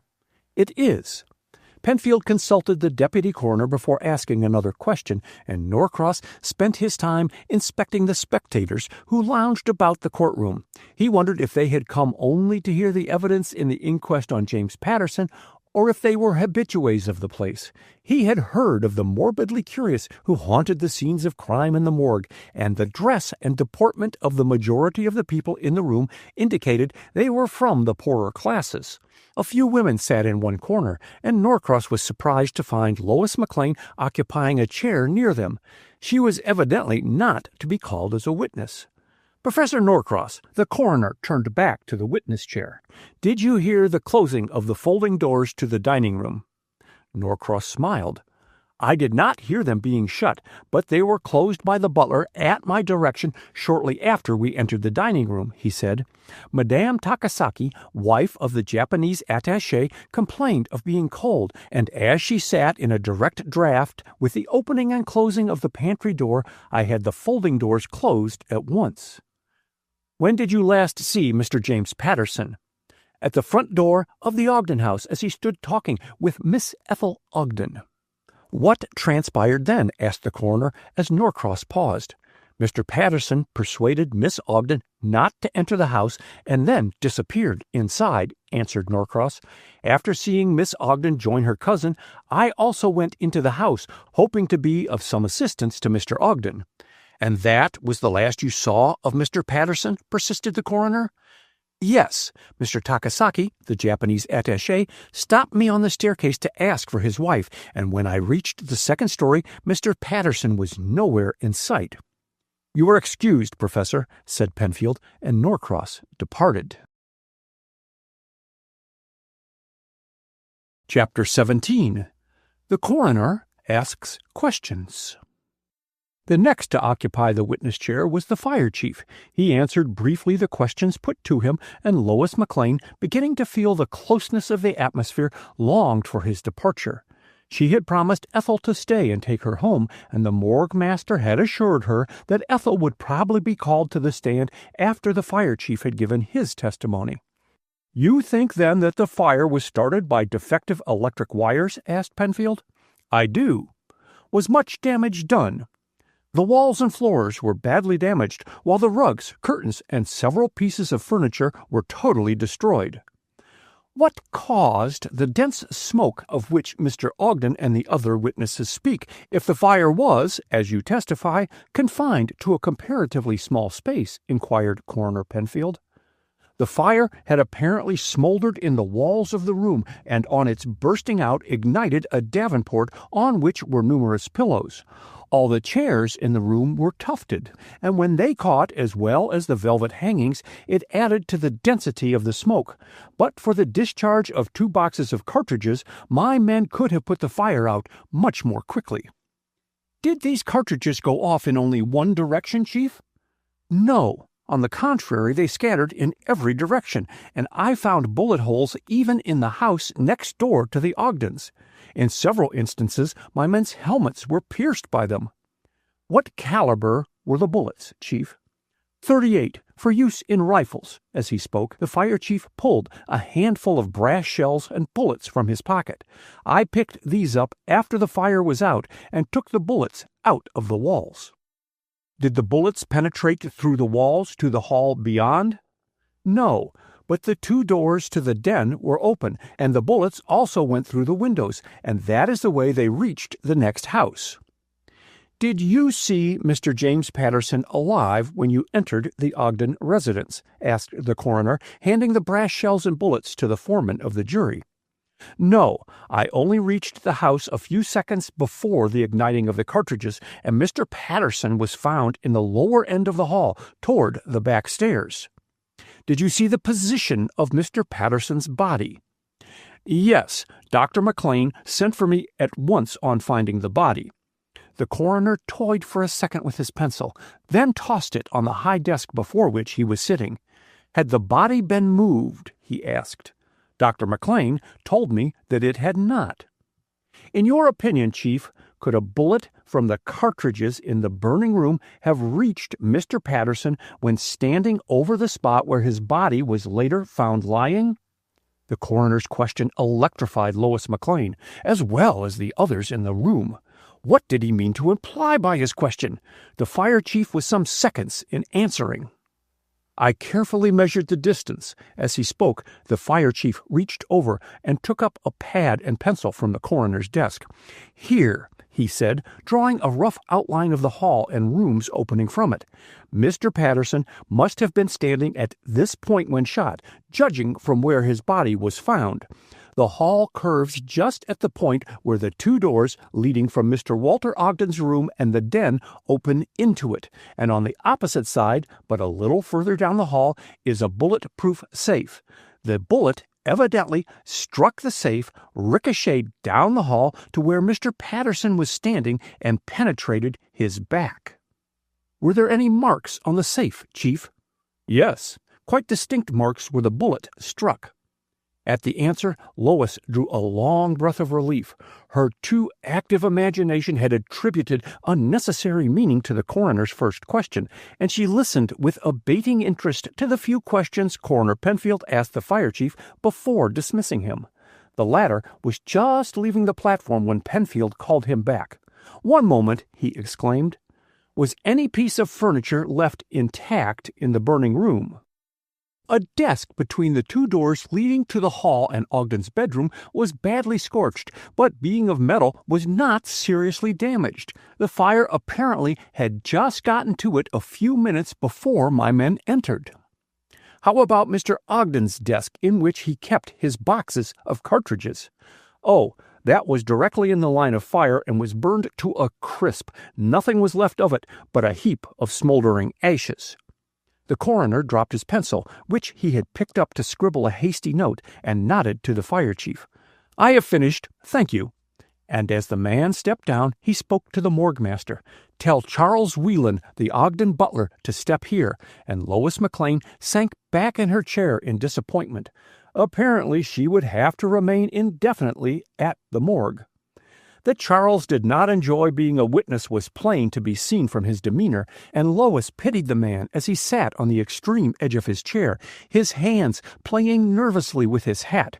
His voice, as the morgue master administered the oath, could scarcely be heard 2 feet away, and he was cautioned to speak louder.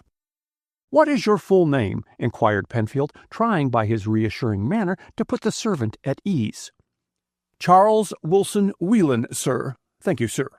"Occupation?" "A butler, sir." "Have you lived long with Mr. and Mrs. Ogden, Charles?" Since October, sir. Charles fumbled in one of his pockets and produced a number of soiled papers. Here's me references, sir. Thanks, Charles, but I don't require them, said the coroner kindly. Charles looked blank. Sure, sir. I thought you was inquiring into me character, sir. No, Charles. We just want you to tell us what you know about the fire at the Ogdens last night. The fire, is it? Charles brightened. Sure, I know nothing about it. Never dreamed of such an awful thing until I heard a voice call fire, and I bolted into the pantry to warn the other servants who were there and below stairs. Which of the servants gave the warning of fire?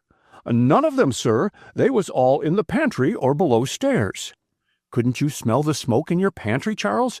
No, sir. And seeing the coroner's dubious expression, the butler added hastily, Sure, our cook had burned the cream sauce, and the smell of that just filled the pantry. How many servants besides yourself does Mr. Ogden employ? The cook, the chambermaid, Mrs. Ogden's maid, the parlor maid, the furnace man, and myself. Charles checked them off on his fingers. But Mrs. Ogden fired the parlor-maid Rose yesterday morning, and there was 3 extra help for the dinner, Emma, the crack cook, and the waiters from Rauscher's. That's all, sir. I see. The coroner laid the list of names on his desk. Where do you keep the silver, Charles? Down in the dining room in the daytime, but I takes it upstairs every night and puts it in the safe just at the end of the hall. The butler paused and stared doubtfully at the jury. Then, coming to a sudden decision, he turned back to the coroner. Sure, there was a burglar at the Ogdens the night before the fire. A burglar? The coroner's interest quickened. Did he steal anything? No, sir. Mr. Julian Barclay scared him off before he had time to. When did you last see Mr. Patterson alive, Charles? When all the guests piled out of the dining room at the call of fire. And that was the last time? Charles nodded vigorously. Well, I think that is all. Much obliged, Charles. And the butler, much gratified by the coroner's manner, descended hastily from the platform and slipped from the room.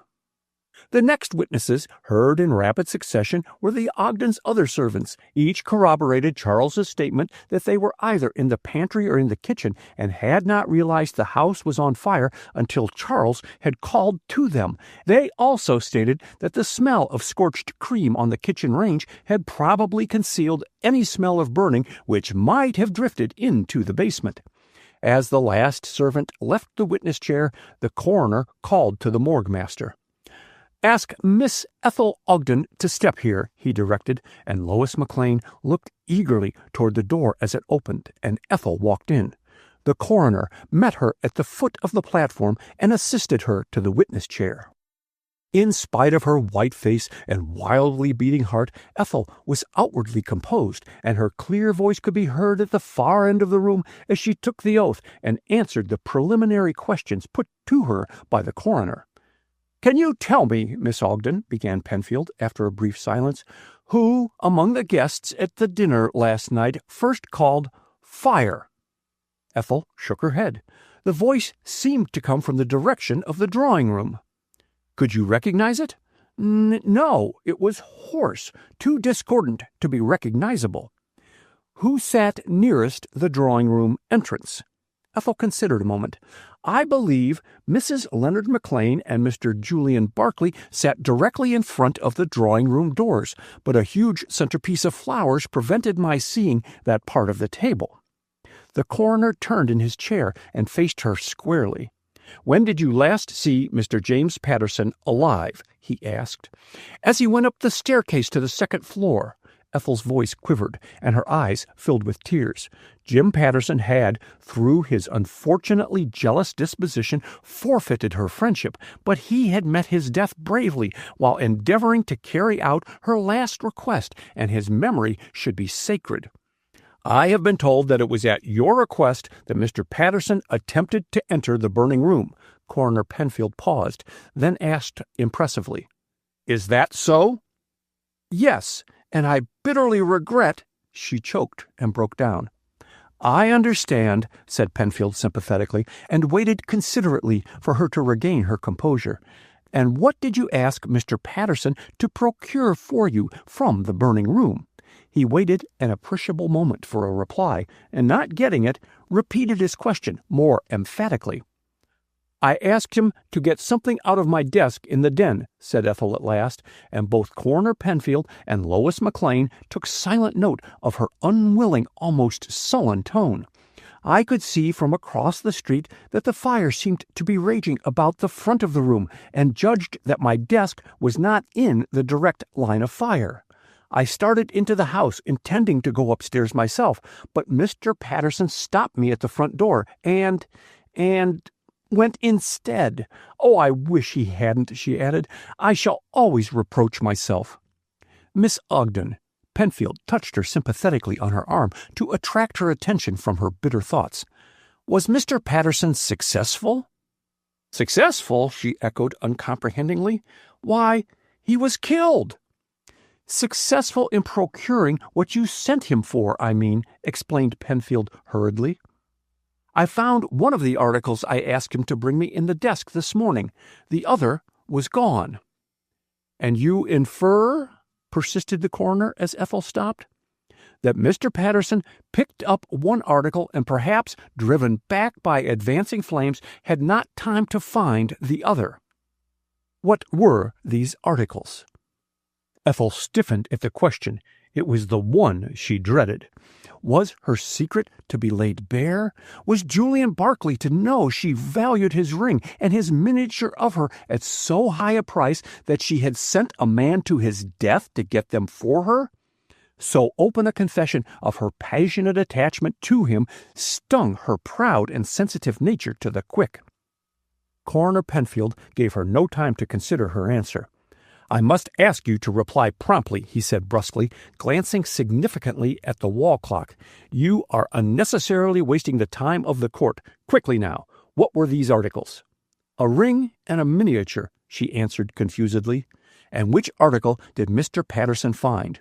"The miniature, as the ring was still in the desk drawer." "Of whom was the miniature?" "Of myself," replied Ethel faintly. She did not look at Lois, and missed her sudden start and low-toned ejaculation. "Have you recovered the miniature from among Mr. Patterson's effects?" asked the coroner. "Not yet. I fainted on hearing of Mr. Patterson's death, and when I felt equal to making inquiries, I was told that Dr. McLean had turned over everything found in Mr. Patterson's possession to the police. I have not seen Dr. McLean since learning this." "I see." Coroner Penfield contemplated her thoughtfully. The delicate, refined beauty of her young face, her trim figure and stylish clothes, all possessed unconscious appeal, and Penfield, seeing her effort at forced composure, altered his plans. "I will not detain you farther," he announced. "Look out for that bottom step," and Ethel thankfully accepted his assistance, conscious that her knees were trembling under her, but her ordeal in the witness chair had been briefer than she had dared to hope, and a ghost of a smile touched her lips at the sight of Lois McLean standing by the doorway. The two friends left the court together, but on the other side of the door Ethel halted involuntarily, for at their entrance Julian Barclay had turned from moody contemplation of the few pictures the room boasted and approached them. He shook hands with Mrs. McLean, and his gaze traveled over her shoulder to Ethel. As their eyes met, Ethel almost cried out. There was such dumb, agonizing appeal in his dark eyes. She leaned impulsively forward, but the words on her parted lips were checked by the entrance of the morgue master. "You are wanted, Mr. Barclay," he announced. Chapter 18. The Unknown. With a muttered apology which Ethel half caught, Julian Barclay stepped by them and went immediately into the courtroom. The spectators had thinned out appreciably as the inquest continued, but a handful of people heard the morgue master's slightly hoarse voice administer the oath to Barclay. "Your full name?" inquired Coroner Penfield as Barclay seated himself in the witness chair. "Julian Barclay." "Your occupation?" Barclay's fingers, which were beating a noiseless tattoo on the side of his chair, suddenly stiffened, but his voice was tranquil as he answered the coroner. "I write," he said, "and spend most of my time knocking about the world looking for material." "And your legal residence, Mr. Barclay?" "I have none. I am not a voter," smiled Barclay. "Sometimes I winter in Cairo, sometimes in China." "And your reasons for being in Washington this winter?" "I came to visit my cousin, Mrs. Walter Ogden, and her husband. I have been with them nearly a month now." There was a momentary silence as Coroner Penfield sorted the papers on his desk. Then he turned again to Barclay. "At the dinner last night, Mr. Barclay, were you sitting with your back to the drawing-room doors?" "I was." "Can you tell us who first gave the warning that the house was on fire?" "Yes." Barclay fingered his watch fob and crossed his legs. "Yes, it was the Japanese, Yoshida Ito." Penfield, as well as the jury and the reporters, eyed him in surprise. "A Japanese?" he repeated. "Was he a guest at the dinner?" "No." He poked his head through the portieres before the drawing-room doorway and shouted, "Fire!" "Is this Yoshida Ito a servant?" asked Penfield, picking up a list of names from among his papers. "No." "Then, if he was neither a guest nor a servant, what was he doing in the Ogden house?" demanded the coroner sternly. "I don't know," responded Barclay, his bewilderment written in his expression and gesture. "I found him in the house the night before the fire and chased him out." "Was this Japanese the burglar of whom Charles the butler spoke in his testimony?" "I presume so." "Do you think this Ito set fire to the house?" "Such is my theory," returned Barclay. "He evidently fired the house with the intention of stealing valuables he could not get the night before." The coroner looked incredulous. If he set the room on fire with any such intention, why should he warn Mr. Ogden and his guests? "I'm afraid I can't answer that," said Barclay slowly, "but you should recollect that the cleverest criminals are sometimes guilty of inconsistent actions." "I'm quite aware of that," acknowledged the coroner dryly. "Have you other evidence to bear out your theory?" "Only that, on rushing to the portieres, intending to pass through them into the drawing-room, I found the folding doors behind the portieres closed and locked." "Locked?" echoed Penfield. "Yes," impatiently. "The Jap evidently called his warning, locked us in, and secreted himself somewhere, intending to remain hidden until everyone was out of the house, and he could steal at his leisure." "With the house on fire?" Penfield concealed a smile behind his hand. "It does not take long to steal with the coast clear. The fire was on the second floor, remember," argued Barclay. "He evidently locked the drawing-room door to force Ogden and his guests to seek egress from the room by the hall, and thus minimize the risk he ran of being discovered by a chance encounter which might have occurred had some of the guests fled through the drawing-room." "It is an ingenious theory," commented Penfield slowly. "Where were you during the fire?" "Searching for Ito." "And did you find him?" "No, I could find absolutely no trace of him." Observing Penfield's expression, Barclay added hastily, "The Jap saw that I recognized him, and I believe gave up his well-arranged plan and bolted, escaping unseen in the confusion." "That may be so."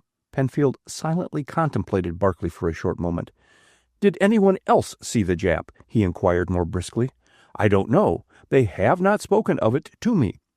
"Why have you not told all of this to Mr. Ogden?" "For two reasons." Barclay spoke with deliberation. "Mr. Ogden told me he had no time to listen to my theories this morning, and I received notification soon after that I was to testify here this afternoon.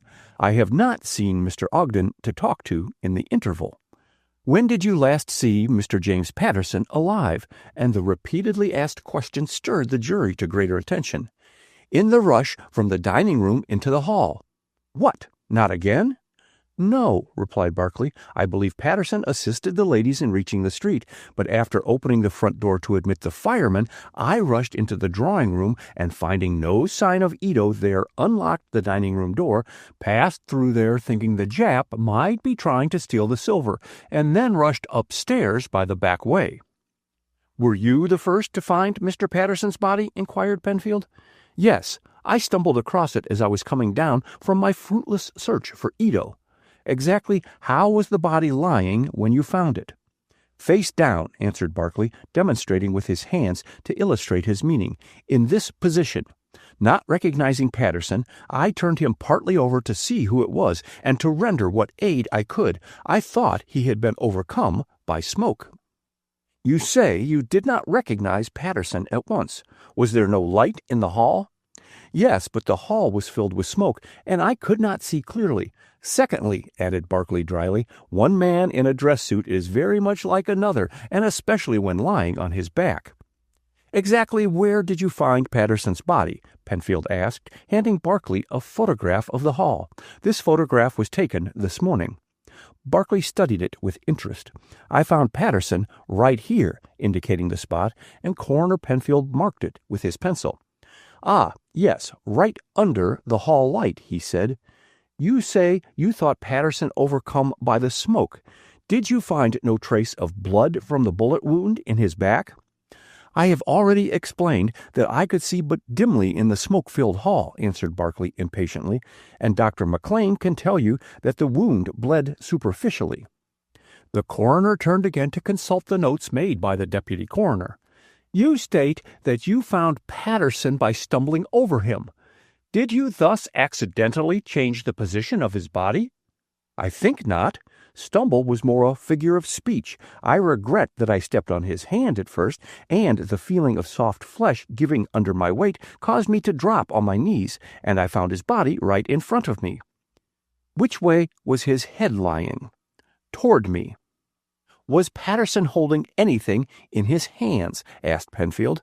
Not a thing, and Barkley's gaze did not shift before the coroner's penetrating look.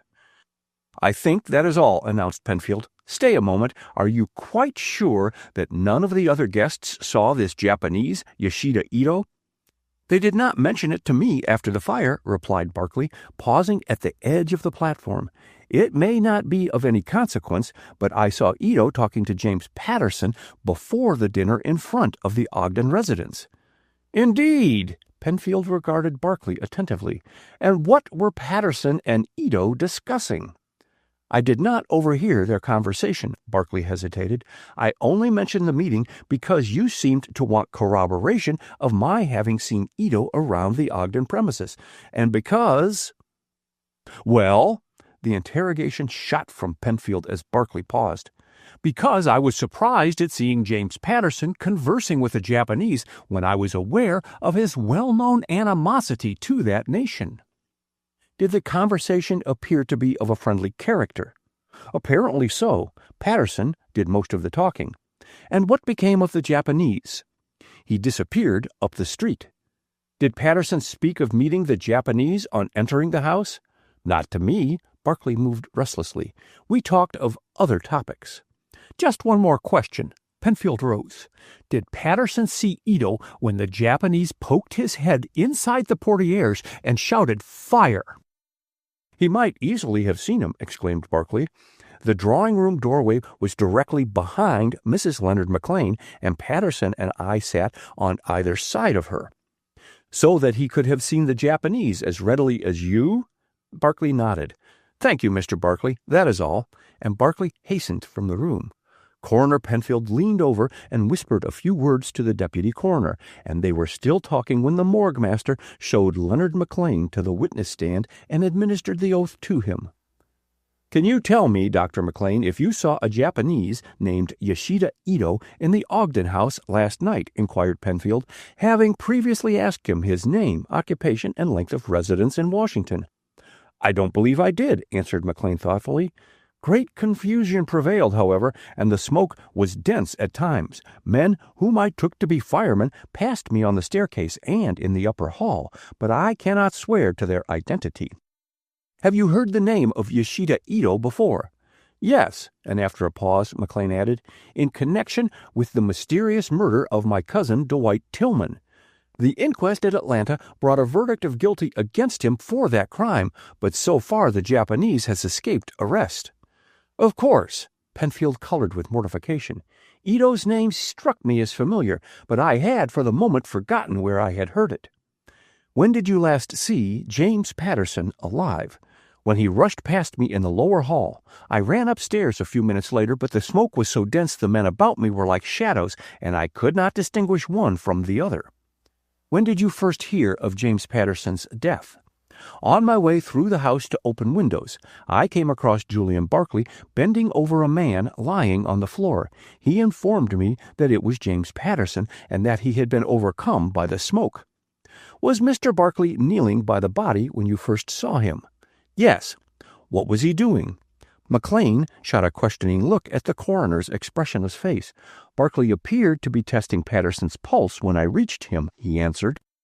"How was the body lying?" "Partly on one side. The head, one hand tossed above it, lay toward the back stairs, and the feet pointed toward the burning room." "Were Patterson's hands open or closed?" "Open." McLean stopped, then continued more slowly. "Judging from his position, I should say that Patterson had first fallen on his knees and then plunged forward on his face. His hands looked as if he had braced them to break his fall." "Mr. Barclay testified that he had turned the body over to see who it was," put in the coroner quickly. "So he had, but only partly to one side. Patterson's legs were still doubled up under him." "Was there much blood on Patterson's clothes and about the floor where he lay?" "No, very little. The bullet penetrated a vital point under the shoulder blade, and the wound bled internally." "How long should you say Patterson lived after being shot?" "Possibly 3 minutes, not longer." "How soon after extinguishing the fire did you find Mr. Barclay bending over Patterson's body?" "Almost immediately, say 3 or 4 minutes. The whole fire," added McLean, "from the time of its discovery until it was extinguished, only lasted 25 minutes." "Quick work," commented the coroner. "It would have been extinguished quicker but for the discharge of the cartridges," explained McLean. "And also it had gained frightful headway before we awoke to the fact that the house was on fire." "Did you find any bullets in the walls, Doctor, and examine them?" "I pried out several and also picked up some brass shells." McLean took them from his pocket and passed them over to the coroner. "They are for rifles and are .38 caliber." "Thanks." Penfield added them to the ones left by Walter Ogden. "You took charge of Patterson's body, did you not?" "I did, until the arrival of the police." "Did you turn over Patterson's personal effects to the police also?" "I did."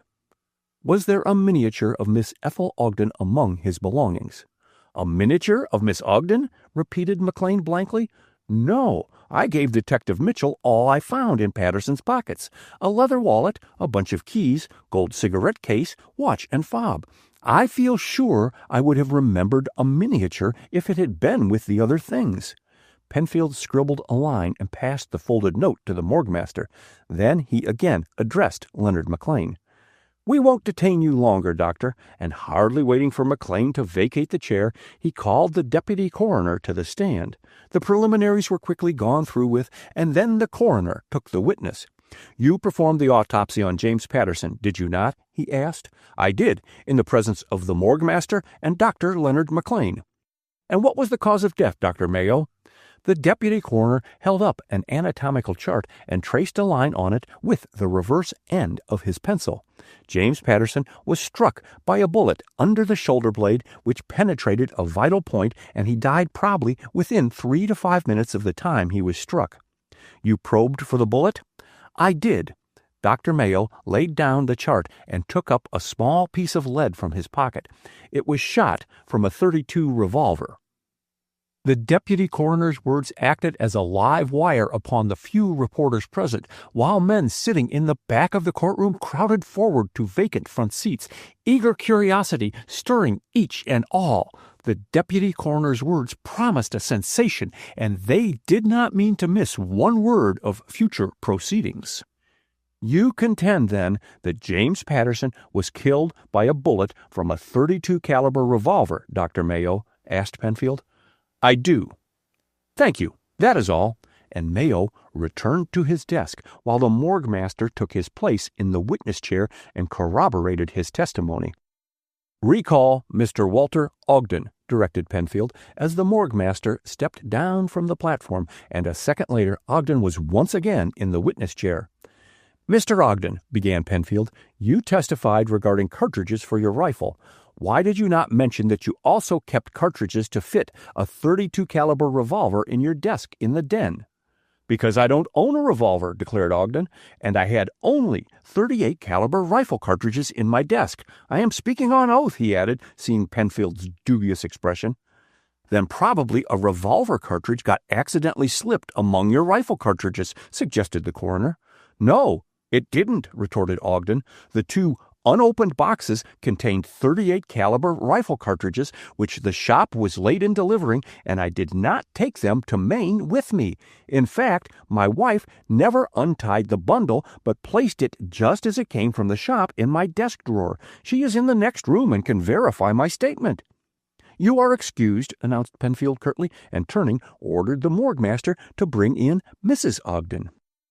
Although plainly agitated over her first appearance at an inquest, Mrs. Ogden was concise in her answers to the coroner's questions, assuring him that the package of cartridges had never had the seal on the boxes broken, and that they had remained for several months in her husband's desk, forgotten by both until the unfortunate fire of the night before. Mrs. Ogden was followed on the stand by Detective Mitchell. "Did Dr. Leonard McLean turn over to you James Patterson's personal effects when you reached the Ogden residence last night?" inquired Penfield. "He did, sir, and here they are." Mitchell took from his pocket a gold watch and fob, a cigarette case, a bill folder, and a bunch of keys, and handed them to the coroner, who examined each article before passing it on to the jury. "Is that all?" he asked. "Every single article," declared Mitchell. "Dr. McLean and I searched Mr. Patterson's pockets, and that was all we found." "You are sure a miniature of Miss Ethel Ogden was not among Patterson's belongings?" "I am positive it was not," stated Mitchell. "I would have not overlooked a miniature." "Did you examine the vicinity where Patterson's body was found?" "I did. The body was not moved until after I reached the house." "Did you see a miniature lying in the hall?" "I did not." Mitchell stroked his chin thoughtfully. "I don't believe it could have been carried off if Mr. Patterson dropped it when he fell, because Dr. McLean stationed firemen at either end of the hall with instructions to let no one pass until the police arrived. If the miniature was in the hall, either he or I would have found it. These two firemen are just outside." "Wait." As the detective rose, "did you examine any of the bullets and brass shells which were exploded by the fire?" "I did, sir. They were all .38 caliber and for use in a rifle." "You found none of .32 caliber?" "None, sir." "That is all." Penfield closed his memorandum book with a snap and directed the attendance of the first fireman, who testified that no one had been permitted in the hall in the neighborhood of Patterson's body until it had been removed.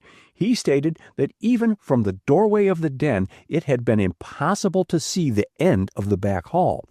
His mate testified to the same effect, but on Penfield's persistent questioning admitted that he had seen a Japanese, but whether it was down in the front hall or upstairs near the burning room, he could not recollect. On the dismissal of the last witness, Coroner Penfield arose and addressed the jury.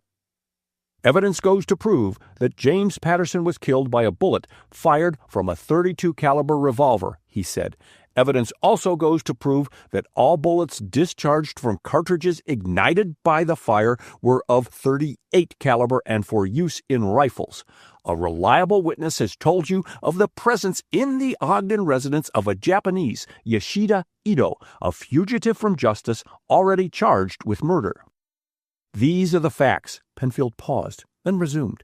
"But in considering the evidence, you must bear in mind that it is within possibility that a .32 caliber revolver cartridge was accidentally packed in the box of .38 caliber rifle cartridges. It is for you, gentlemen of the jury, to decide if James Patterson was killed by the accidental discharge of a box of .38 caliber rifle cartridges, which might have contained one .32 caliber revolver cartridge, or whether he was shot by a Japanese burglar carrying a .32 caliber revolver with murderous intent." As the coroner ceased speaking, the jury filed out of the room, and for a time nothing was heard but the rustle of paper and scratching of pens as the reporters hurriedly arranged their copy. At the end of an hour the jury was back in the room, and signs of past dissensions were indicated in each man's flushed countenance as they faced the coroner, who had risen at their entrance. "Gentlemen of the jury," Penfield's sharp voice broke the stillness, "what is your verdict?" "We find," answered the foreman, and paused to clear his throat, "we find that Representative James Patterson came to his death in the city of Washington in the residence of Walter Ogden by a bullet fired from a .32 caliber revolver in the hands of a person or persons unknown." Chapter 19. Unexpected Evidence. There was an uncomfortable silence in the Ogdens' drawing-room which no one cared to break, and Charles the butler, his equilibrium not fully restored since his appearance at the inquest that afternoon, rattled the cups and saucers on his silver tray as he passed the after-dinner coffee in a way which set Mrs. Ogden's teeth on edge. There, run along," she exclaimed in an annoyed aside, and dropping her usual dignified manner of addressing her servants. "And whatever you do, Charles, don't rattle the silver in the dining-room. Small noises," she added, addressing Professor Norcross, who sat not far from her, "small noises are more upsetting than big ones." "On the same principle that human nature can face undaunted the emergencies of life and succumb to everyday trivial annoyances," answered the professor, stirring his coffee. "You must be worn out, Mrs. Ogden, with all that you have been through during the past 24 hours. His sympathetic tone brought tears to her eyes. "Isn't it awful?" she moaned. "The fire was bad enough, but now murder! Oh, Walter, why did you ever rent so unlucky a house?" Ogden threw down the magazine he had been glancing over. "A tactless speech, Jane," and he frowned at his wife. "Sorry, Norcross." "That I own this house is incidental," put in Norcross quickly, as Mrs. Ogden colored in confusion. "You haven't hurt my feelings a bit. I have no association with this house. I merely bought it as an investment and to keep my legal residence in Washington." "I spoke hastily," admitted Mrs. Ogden. "It is really we who are unlucky. No," correcting herself, "everything ran smoothly until Julian Barclay appeared, and since his arrival things have gone at 6s and 7s. He seems to attract bad luck." "Yes?" Norcross looked at her inquiringly, waiting for her to complete the sentence, but Mrs. Ogden's active mind had gone off at a tangent, and she ruminated in silence, a silence unbroken by her two companions. "I suppose we are forced to believe that poor James Patterson was murdered," she stated suddenly, "but I think it was horrid of the jury not to bring in a verdict convicting the Japanese Ito, and to say Jim was killed by a person or persons unknown. Why?" drawing herself erect, "we might infer from that one of us was guilty." "We are likely to be pestered by detectives," grumbled Ogden, rising and moving restlessly about the room.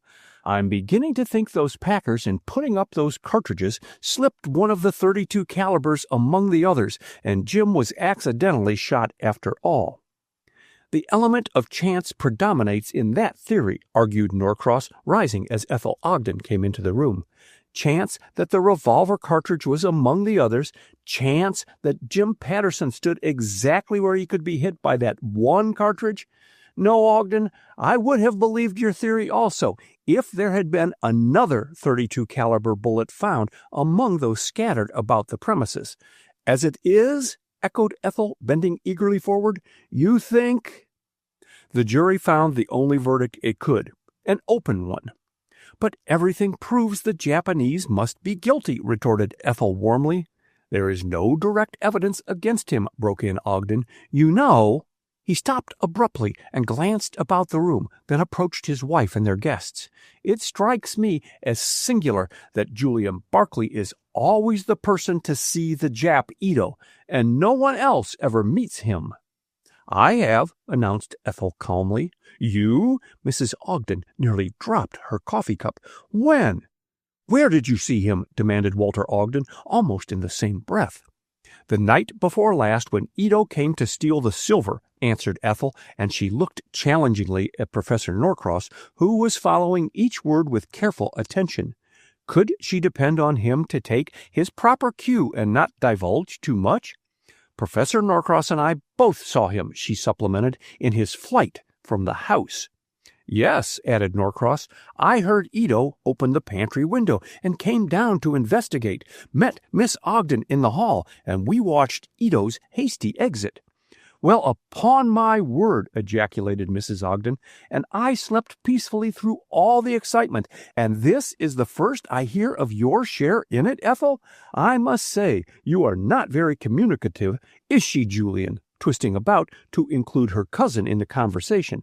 Barclay, who had loitered in the dining room to smoke his cigar, advanced farther into the room.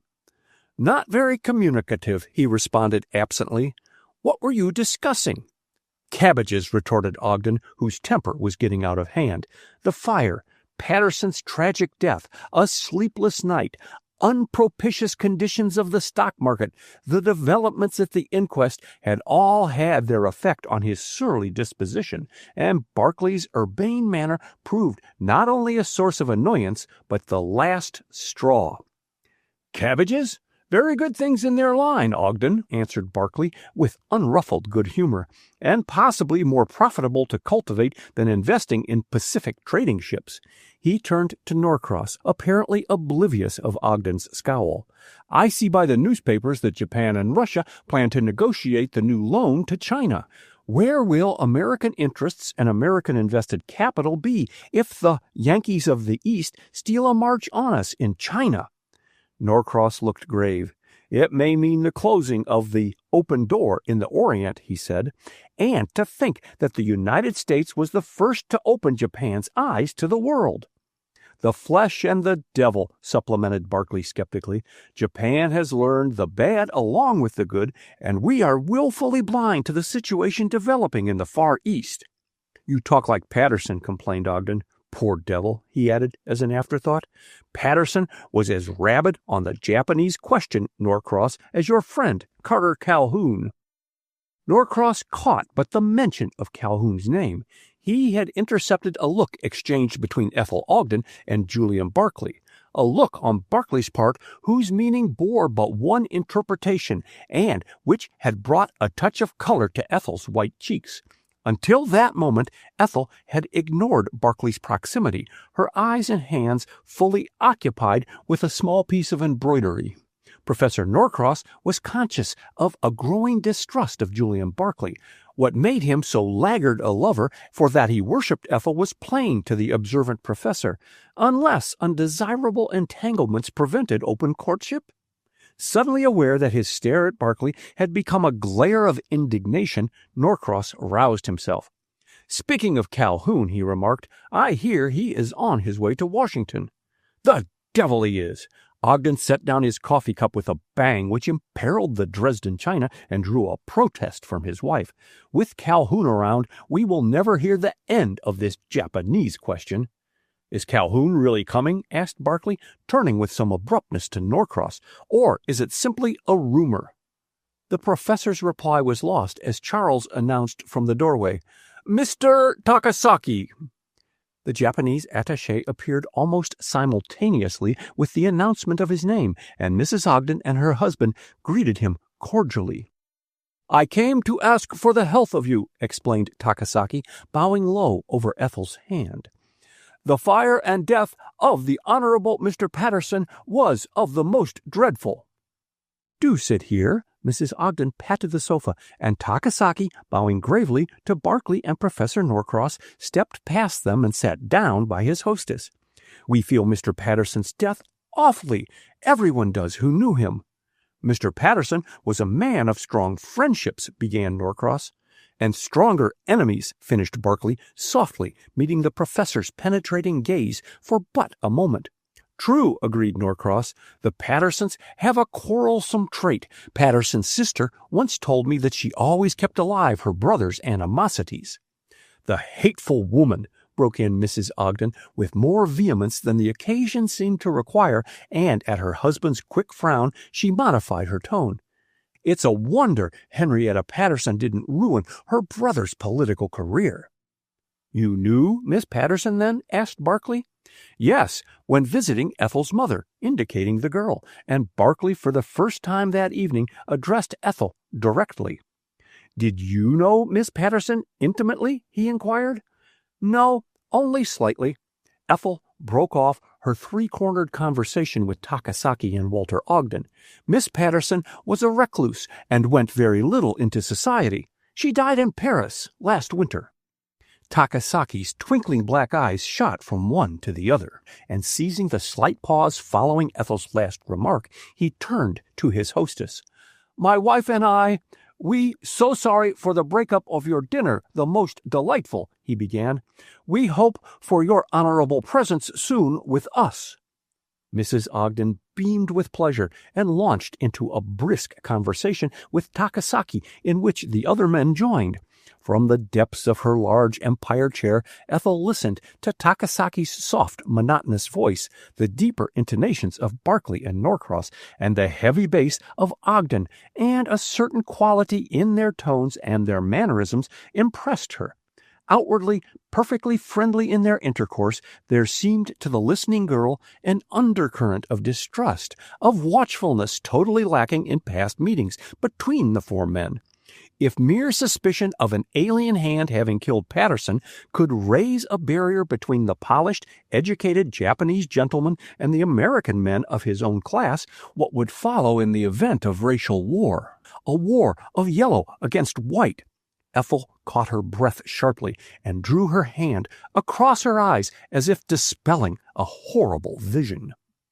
"East is east, and west is west, and never the twain shall meet." The quotation flashed into her mind, and abruptly she plunged into the conversation, only to discover that Maru Takasaki had been patiently waiting to bid her good night, and a trifle confused by her absent-mindedness, she shook hands with Barclay by mistake, attempting to laugh off her embarrassment, and failed miserably while acutely conscious of the grip of his strong, cool fingers. "Good night," he said, reluctantly releasing her hand. "Tomorrow it will be goodbye." Ethel's fingers closed spasmodically over Takasaki's hand. Julian Barclay leaving? And so soon? During the past few hectic days, she had imagined every eventuality except that. "You leave now?" questioned Takasaki, not fully grasping Barclay's meaning. "I'll walk your way for a block or two," he answered. "Anything I can do for you, Cousin Jane?" "Yes, stop at the druggist and get me a book of stamps." Mrs. Ogden followed the two men into the hallway, her face beaming with smiles. Barclay's abrupt announcement of his departure had not only surprised but delighted her, and inwardly she hoped that Professor Norcross would follow his example. She was tired of entertaining guests, and she wanted the house to herself, the better to arrange new plans for the future. At that moment, a trip to Atlantic City was looming large on her mental horizon.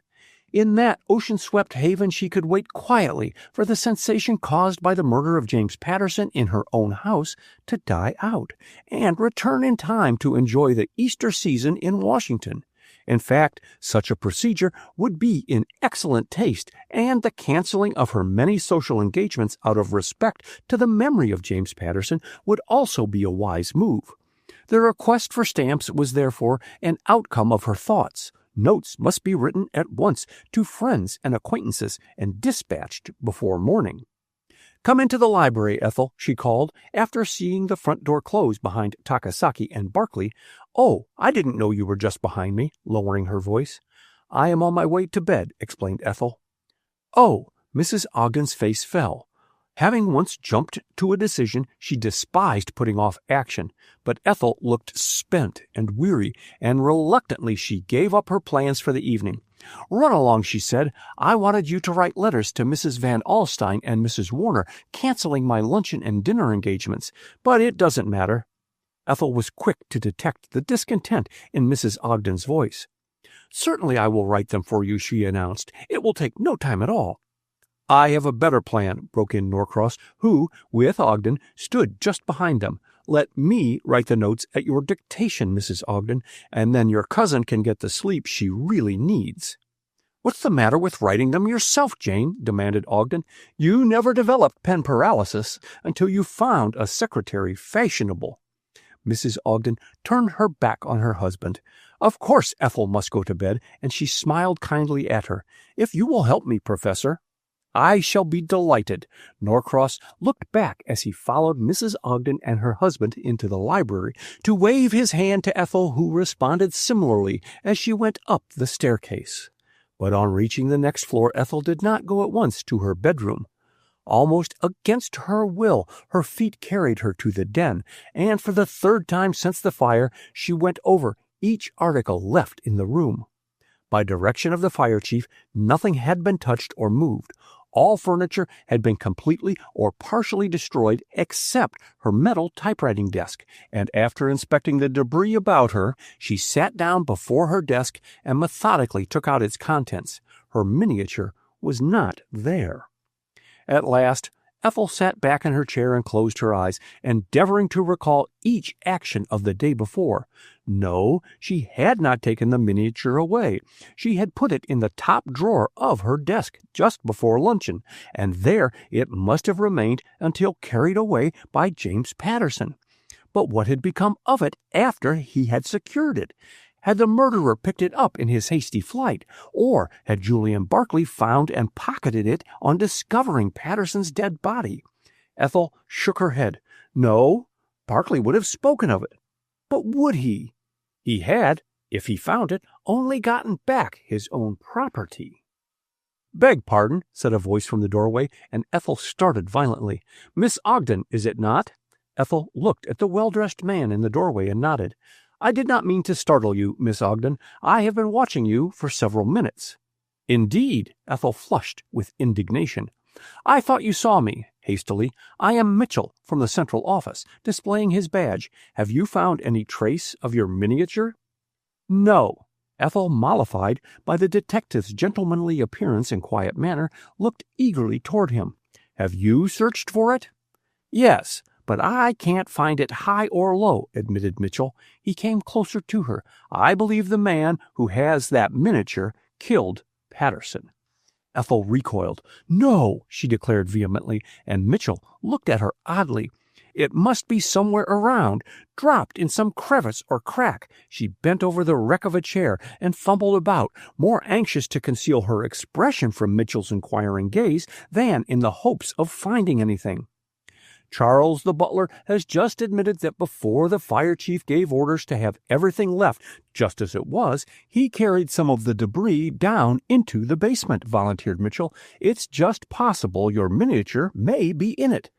"Oh, let us go and see." Ethel sprang impulsively for the door and collided with Professor Norcross. "Excuse me." "It was my fault." Norcross laughed as he helped her regain her balance. Then his eyes lighted on the detective. "Charles brought me word that you wished to see me, Mitchell." "I did, sir." Mitchell stepped out into the hall. "I called to ask if you have a revolver." "I have," responded Norcross, and turned at the sound of footsteps, and a second later Barclay joined the small group. "Asking for revolvers, Mitchell?" he inquired coolly. "I have one," and simultaneously the two men went to their respective rooms, leaving Ethel staring in troubled silence at the detective. Before she could ask the question Mitchell felt coming, Norcross was back, revolver in hand. Mitchell took it, examined it critically, selected a shell from its breech, snapped it shut, and returned it to Norcross just as Barclay rejoined them. His revolver was likewise subjected to a prolonged examination, and a cartridge extracted, marked, and slipped into the detective's pocket. "Thanks," said Mitchell, handing the revolver back to Barclay. "That is all I wished. I won't detain you longer." "Oh, wait." Ethel, without a glance at Norcross and Barclay, followed Mitchell down the back hall. "Let us go and examine the debris which you said was downstairs." "Certainly," and Mitchell made way for her to precede him. In the basement they found Charles, just closing the house.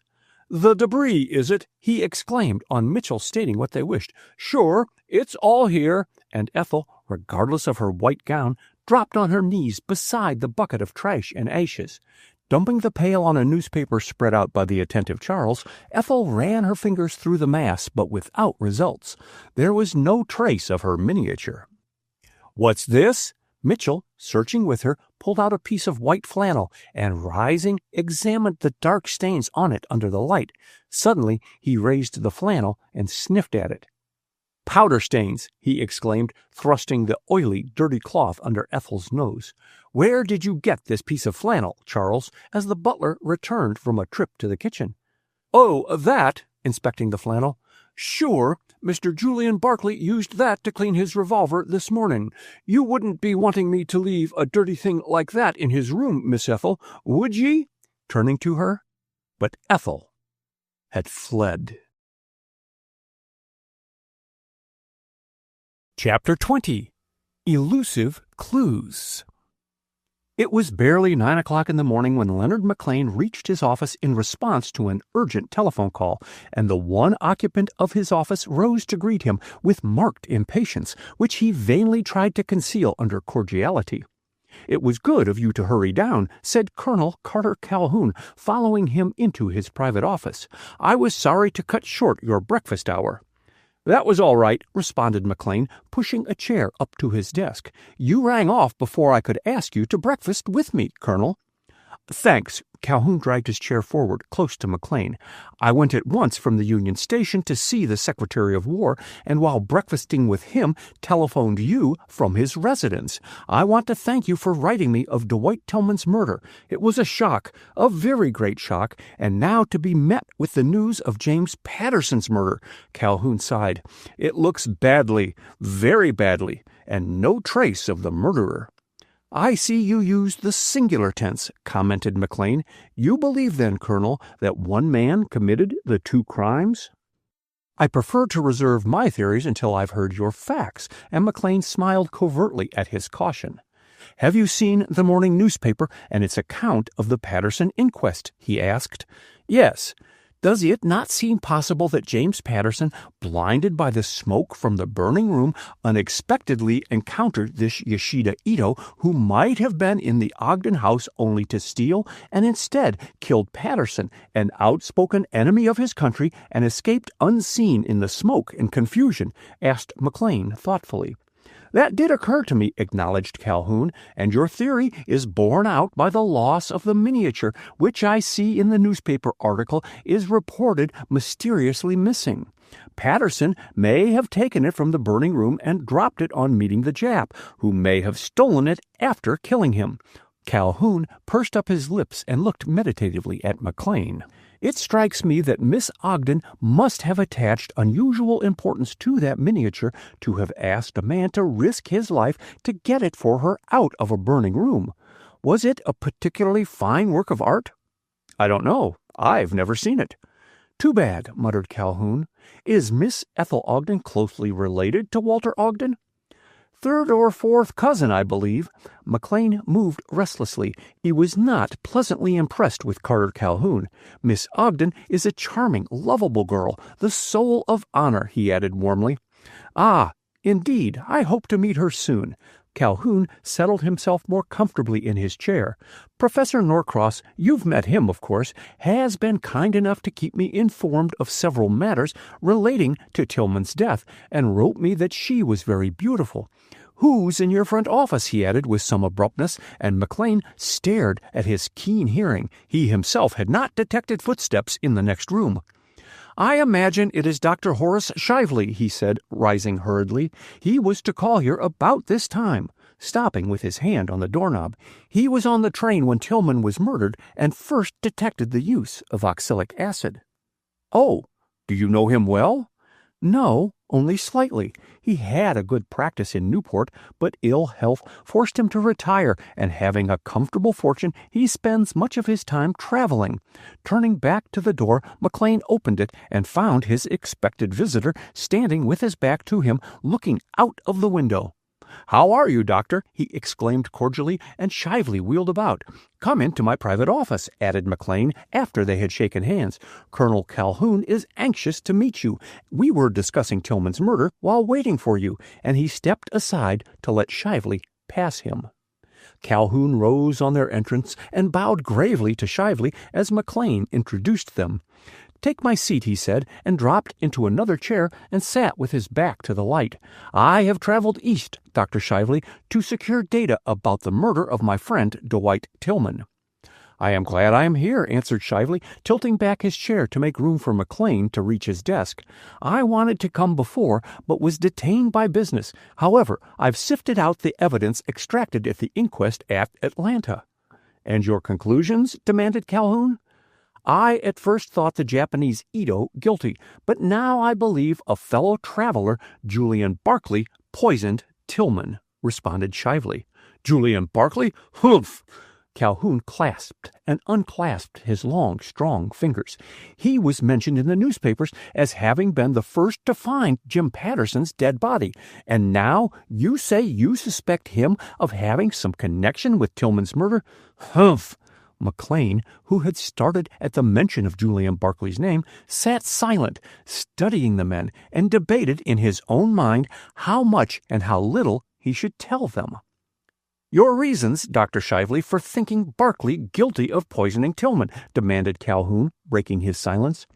"I have been in communication with a porter who has made out a sworn statement of having seen Julian Barkley leave the train and go toward the station entrance, and then bolt suddenly back into his Pullman car, with every indication of a desire to conceal himself. I have also found out through the Pinkertons, whom I employed, that none of the few passengers traveling north in Barkley's Pullman remained in that car while the train was in the Atlanta station." "Ha! Then Barkley had the car to himself." Calhoun stared at Shively. "And unobserved, he could do as he wished without fear of detection.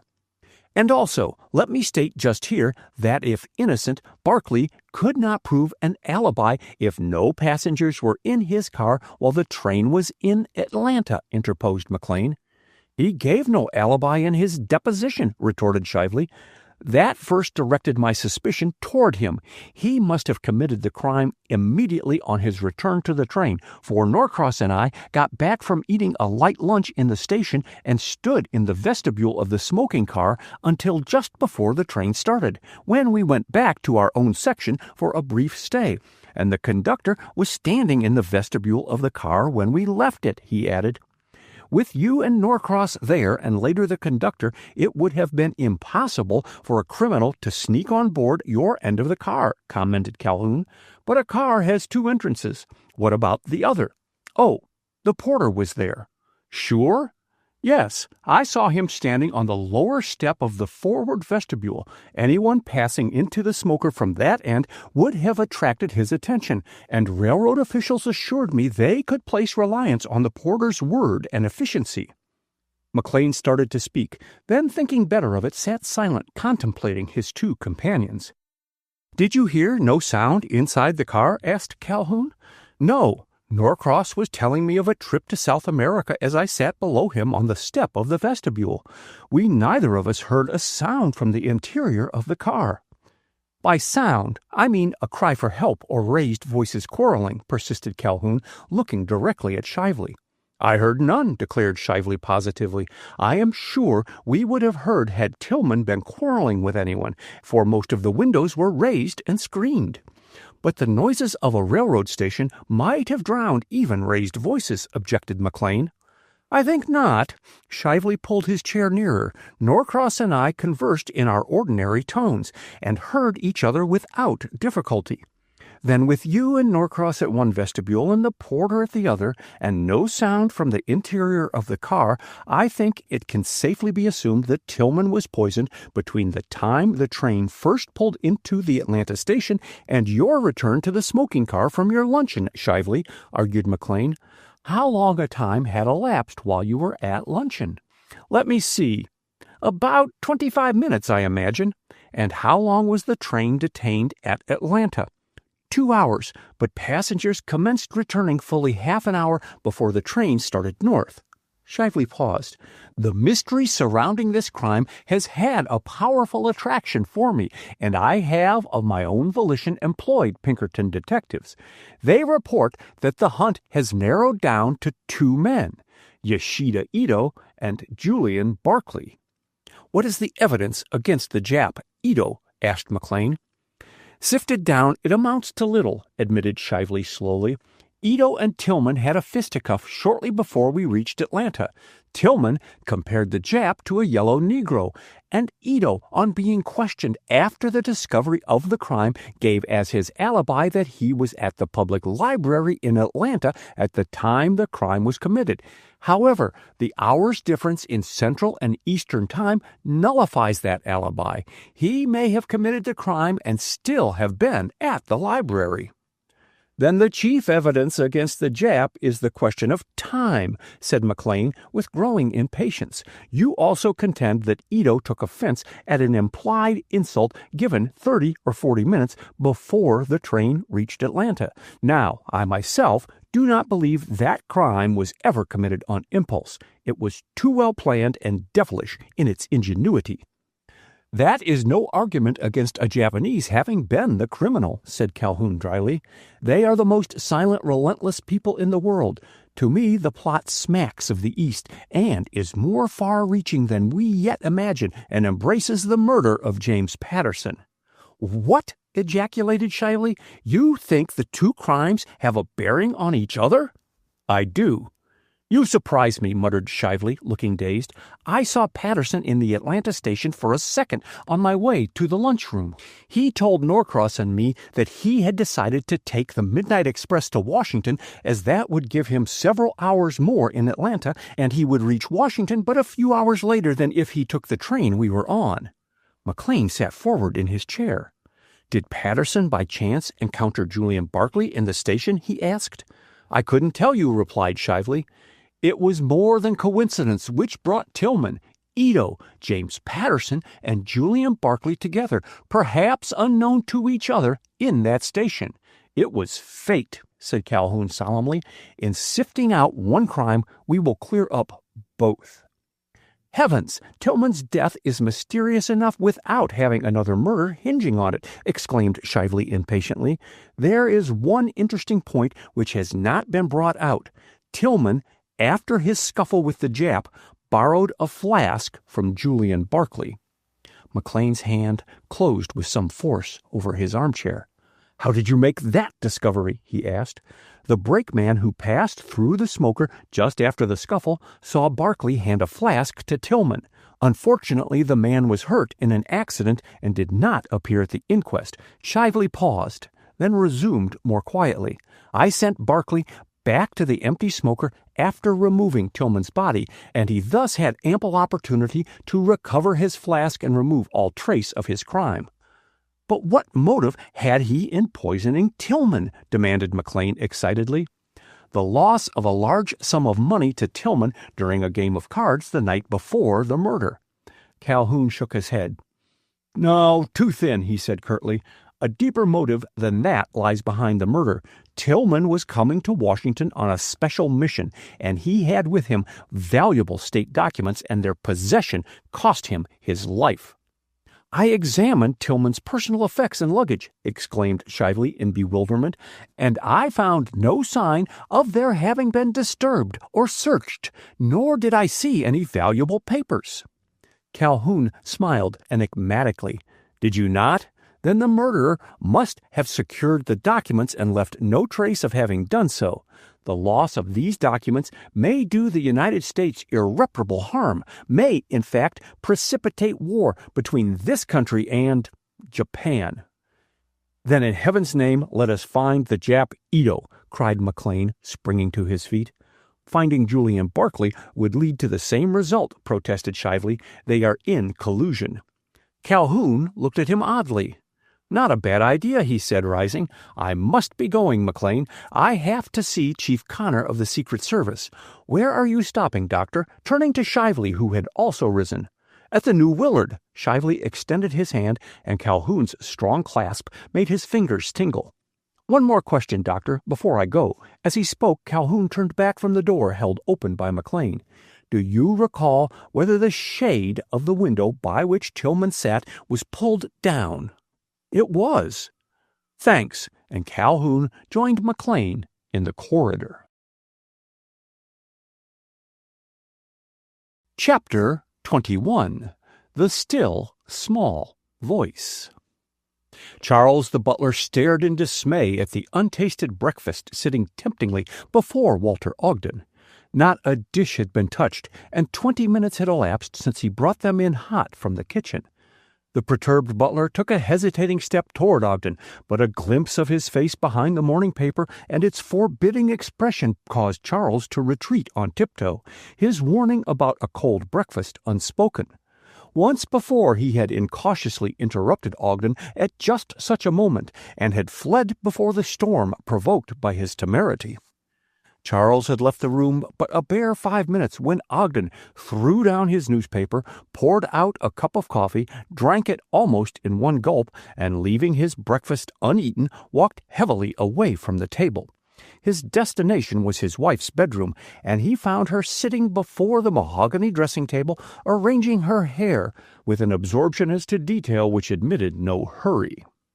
"I won't be very long," exclaimed Mrs. Ogden, catching sight of her husband's reflection in the mirror. "Go down and get your breakfast. Don't wait for me. I can't be any quicker than I can." Mrs. Ogden could not break herself of the last phrase. It was invariably a red rag to her husband, whose impatient disposition chafed at being kept waiting, even for an infinitesimal second. He did not retreat as Mrs. Ogden hoped he would, but instead advanced into the bedroom. "Send your maid away," he directed, scowling at the pretty French woman, and Mrs. Ogden, with a resigned expression, directed Celeste to wait in her own room until she rang for her. When the door had closed behind the maid, Ogden jerked a chair forward and planted it by the dressing-table. "What do you think of the papers?" he demanded. "The papers?" repeated Mrs. Ogden. "I haven't had time to read them." "Well, you needn't be provoked," offended by Ogden's impatient snort. "It's your own fault. If you didn't insist on my breakfasting downstairs, I could read the papers in bed." "Here is the Post." Ogden thrust the newspaper into her hand. "Read this account of the inquest." And at the word inquest, his wife seized the paper with avidity, but her reading of the article was delayed by a search for her eyeglasses, which had misplaced themselves, according to Mrs. Ogden. Thoroughly exasperated, Ogden tumbled the puffs and hairpins about the dressing-table until he drew a wail from Mrs. Ogden, who had finally discovered the missing glasses under her pillow. But the lure of the newspaper averted any lengthened argument, and Mrs. Ogden read the entire article before her husband again addressed her. "What do you make of it?" he asked as she lowered the paper. "I don't know exactly what to think," she answered. "I wish I had been permitted to sit in the courtroom and listen to the other witnesses testify." "That is neither here nor there," interrupted Ogden rudely. "Have you seen this miniature of which Ethel speaks?" "No, never." Mrs. Ogden reread the paragraph in the paper. "Strange she never showed it to me." "And the ring?" Ogden rumpled his heavy white hair until it stood upright. "Was the ring given to her by James Patterson or Julian Barclay?" "I haven't the faintest idea." "Seems to me," Ogden rose abruptly, "it's time you found out what is taking place in this house," and he banged out of the room before his astonished wife could question his meaning. Mrs. Ogden contemplated her reflection in the mirror in indecision. She was more perturbed than she cared to admit, even to herself. Completing her dressing with no sign of haste, she summoned her maid and ordered her breakfast served in her bedroom, and between dainty bites of hot toast and marmalade again read the newspaper account of the inquest. But she did not linger over the particular paragraphs which had so excited her husband, instead concentrating her attention on Julian Barclay's testimony. At last, throwing the paper aside, she wrote out the menu for the day, the orders for the grocer and the market man, and dispatched them to her cook by Celeste, and with relief occasioned by having completed her morning's work, she went in search of Ethel.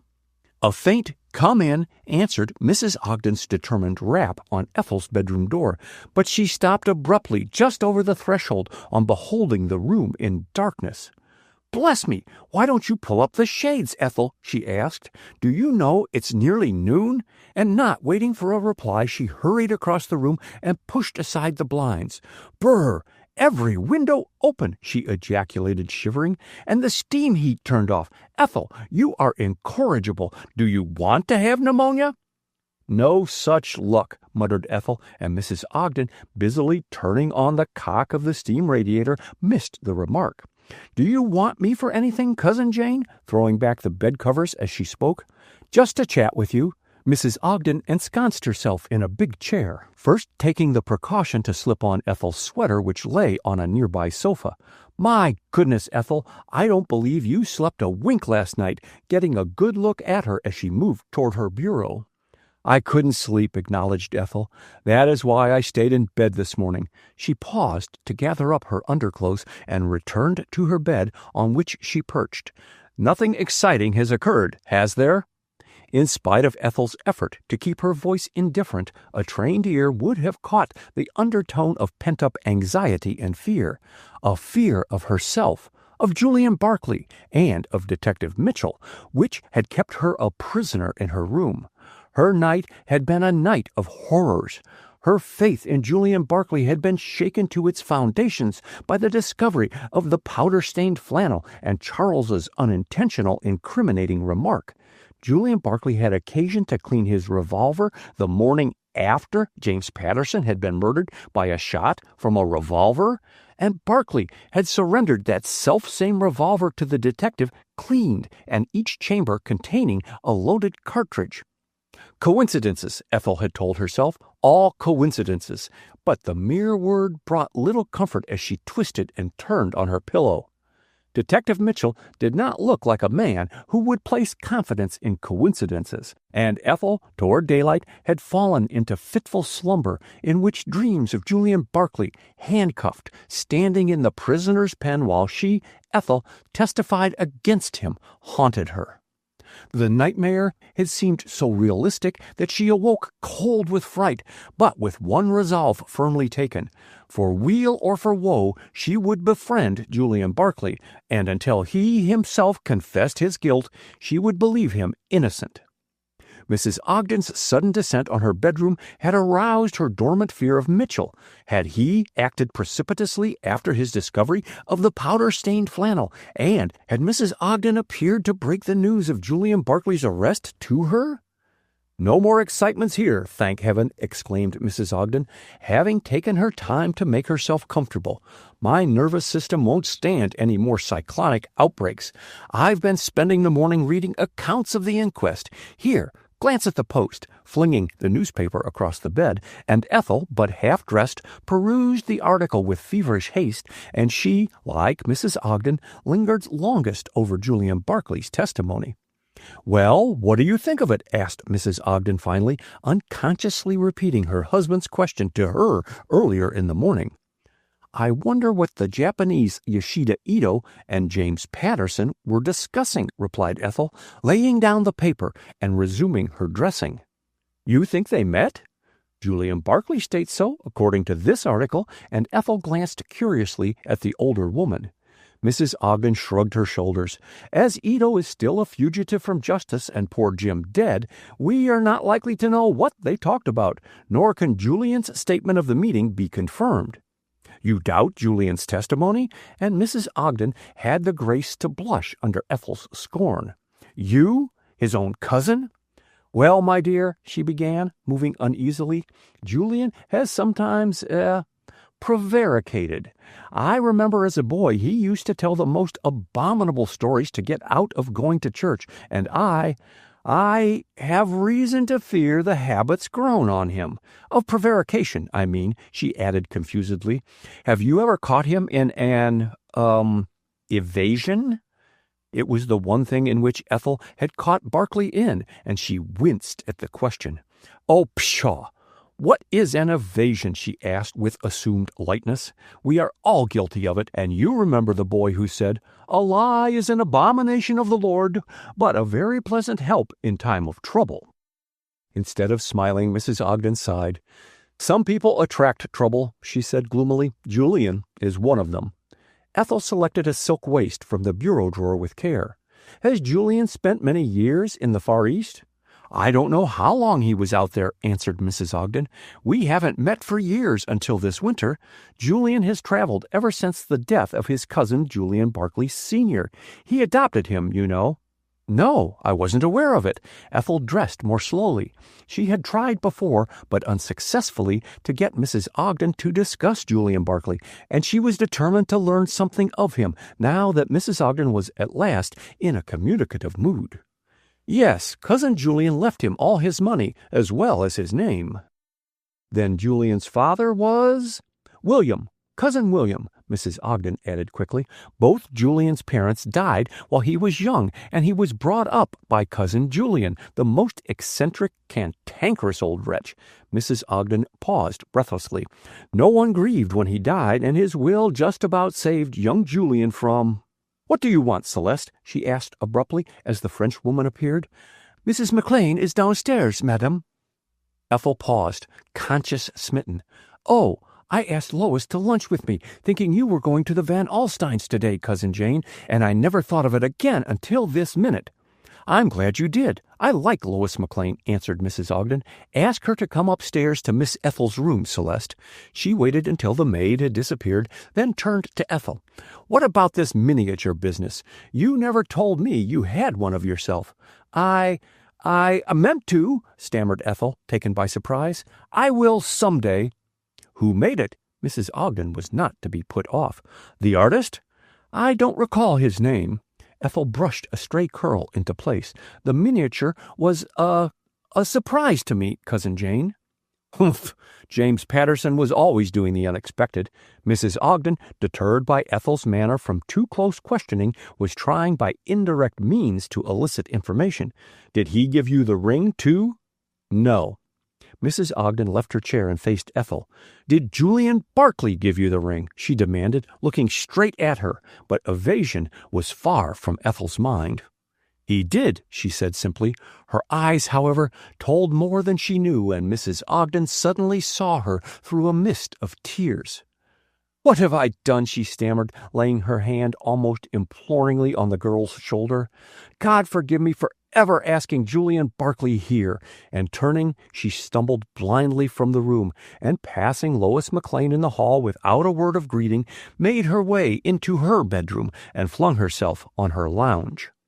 Lois stopped to look after Mrs. Ogden in bewilderment. It was the first time she had known her to be guilty of rudeness. Then she continued more slowly to Ethel's bedroom.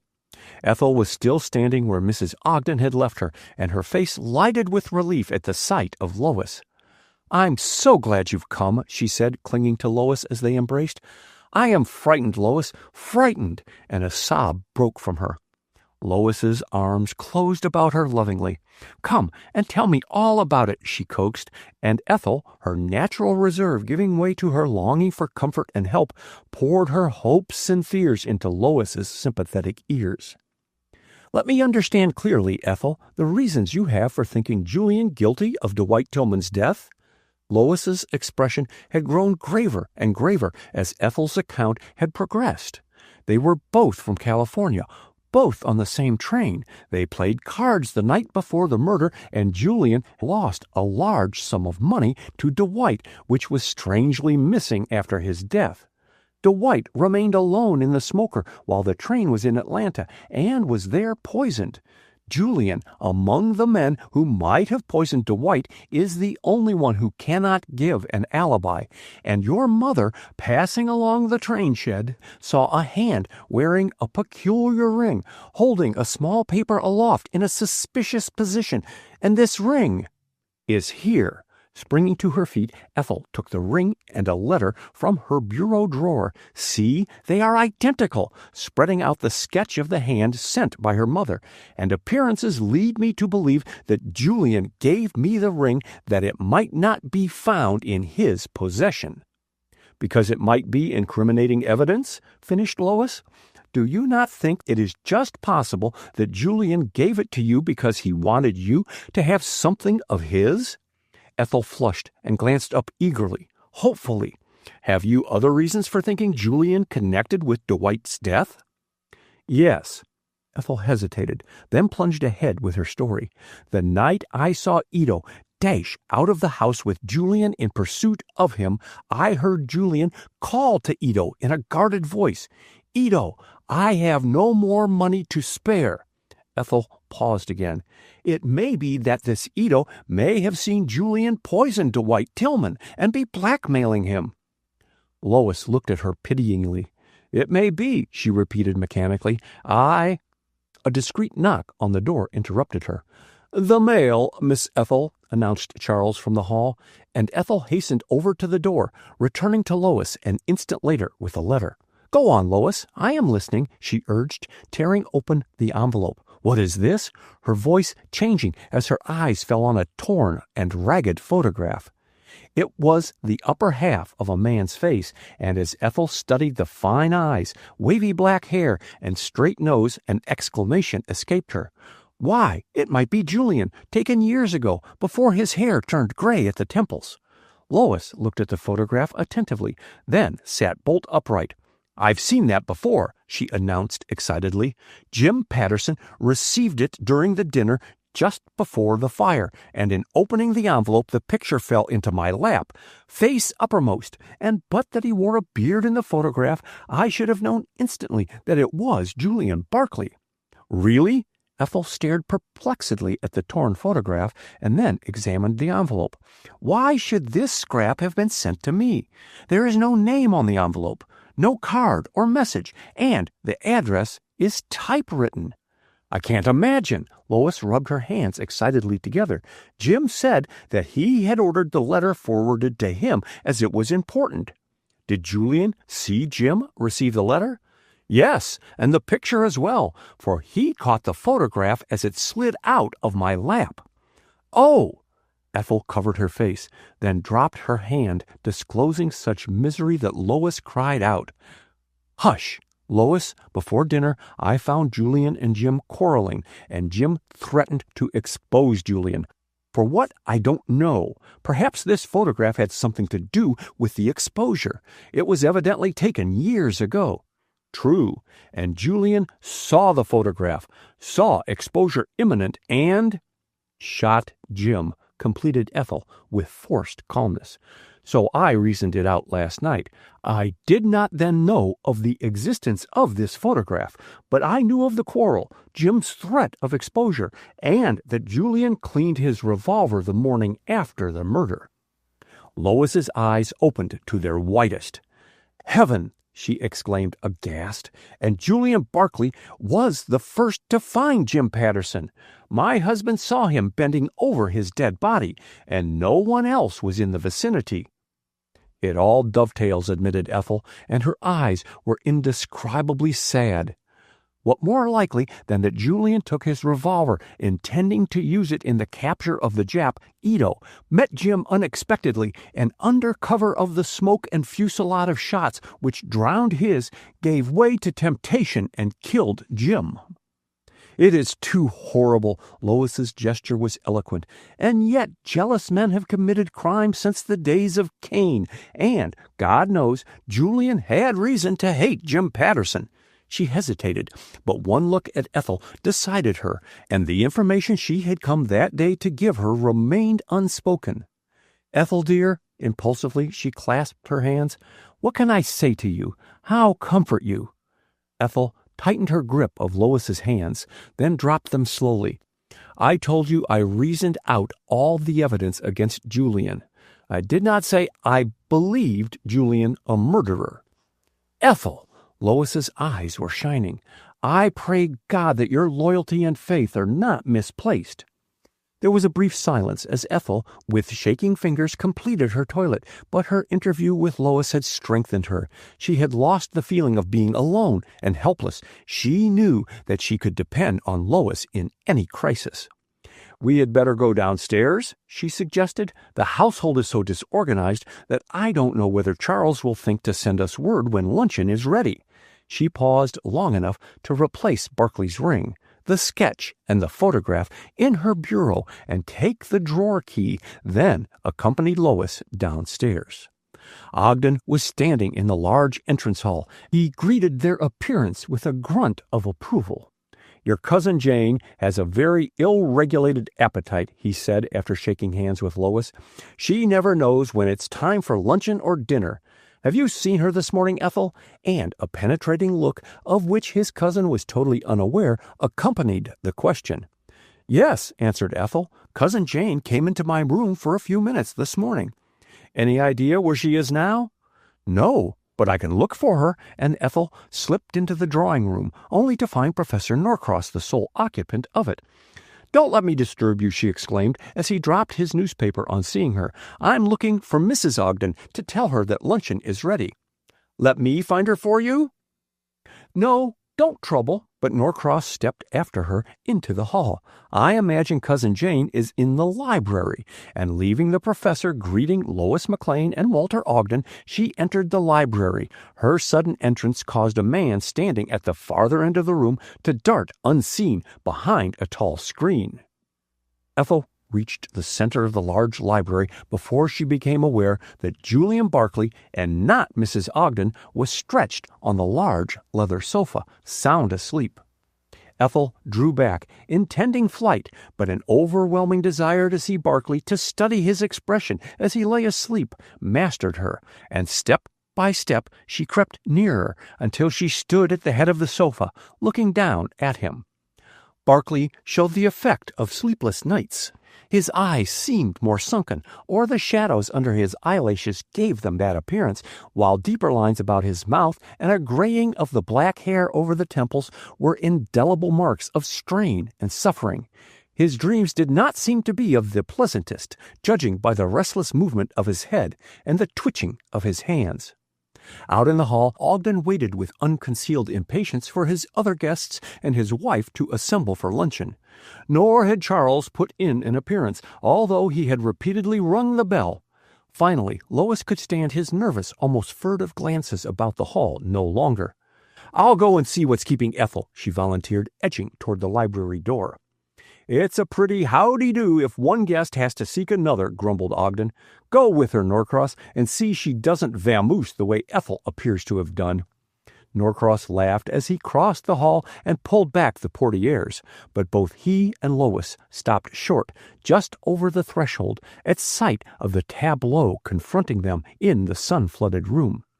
Ethel, love and great compassion lighting her face, was stooping over Julian Barclay, who lay apparently asleep on the sofa. Suddenly, Barclay tossed his hand above his head, and his fingers touched Ethel's cool palm resting on his pillow. The contact evidently fitted into his dream, for he smiled contentedly as his grasp tightened on her hand. "Ethel," he called, as she bent further over him. His smile faded into a frown, the lines in his face deepened, and he writhed as if in pain, his lips moving, but at first no words came. "God help me," he groaned. "I killed Patterson." A scream, terrible in its agony, broke from Ethel and awoke Barclay from his slumbers, and Lois and Norcross from their stupor. It was the professor who caught Ethel as she reeled backward and assisted her to a chair. Barclay, but half awake, sat staring in growing horror at the handcuffs dangling from his wrists, while Detective Mitchell, who had slipped from behind a screen some seconds before, gazed with satisfaction at his prisoner. "I already had evidence enough to secure this warrant," he said, producing the document, "but I'm obliged to you, Mr. Barclay, for calling out that you killed Patterson, and before witnesses, too." Barclay's gaze roved around the little group, lingering longest on Ethel, who sat with her face buried in her hands, and his expression brought stinging tears to Lois's eyes. "Did I talk in my sleep?" he questioned, with dry lips. Lois nodded. Speech was impossible for her. Mitchell broke the painful silence. "You said, 'God help me, I killed Patterson,'" he announced. Barclay rose stiffly, and the jingle of the handcuffs caused Ethel to look at him. He moved like an old man. "Well, so I did kill Patterson," he admitted slowly, "but not James Patterson." Chapter 22. The Confession. Julian Barclay's confession staggered his hearers, who gazed at him in amazement too great for words. "I don't get your meaning," stammered Mitchell. "Explain yourself." Before Barclay could comply with his request, the portieres were dragged aside, and Walter Ogden strode into the room. He came to an abrupt stop as his eyes lighted on Barclay, standing handcuffed, the central figure of the little group. Ogden hardly seemed aware of the others, his gaze being focused on Barclay and the handcuffs. Great beads of perspiration appeared on his forehead. "What is the meaning of this?" he demanded. "What deviltry are you up to?" And he glared at them all. Mitchell took the question to himself, and an angry sparkle lit his eyes. "Don't interfere with the administration of the law," he snapped. "I've just arrested your cousin, Mr. Julian Barclay, for the murder of James Patterson." "Of which I am entirely innocent," declared Barclay, facing the detective with something of his habitual poise and self-command. "That remains to be proved," exclaimed Mitchell skeptically. "I am still awaiting an explanation of your cryptic remark that you killed Patterson and not James Patterson." Barclay cleared his throat and, not looking at Ethel, addressed them inclusively. 15 years ago, I accidentally shot and killed Dr. Paul Patterson, with whom I roomed in Baltimore while a student at Johns Hopkins University," he said. "I was acquitted by the grand jury. After 3 trials, the comment slipped from Walter Ogden, and too late he regretted the words. "After 3 trials," repeated Barclay slowly. "Quite true, but I was acquitted and cannot be tried again for that offense." "I don't recall any such case," muttered Mitchell. "How did you come to kill this Paul Patterson?" Barclay did not reply at once, and his labored breathing indicated the strain he was under. "From a child, I was imaginative, highly strung, nervous," he began. "As I grew older, I gained self-control, and when I entered Johns Hopkins University, I was as normal as any student. I was very ambitious, and during my last year, overstudy and the tension under which I was living brought on somnambulism." "Oh!" Ethel, who was hanging on his words, was unaware that she had spoken, but from that moment she was Barclay's only audience, and his voice deepened with emotion as he rehearsed old memories and lived through old scenes. "I knew that as a boy I often talked in my sleep when unduly excited by the day's events," he continued, "but I was never aware that I ever walked in my sleep, and Dr. Patterson, on discovering that fact, never told me. One night he inadvertently awoke me, and the revolver I had picked up from his desk in the library went off without my volition." Barclay shivered, lifted his manacled hands as if to shut out a vision, and dropped them impotently. "When fully awake, I found Paul Patterson lying dead across the desk, and the housekeeper crying 'Murder!' as she ran through the house. My arrest followed." "I am beginning to remember the case," interrupted Mitchell excitedly, "but the student's name was not Barclay, it was—" "Julian Meredith," answered Barclay. "Shortly after my acquittal at the hands of the grand jury, my mother's cousin left me his fortune with the proviso that I drop my last name and legally assume his, which I did." "Wait!" Mitchell held up an imperative hand, and Barclay paused. "Did not the proof of your somnambulistic state rest on a letter written by Dr. Paul Patterson and begun by him just before you shot him, in which he mentioned your sleepwalking propensities, and that you were at that moment walking about in his library, sound asleep?" "That is correct," acknowledged Barclay, "and this letter was secured by the housekeeper who, instead of turning it over to the police, told its contents to Dr. Patterson's fiancé, who, in revenge for the killing of her lover, bribed the housekeeper to withhold the letter," added Mitchell. "Which the housekeeper did," said Barclay, "until conscience made her confess to the police during my 3rd trial. And the name of Dr. Paul Patterson's fiancée was—" Mitchell paused, and Barclay filled in the remainder of the sentence. "Henrietta Patterson, a distant cousin. And this Miss Henrietta Patterson was the only sister of James Patterson," finished Mitchell, "and James Patterson died by your hand 2 nights ago." "He did not," declared Barkley vehemently. "As God is my witness, I never knowingly raised my hand against any member of the Patterson family. You can prove no motive for such a crime." "You've just supplied me with one," returned Mitchell. "Before I had only evidence of guilt to go on, but now I'm positive of the motive. Henrietta Patterson avenged her lover's death by almost sending you to the gallows, and you, in turn, avenged the suffering she had caused you by murdering her brother." "A specious argument, nothing more," scoffed Barkley. "You have absolutely no proof against me." Mitchell looked about him. "Suppose we sit down," he said, drawing up a chair. "Now we can talk more comfortably. Mr. Barkley, why did you carry a revolver the night of the fire?" "I carried my revolver to use in case of encountering the Jap, Ito, for whom I was searching." "Did you meet this Ito after securing your revolver?" "I did not." "Then at whom did you discharge your revolver?" No answer. "Did you discharge the revolver at James Patterson?" persisted Mitchell, and this time Barkley's denial was prompt and forceful. "I did not," he declared. "I did not discharge it at anyone." "Mr. Barkley," Mitchell slipped his hand inside a pocket and produced a rag, and at sight of it Ethel shivered.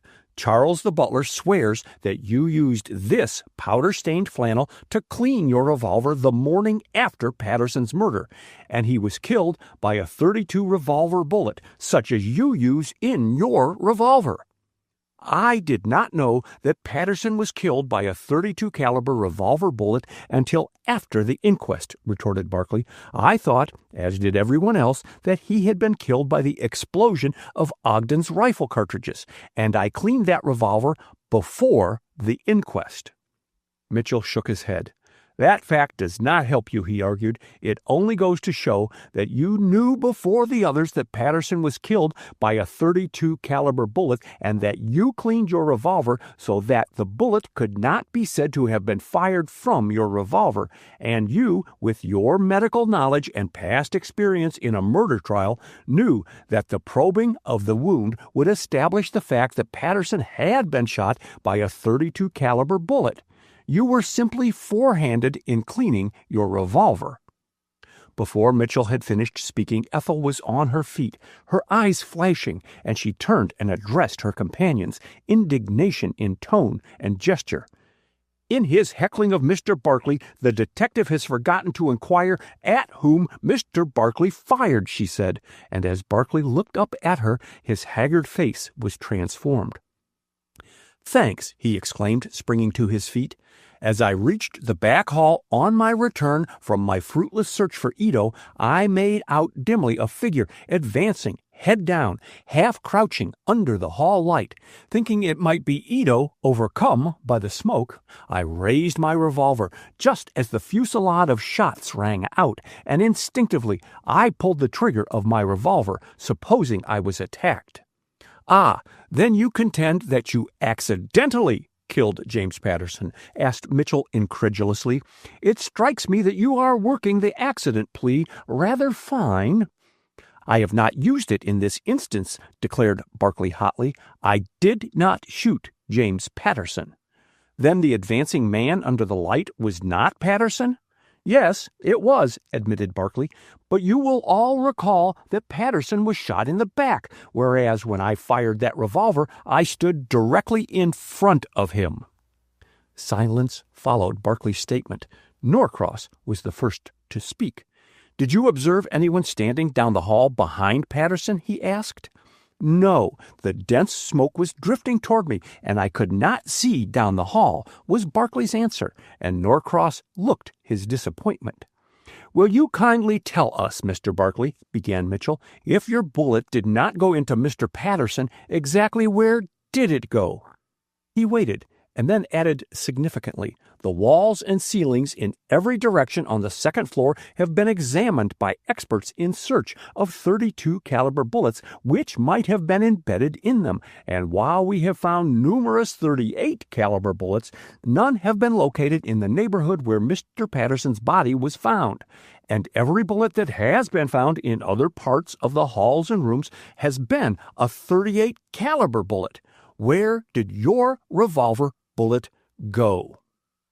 "Out of the hall window," retorted Barkley. His words caused a sensation. "Come upstairs, and I will show you," he urged. "Yes, come," echoed Ethel, and taking Lois's arm, she led the way to the second-floor back hall. Mitchell marched stolidly by Barkley's side, and the latter, who had no opportunity to whisper a word of the gratitude overflowing his heart and soul to the girl who, among them all, was the only one to champion his cause. On reaching the back hall, Barkley moved down toward the servants' staircase. "I stood here," he said. "Norcross, just crouch down under the light and balance yourself as if you were going to topple forward on your face. Yes, that's about right. Hold the position. Steady." Barkley raised his right arm, hand closed as if he grasped a revolver butt. "See, the window at the curve of the hall is just in line. The bullet passed directly through it."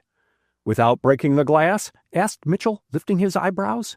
"The window was open," answered Barkley, "and the current of air coming from there lifted the smoke so that I could see a man's figure crouching where Norcross is. Thanks," he added as Norcross rose. "Now, I hope you are satisfied, Mitchell?" But Mitchell looked unconvinced. "It's pretty thin," he grumbled.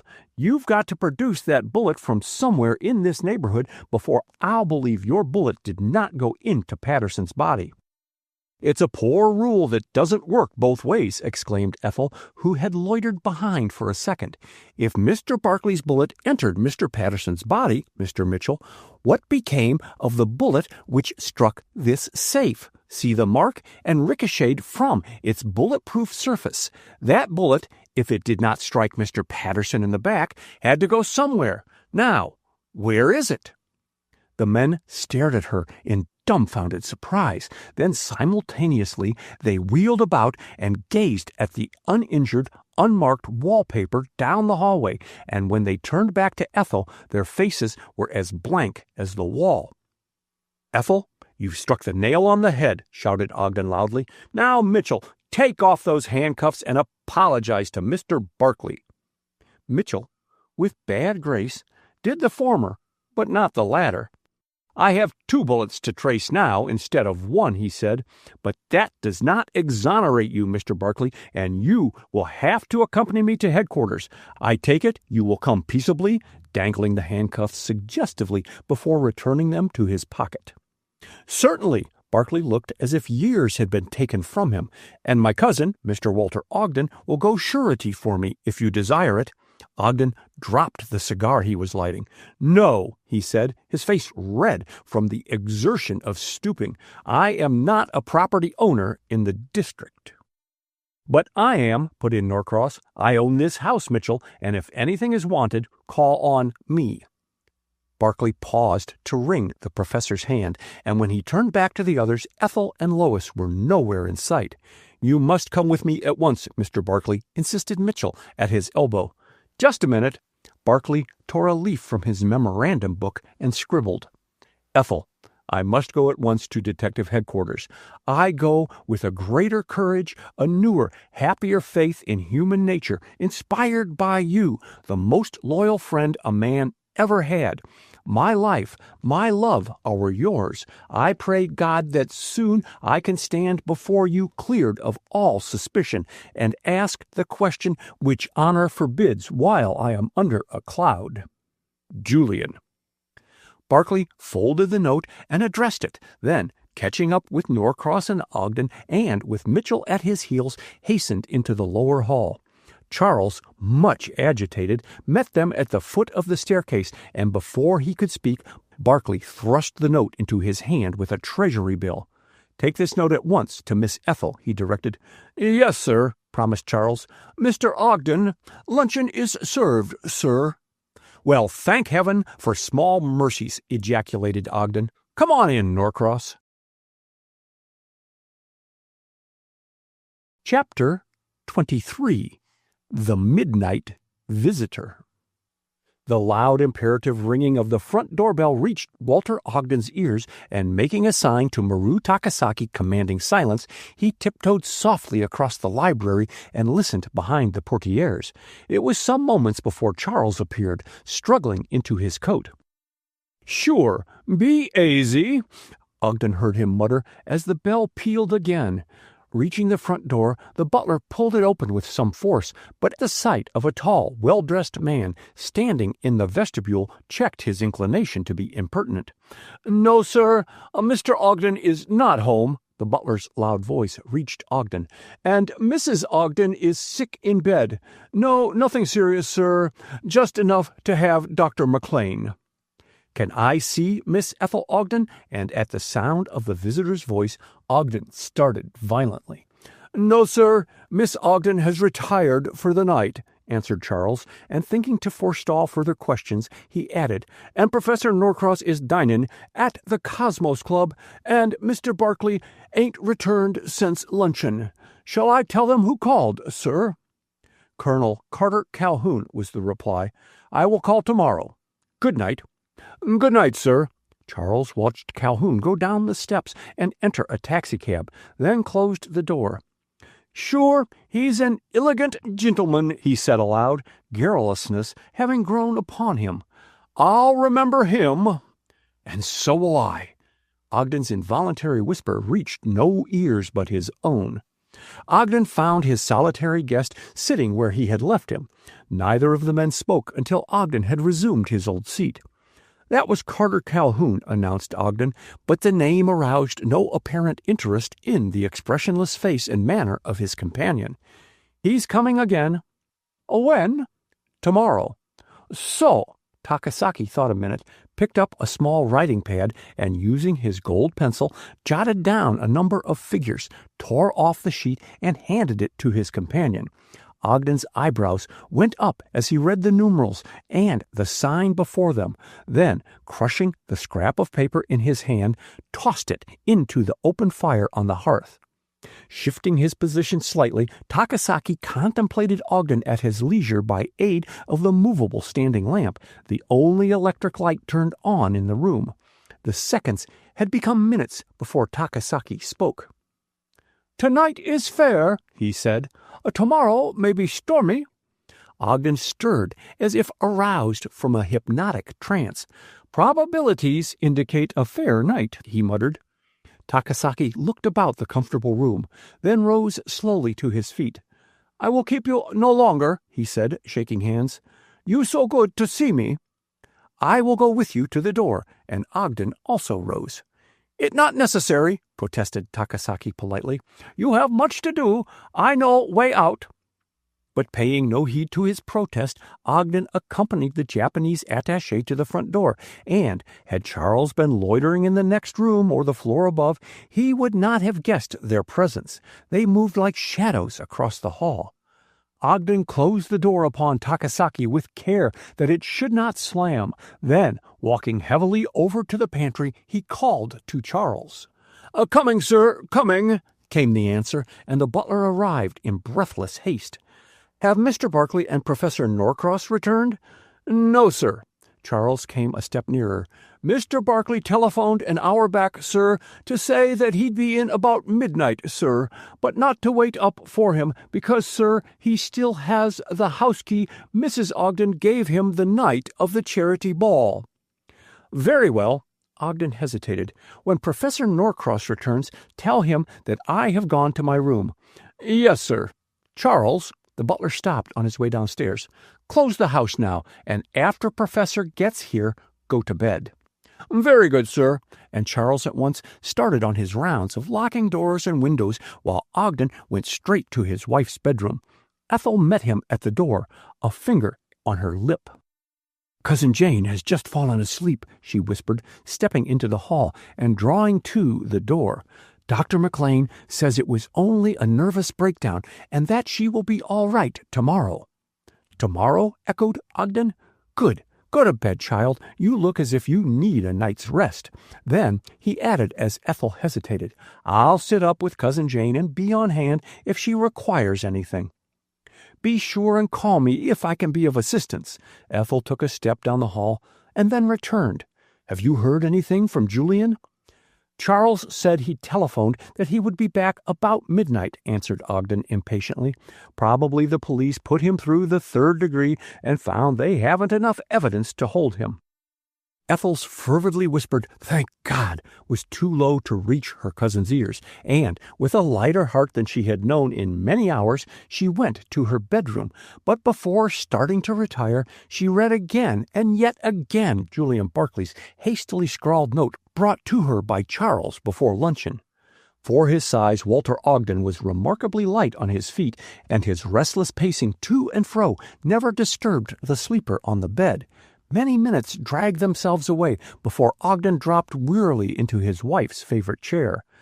But a veritable demon of unrest drove him out of its comfortable depths before he had been there 10 minutes, and he was passing the door when footsteps in the hall reached him, and he recognized Norcross's voice speaking to Charles.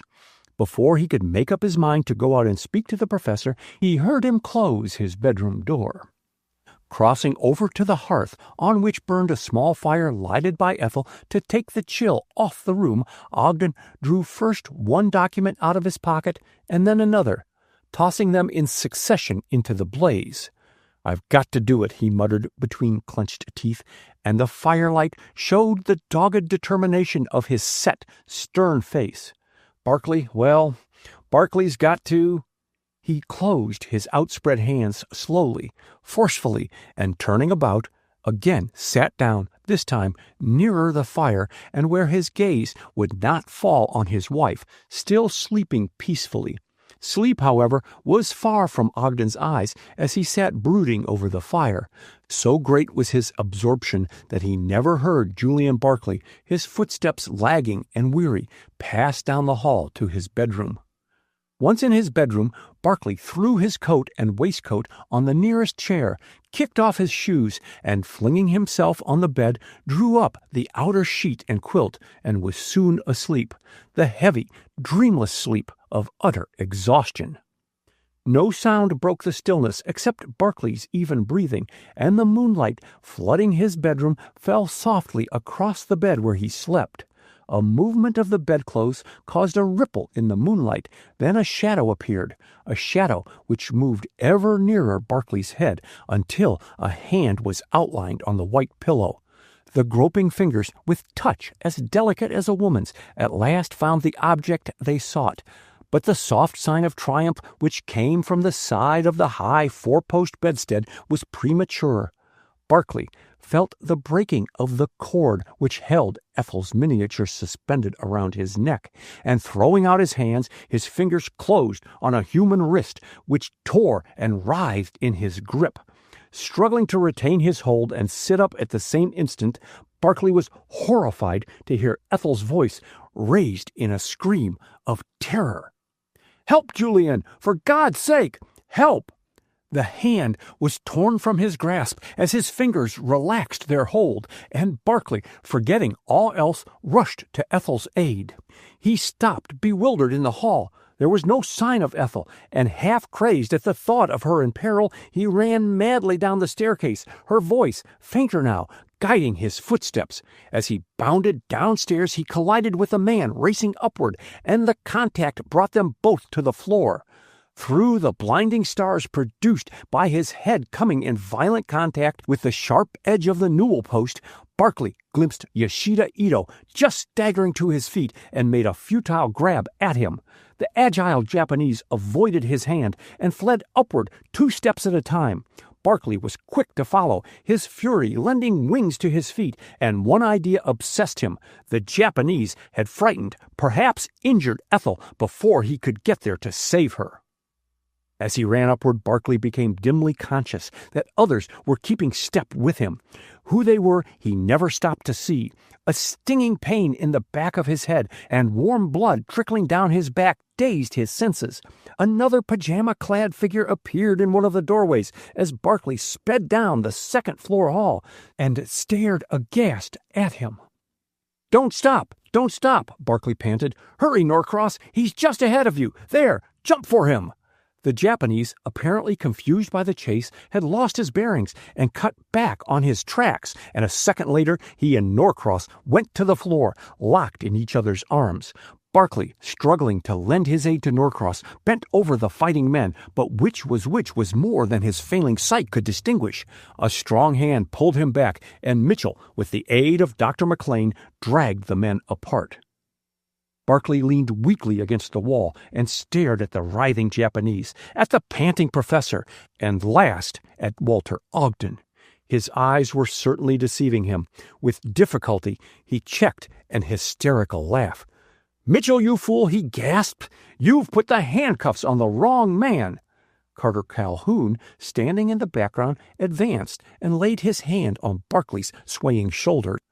"The handcuffs are where they belong, Barclay, on the wrists of Richard Norcross, naturalist, murderer, and ventriloquist." Chapter 24. The Road to Happiness.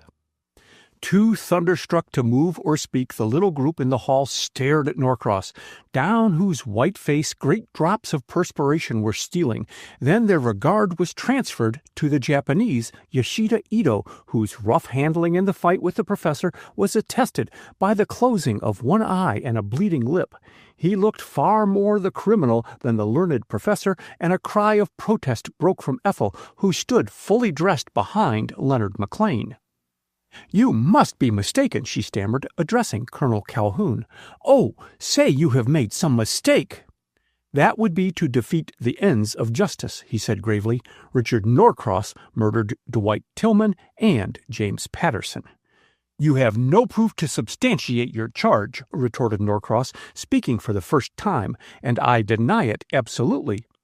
"Of course," ironically, and Calhoun turned to Ito. "I have a witness here who saw you drop Barclay's flask under the train at Atlanta, just after Tillman drank the poisoned brandy from it. Speak up, Ito." The Japanese stepped forward into the center of the group. "It is true," he began, without a trace of foreign accent. "I picked up the flask immediately afterwards and had its contents tested on reaching Washington." Norcross faced them undauntedly. "Will you, gentlemen, Americans all, take the word of a renegade Japanese, a lying, treacherous murderer against me, an American in good repute, a naturalist of some renown?" Silence answered him, and he continued more rapidly. "I was with Dr. Horace Shively during the whole time the train was in Atlanta. If you accuse me of the crime, you must accuse him also." "You were talking to Shively the whole time you were standing on the vestibule of the smoker, while he sat on the lower step with his back to you," corrected Calhoun. "And while giving him a description of a South American trip, you, using your powers of ventriloquism to carry on your tale unbroken, which made him think you were still standing right behind him, slipped inside the open door of the smoker." "Wait," interrupted Ito, seeing that Norcross was about to speak. "Tillman was sitting right at the end of the car, but a step or two inside the open door." "And Tillman obligingly permitted me to drop the oxalic acid inside the small mouthpiece of the flask?" broke in Norcross scornfully. "No, you crept up behind him and dropped the powder into the wide silver cup of the flask, which Tillman held in his hand, and out of which he was intermittently sipping brandy while sitting with his eyes closed." "Indeed, and why was I not seen doing all this by the people in the car on the next track?" "Because the window shade was down," was Ito's prompt reply. "It was in the cup that the chemist found the dregs containing oxalic acid." So, Norcross smiled bitterly, you have learned your lesson well from your master, Carter Calhoun, and there was no mistaking the fury which blazed in the professor's eyes as he turned on his chief accuser. Your fantastic statement that I am a ventriloquist is without foundation and is a lie. For answer, Calhoun took a worn magazine cutting from his pocket. Your past condemns you, he said sternly. Our brain plays us queer tricks at times. In talking of your South American trip to Dr. Shively, while in the act of poisoning Dwight Tillman, you gave the clue to his murder. I have a retentive memory, and the mention of your South American trip recalled a magazine article published many years ago recounting your adventures in the wildest part of the Amazon. And in that article you made mention of your mimicry of the human voice and of bird calls, and spoke of once extricating yourself from a dangerous situation among a hostile tribe by the use of ventriloquism, of which you said you were a past master. Bosh! But Norcross's lips were trembling, all manufactured out of whole cloth. No, Calhoun handed the clipping to Mitchell. After talking with Dr. Shively this morning, I went to the Congressional Library and there found the magazine on file and was permitted to take this clipping from one of the copies. Out of your own mouth, Norcross, you are condemned. Leonard McLean stepped forward. If additional evidence is needed, he said, I can testify that Ethel Ogden and I were attending Mrs. Ogden in her bedroom when we apparently heard Ethel's voice from the hall crying, Help, Julian, for God's sake, help. We heard the voice continue down the hall, and all the while Ethel stood facing me, absolutely silent. Ethel, who had kept in the background, advanced to Barclay's side. She avoided looking at Norcross. Did you, Julian, the night you chased this Japanese, indicating Ito, out into the backyard say to him, quote, Ito, I tell you I have no more money to spare, end quote? Barclay looked at her in blank amazement. No, I never made such a remark, he protested. I did not catch up with Ito. That is true, confirmed the Japanese. I have never exchanged a word with Mr. Barclay since our meeting in the train. Ethel looked accusingly at Norcross. You were at my side. By using ventriloquism, you made me think that Julian Barclay was in collusion with Ito, then accused of the murder of Dwight Tillman. The professor's eyes fell before her passionate indignation, and when he looked up, he addressed Colonel Calhoun exclusively. I did all that you accuse me of, he said coldly, and his hearers gathered closer about to hear him. The Japanese are good paymasters. He looked at Walter Ogden. You have found them so, with insolent meaning. No. Ogden drew himself erect, although Takasaki tried to bribe me earlier tonight to engineer a congressional lobby to prevent passage of the bills for universal military service. Most of my fortune is invested in Eastern trade and has been practically swept away by the ruining of our Pacific shipping. The Japanese are aware of my financial straits and brought pressure to bear to make me accept their offer. Ogden cleared his throat.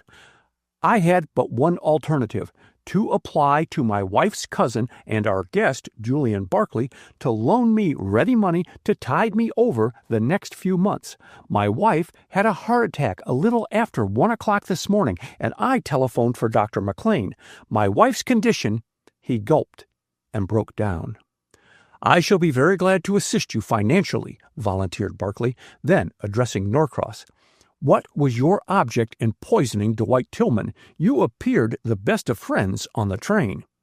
I killed him because he had stolen important documents from a Japanese Secret Service agent, Mr. Soto, in San Francisco. A low cry of astonishment broke from Ethel. I had to recover the documents before Tillman returned them to the Secretary of War, added Norcross sullenly. But I was too quick for you, put in Ito. A cipher dispatch from Colonel Calhoun told me of Tillman's mission east and of the rumor that the Japanese were trailing him. I boarded the train the morning of Tillman's murder and tried to speak to him, but he at first took me for an enemy. I approached him in the smoker, and during our scuffle slipped a note in his hand. I saw you do it, exclaimed Barclay. Ito nodded. Tillman, taken by surprise, was somewhat clumsy. He evidently regarded the warning from Calhoun as genuine, but not willing to trust a Japanese wholly, he slipped the documents into your pocket, Mr. Barkley, for safekeeping when borrowing your flask. My pocket? Barkley stared at Ito blankly. I found no documents. But only a miniature, supplemented Ito. The documents are concealed behind Miss Ogden's miniature, which was painted without her knowledge by a Japanese artist, Soto, a member of their Secret Service on duty in Washington until recently, who admired Miss Ogden extravagantly, but who did not hesitate to use her beauty to shield his efforts to smuggle documents out of the United States. I don't know how you secured your information, said Norcross, scowling at Ito, but it is correct. The United States Secret Service got wind of our activities, and it was next to impossible to pass written data out of the country. Therefore, Soto, who spent the past year posing as a guest at the Japanese embassy, conceived the idea of secreting the documents inside the gold miniature case which held the portrait of Miss Ogden, painted surreptitiously by him. When the miniature was stolen from Soto by Tillman, I was engaged to get it back. I had traveled before with Tillman, and we were the best of friends. And you were aware of his having no sense of taste, suggested McLean.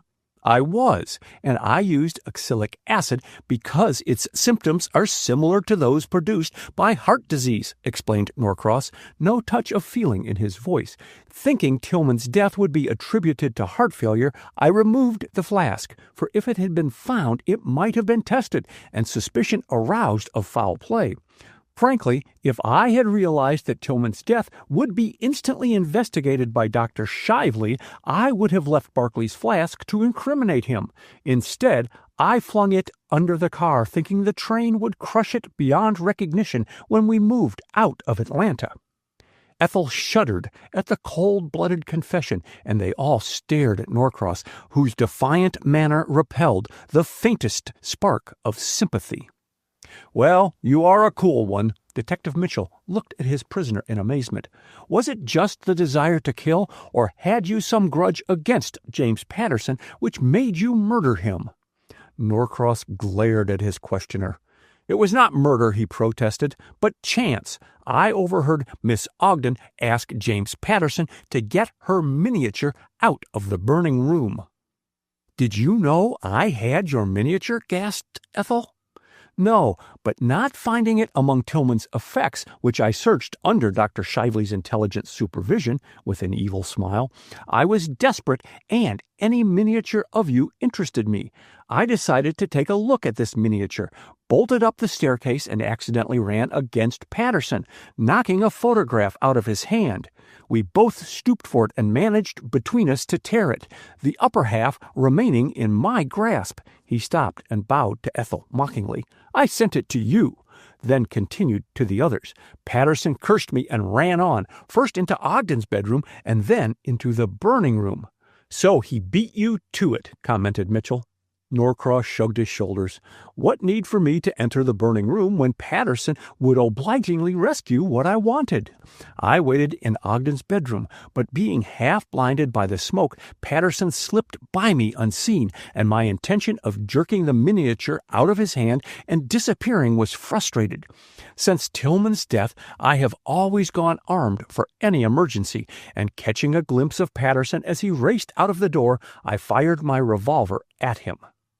Ah! Ejaculated Mitchell, turning to look at the safe before which they were standing. I missed. The blinding smoke spoiled my aim, finished Norcross. As you know, the bullet struck the safe, ricocheted down the hall, and hit Patterson in a vital spot. When I reached the hall, I made out Patterson lying on the floor and another man stooping over him, a man who helped himself to the miniature and the torn photograph which Patterson dropped in his fall. Norcross's eyes traveled suggestively toward Barkley. Yes, I took them, admitted Barkley. Curse you for a meddlesome fool, exclaimed Norcross, and his eyes were venomous. I knew your history and did everything to manufacture evidence against you, but you crossed me at every turn.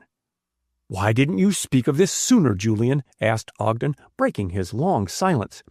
"Because I believed until after the inquest that James Patterson had been accidentally killed by the discharge of one of Ogden's cartridges," answered Barkley.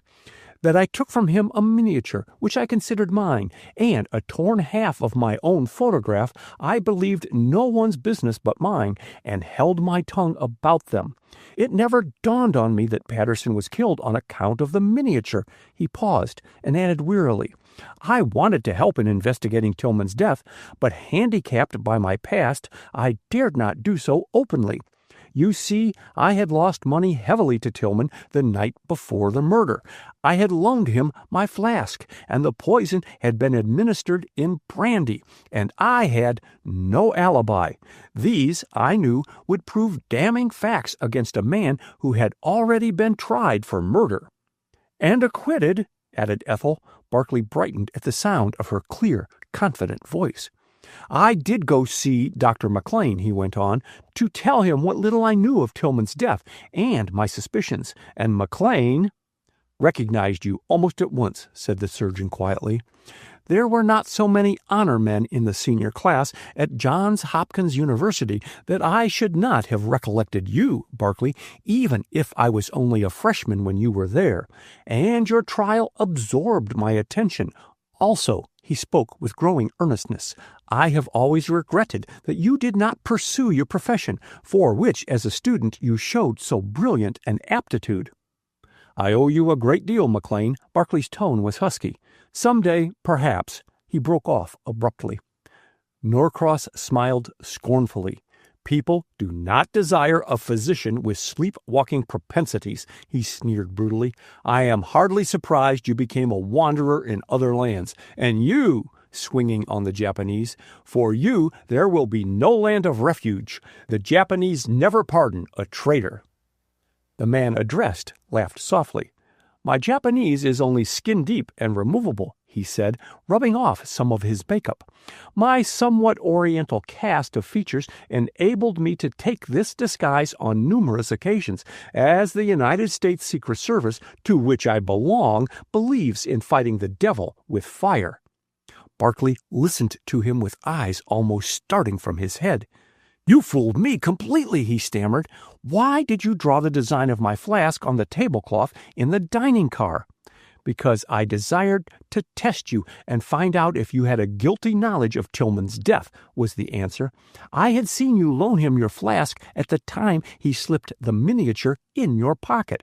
I was also behind you when you started from the station and saw you bolt back to the train at sight of James Patterson.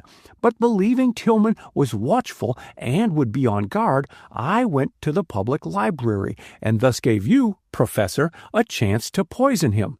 And the Secret Service operative glared at Norcross. "In avoiding James Patterson, I acted on impulse," explained Barkley, breaking the pause. "I had not seen him for years. I have never outgrown the horror of having accidentally killed Paul Patterson, and the sight of his cousin brought back the whole tragedy, and not feeling like meeting people, I went back to my car." He stopped and again addressed the man called Ito. "I saw a flask I mistook for mine on the desk in the library at the Japanese embassy the night of the reception." "I watched you take the flask and realized that you had made a mistake," said the Secret Service operative. "I was detailed with several plainclothes policemen to watch the cloaks and wraps, as is frequently done at large semi-public receptions, and went in my Japanese disguise. When you saw me, I disappeared into the library, and on your entrance slipped into the conservatory and watched you from there." "Why in the world didn't you come and ask me for the miniature if you knew I had it?" demanded Barkley. "Because I was aware that Norcross, whom I strongly suspected, did not know you had the miniature. By bribing Charles the butler, I had the run of the house, and on the night of your dinner, Ogden, I was busy searching Norcross's bedroom for incriminating papers when I detected smoke and rushed downstairs to warn you and your guests that the house was on fire." But why did you close and lock the drawing-room doors after shouting fire? Asked McLean before Ogden could speak. I slammed the doors shut to avoid meeting Barkley and being arrested on the charge of murdering Tillman, reported Ito dryly. I did not know there was a snap lock on the drawing-room doors until afterward. The fire had gained headway. As I stopped to turn in a fire alarm before warning you, and not wishing to be known then under my rightful name of Jack Gilmore, United States Secret Service operative, I disappeared. Investigation has proved that the fire started from defective electric wires, and I was not connived by you, Norcross. Gilmore, alias Ito, faced the professor directly. I was morally certain that you had murdered Tillman, but had not real proof against you, as you were apparently with Shively while the train was at Atlanta. So I decided to use the miniature as a decoy to trap you in a confession of guilt. But that even would have failed had not Colonel Calhoun proved you an accomplished ventriloquist. Barkley felt his throat tenderly. Norcross stole the miniature from me just now. And I have it. The Secret Service operative laid the miniature in Calhoun's hand. Well done, Gilmore, he exclaimed, examining the miniature. I am sorry to break so beautiful a painting of you, Miss Ogden. Oh, please do, begged Ethel. It is too associated with murder and treachery for me ever to want to look at it again. There was a faint tinkle of broken glass and ivory as Calhoun ground his heel into the miniature, and gathering up the gold frame and its broken contents, he withdrew from behind the ivory many sheets of folded rice paper, on which were fine writing and cabalistic signs. The Secretary of War will sleep easier in his bed than he has for many nights, he said. God! He swung on Norcross, one hand lifted menacingly. Murder I can understand, but treachery and treason, you, in gathering fury. What shall I call you? The Nameless Man, was the bitter retort. Why should I show loyalty to a country whose people repudiated my mother because she married a yellow man? Your father, then? Calhoun stepped back, astounded. Was a Japanese, yes, and I was educated partly in this country and partly in Japan. I inherited my mother's white skin and facial characteristics only, with emphasis, while in Japan I assume my father's name. While I am an American naturalist, I use my mother's maiden name. Calhoun looked at him for a long moment in silence. A hybrid. You and your kind are the future problem of the United States, he said solemnly. Take your prisoner, Mitchell. With ashen face, the man they had known as Richard Norcross stepped between them as they lined up against the wall, and ignoring their presence, he walked steadily down the staircase, Mitchell by his side, and into the waiting police automobile.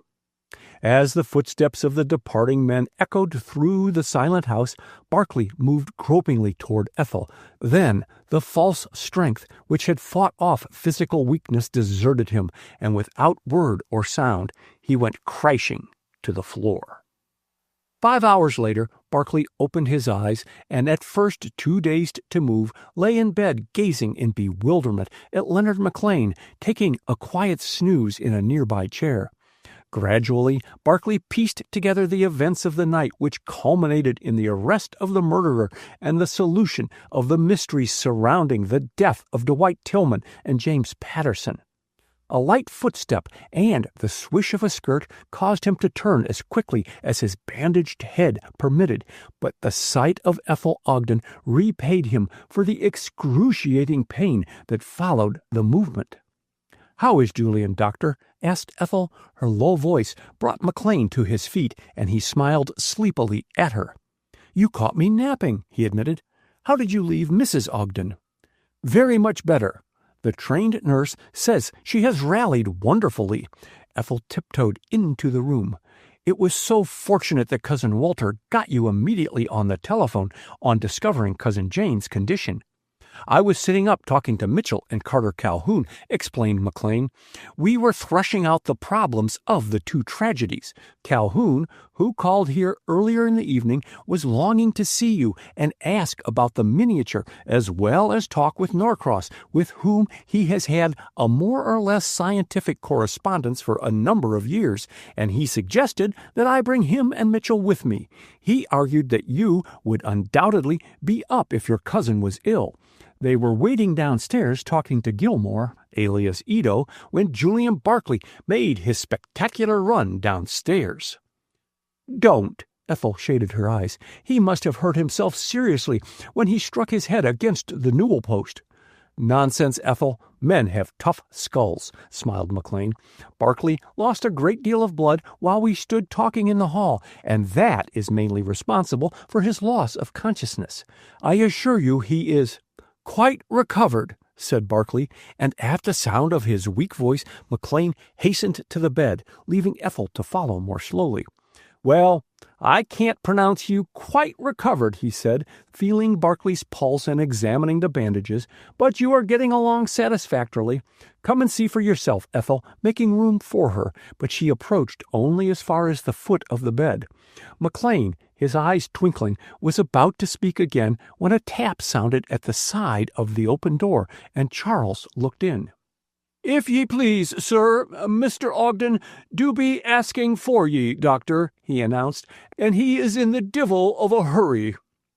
McLean smiled. "I'll come at once." He paused at the door, and Ethel, walking at his heels, stopped herself just in time from bumping into him. "Please wait, Ethel, and find out if Barkley needs any beef tea or coffee," he said, and slipped away. The quick-witted Irish servant hastened after him, conveniently blind to Ethel's beckoning figure. Slowly, shyly, Ethel approached the bed. "Would you care for some bouillon?" she asked. Barkley watched her with passionate, longing eyes. "What did you say?" He raised his bandaged head. "I can't possibly hear you at that distance," he protested, and her heart beating with maddening rapidity, Ethel drew nearer, step by step, until she reached his side. "Would you like something?" she asked faintly, not meeting his eyes. "Yes, you." Barkley looked at her pleadingly, his voice deserting him. He reached up and imprisoned her hand, and as her fingers nestled in his broad palm, a ring fell out of her grasp. "My ring?" he said, catching it up in his other hand. "Yes, I was bringing it back to you." "Ethel!" Barkley's face grew ghastly as hope and happiness died away. "Only to ask you to explain this sketch." Ethel was stammering badly as she held her mother's drawing before Barkley's eyes. "Mother saw your hand, or what we thought your hand, wearing that ring through the Pullman car window at the Atlanta station just at the time Dwight Tillman was poisoned. And... Barkley looked at the sketch with dawning comprehension. "Will you hand me my tobacco pouch and the small book by it," indicating a table by the bed. Ethel quickly laid the two articles in his outstretched hand, and tearing out a cigarette paper, Barkley held it in exactly the position indicated in the sketch. "It might very well be mistaken for a paper containing powder," he said.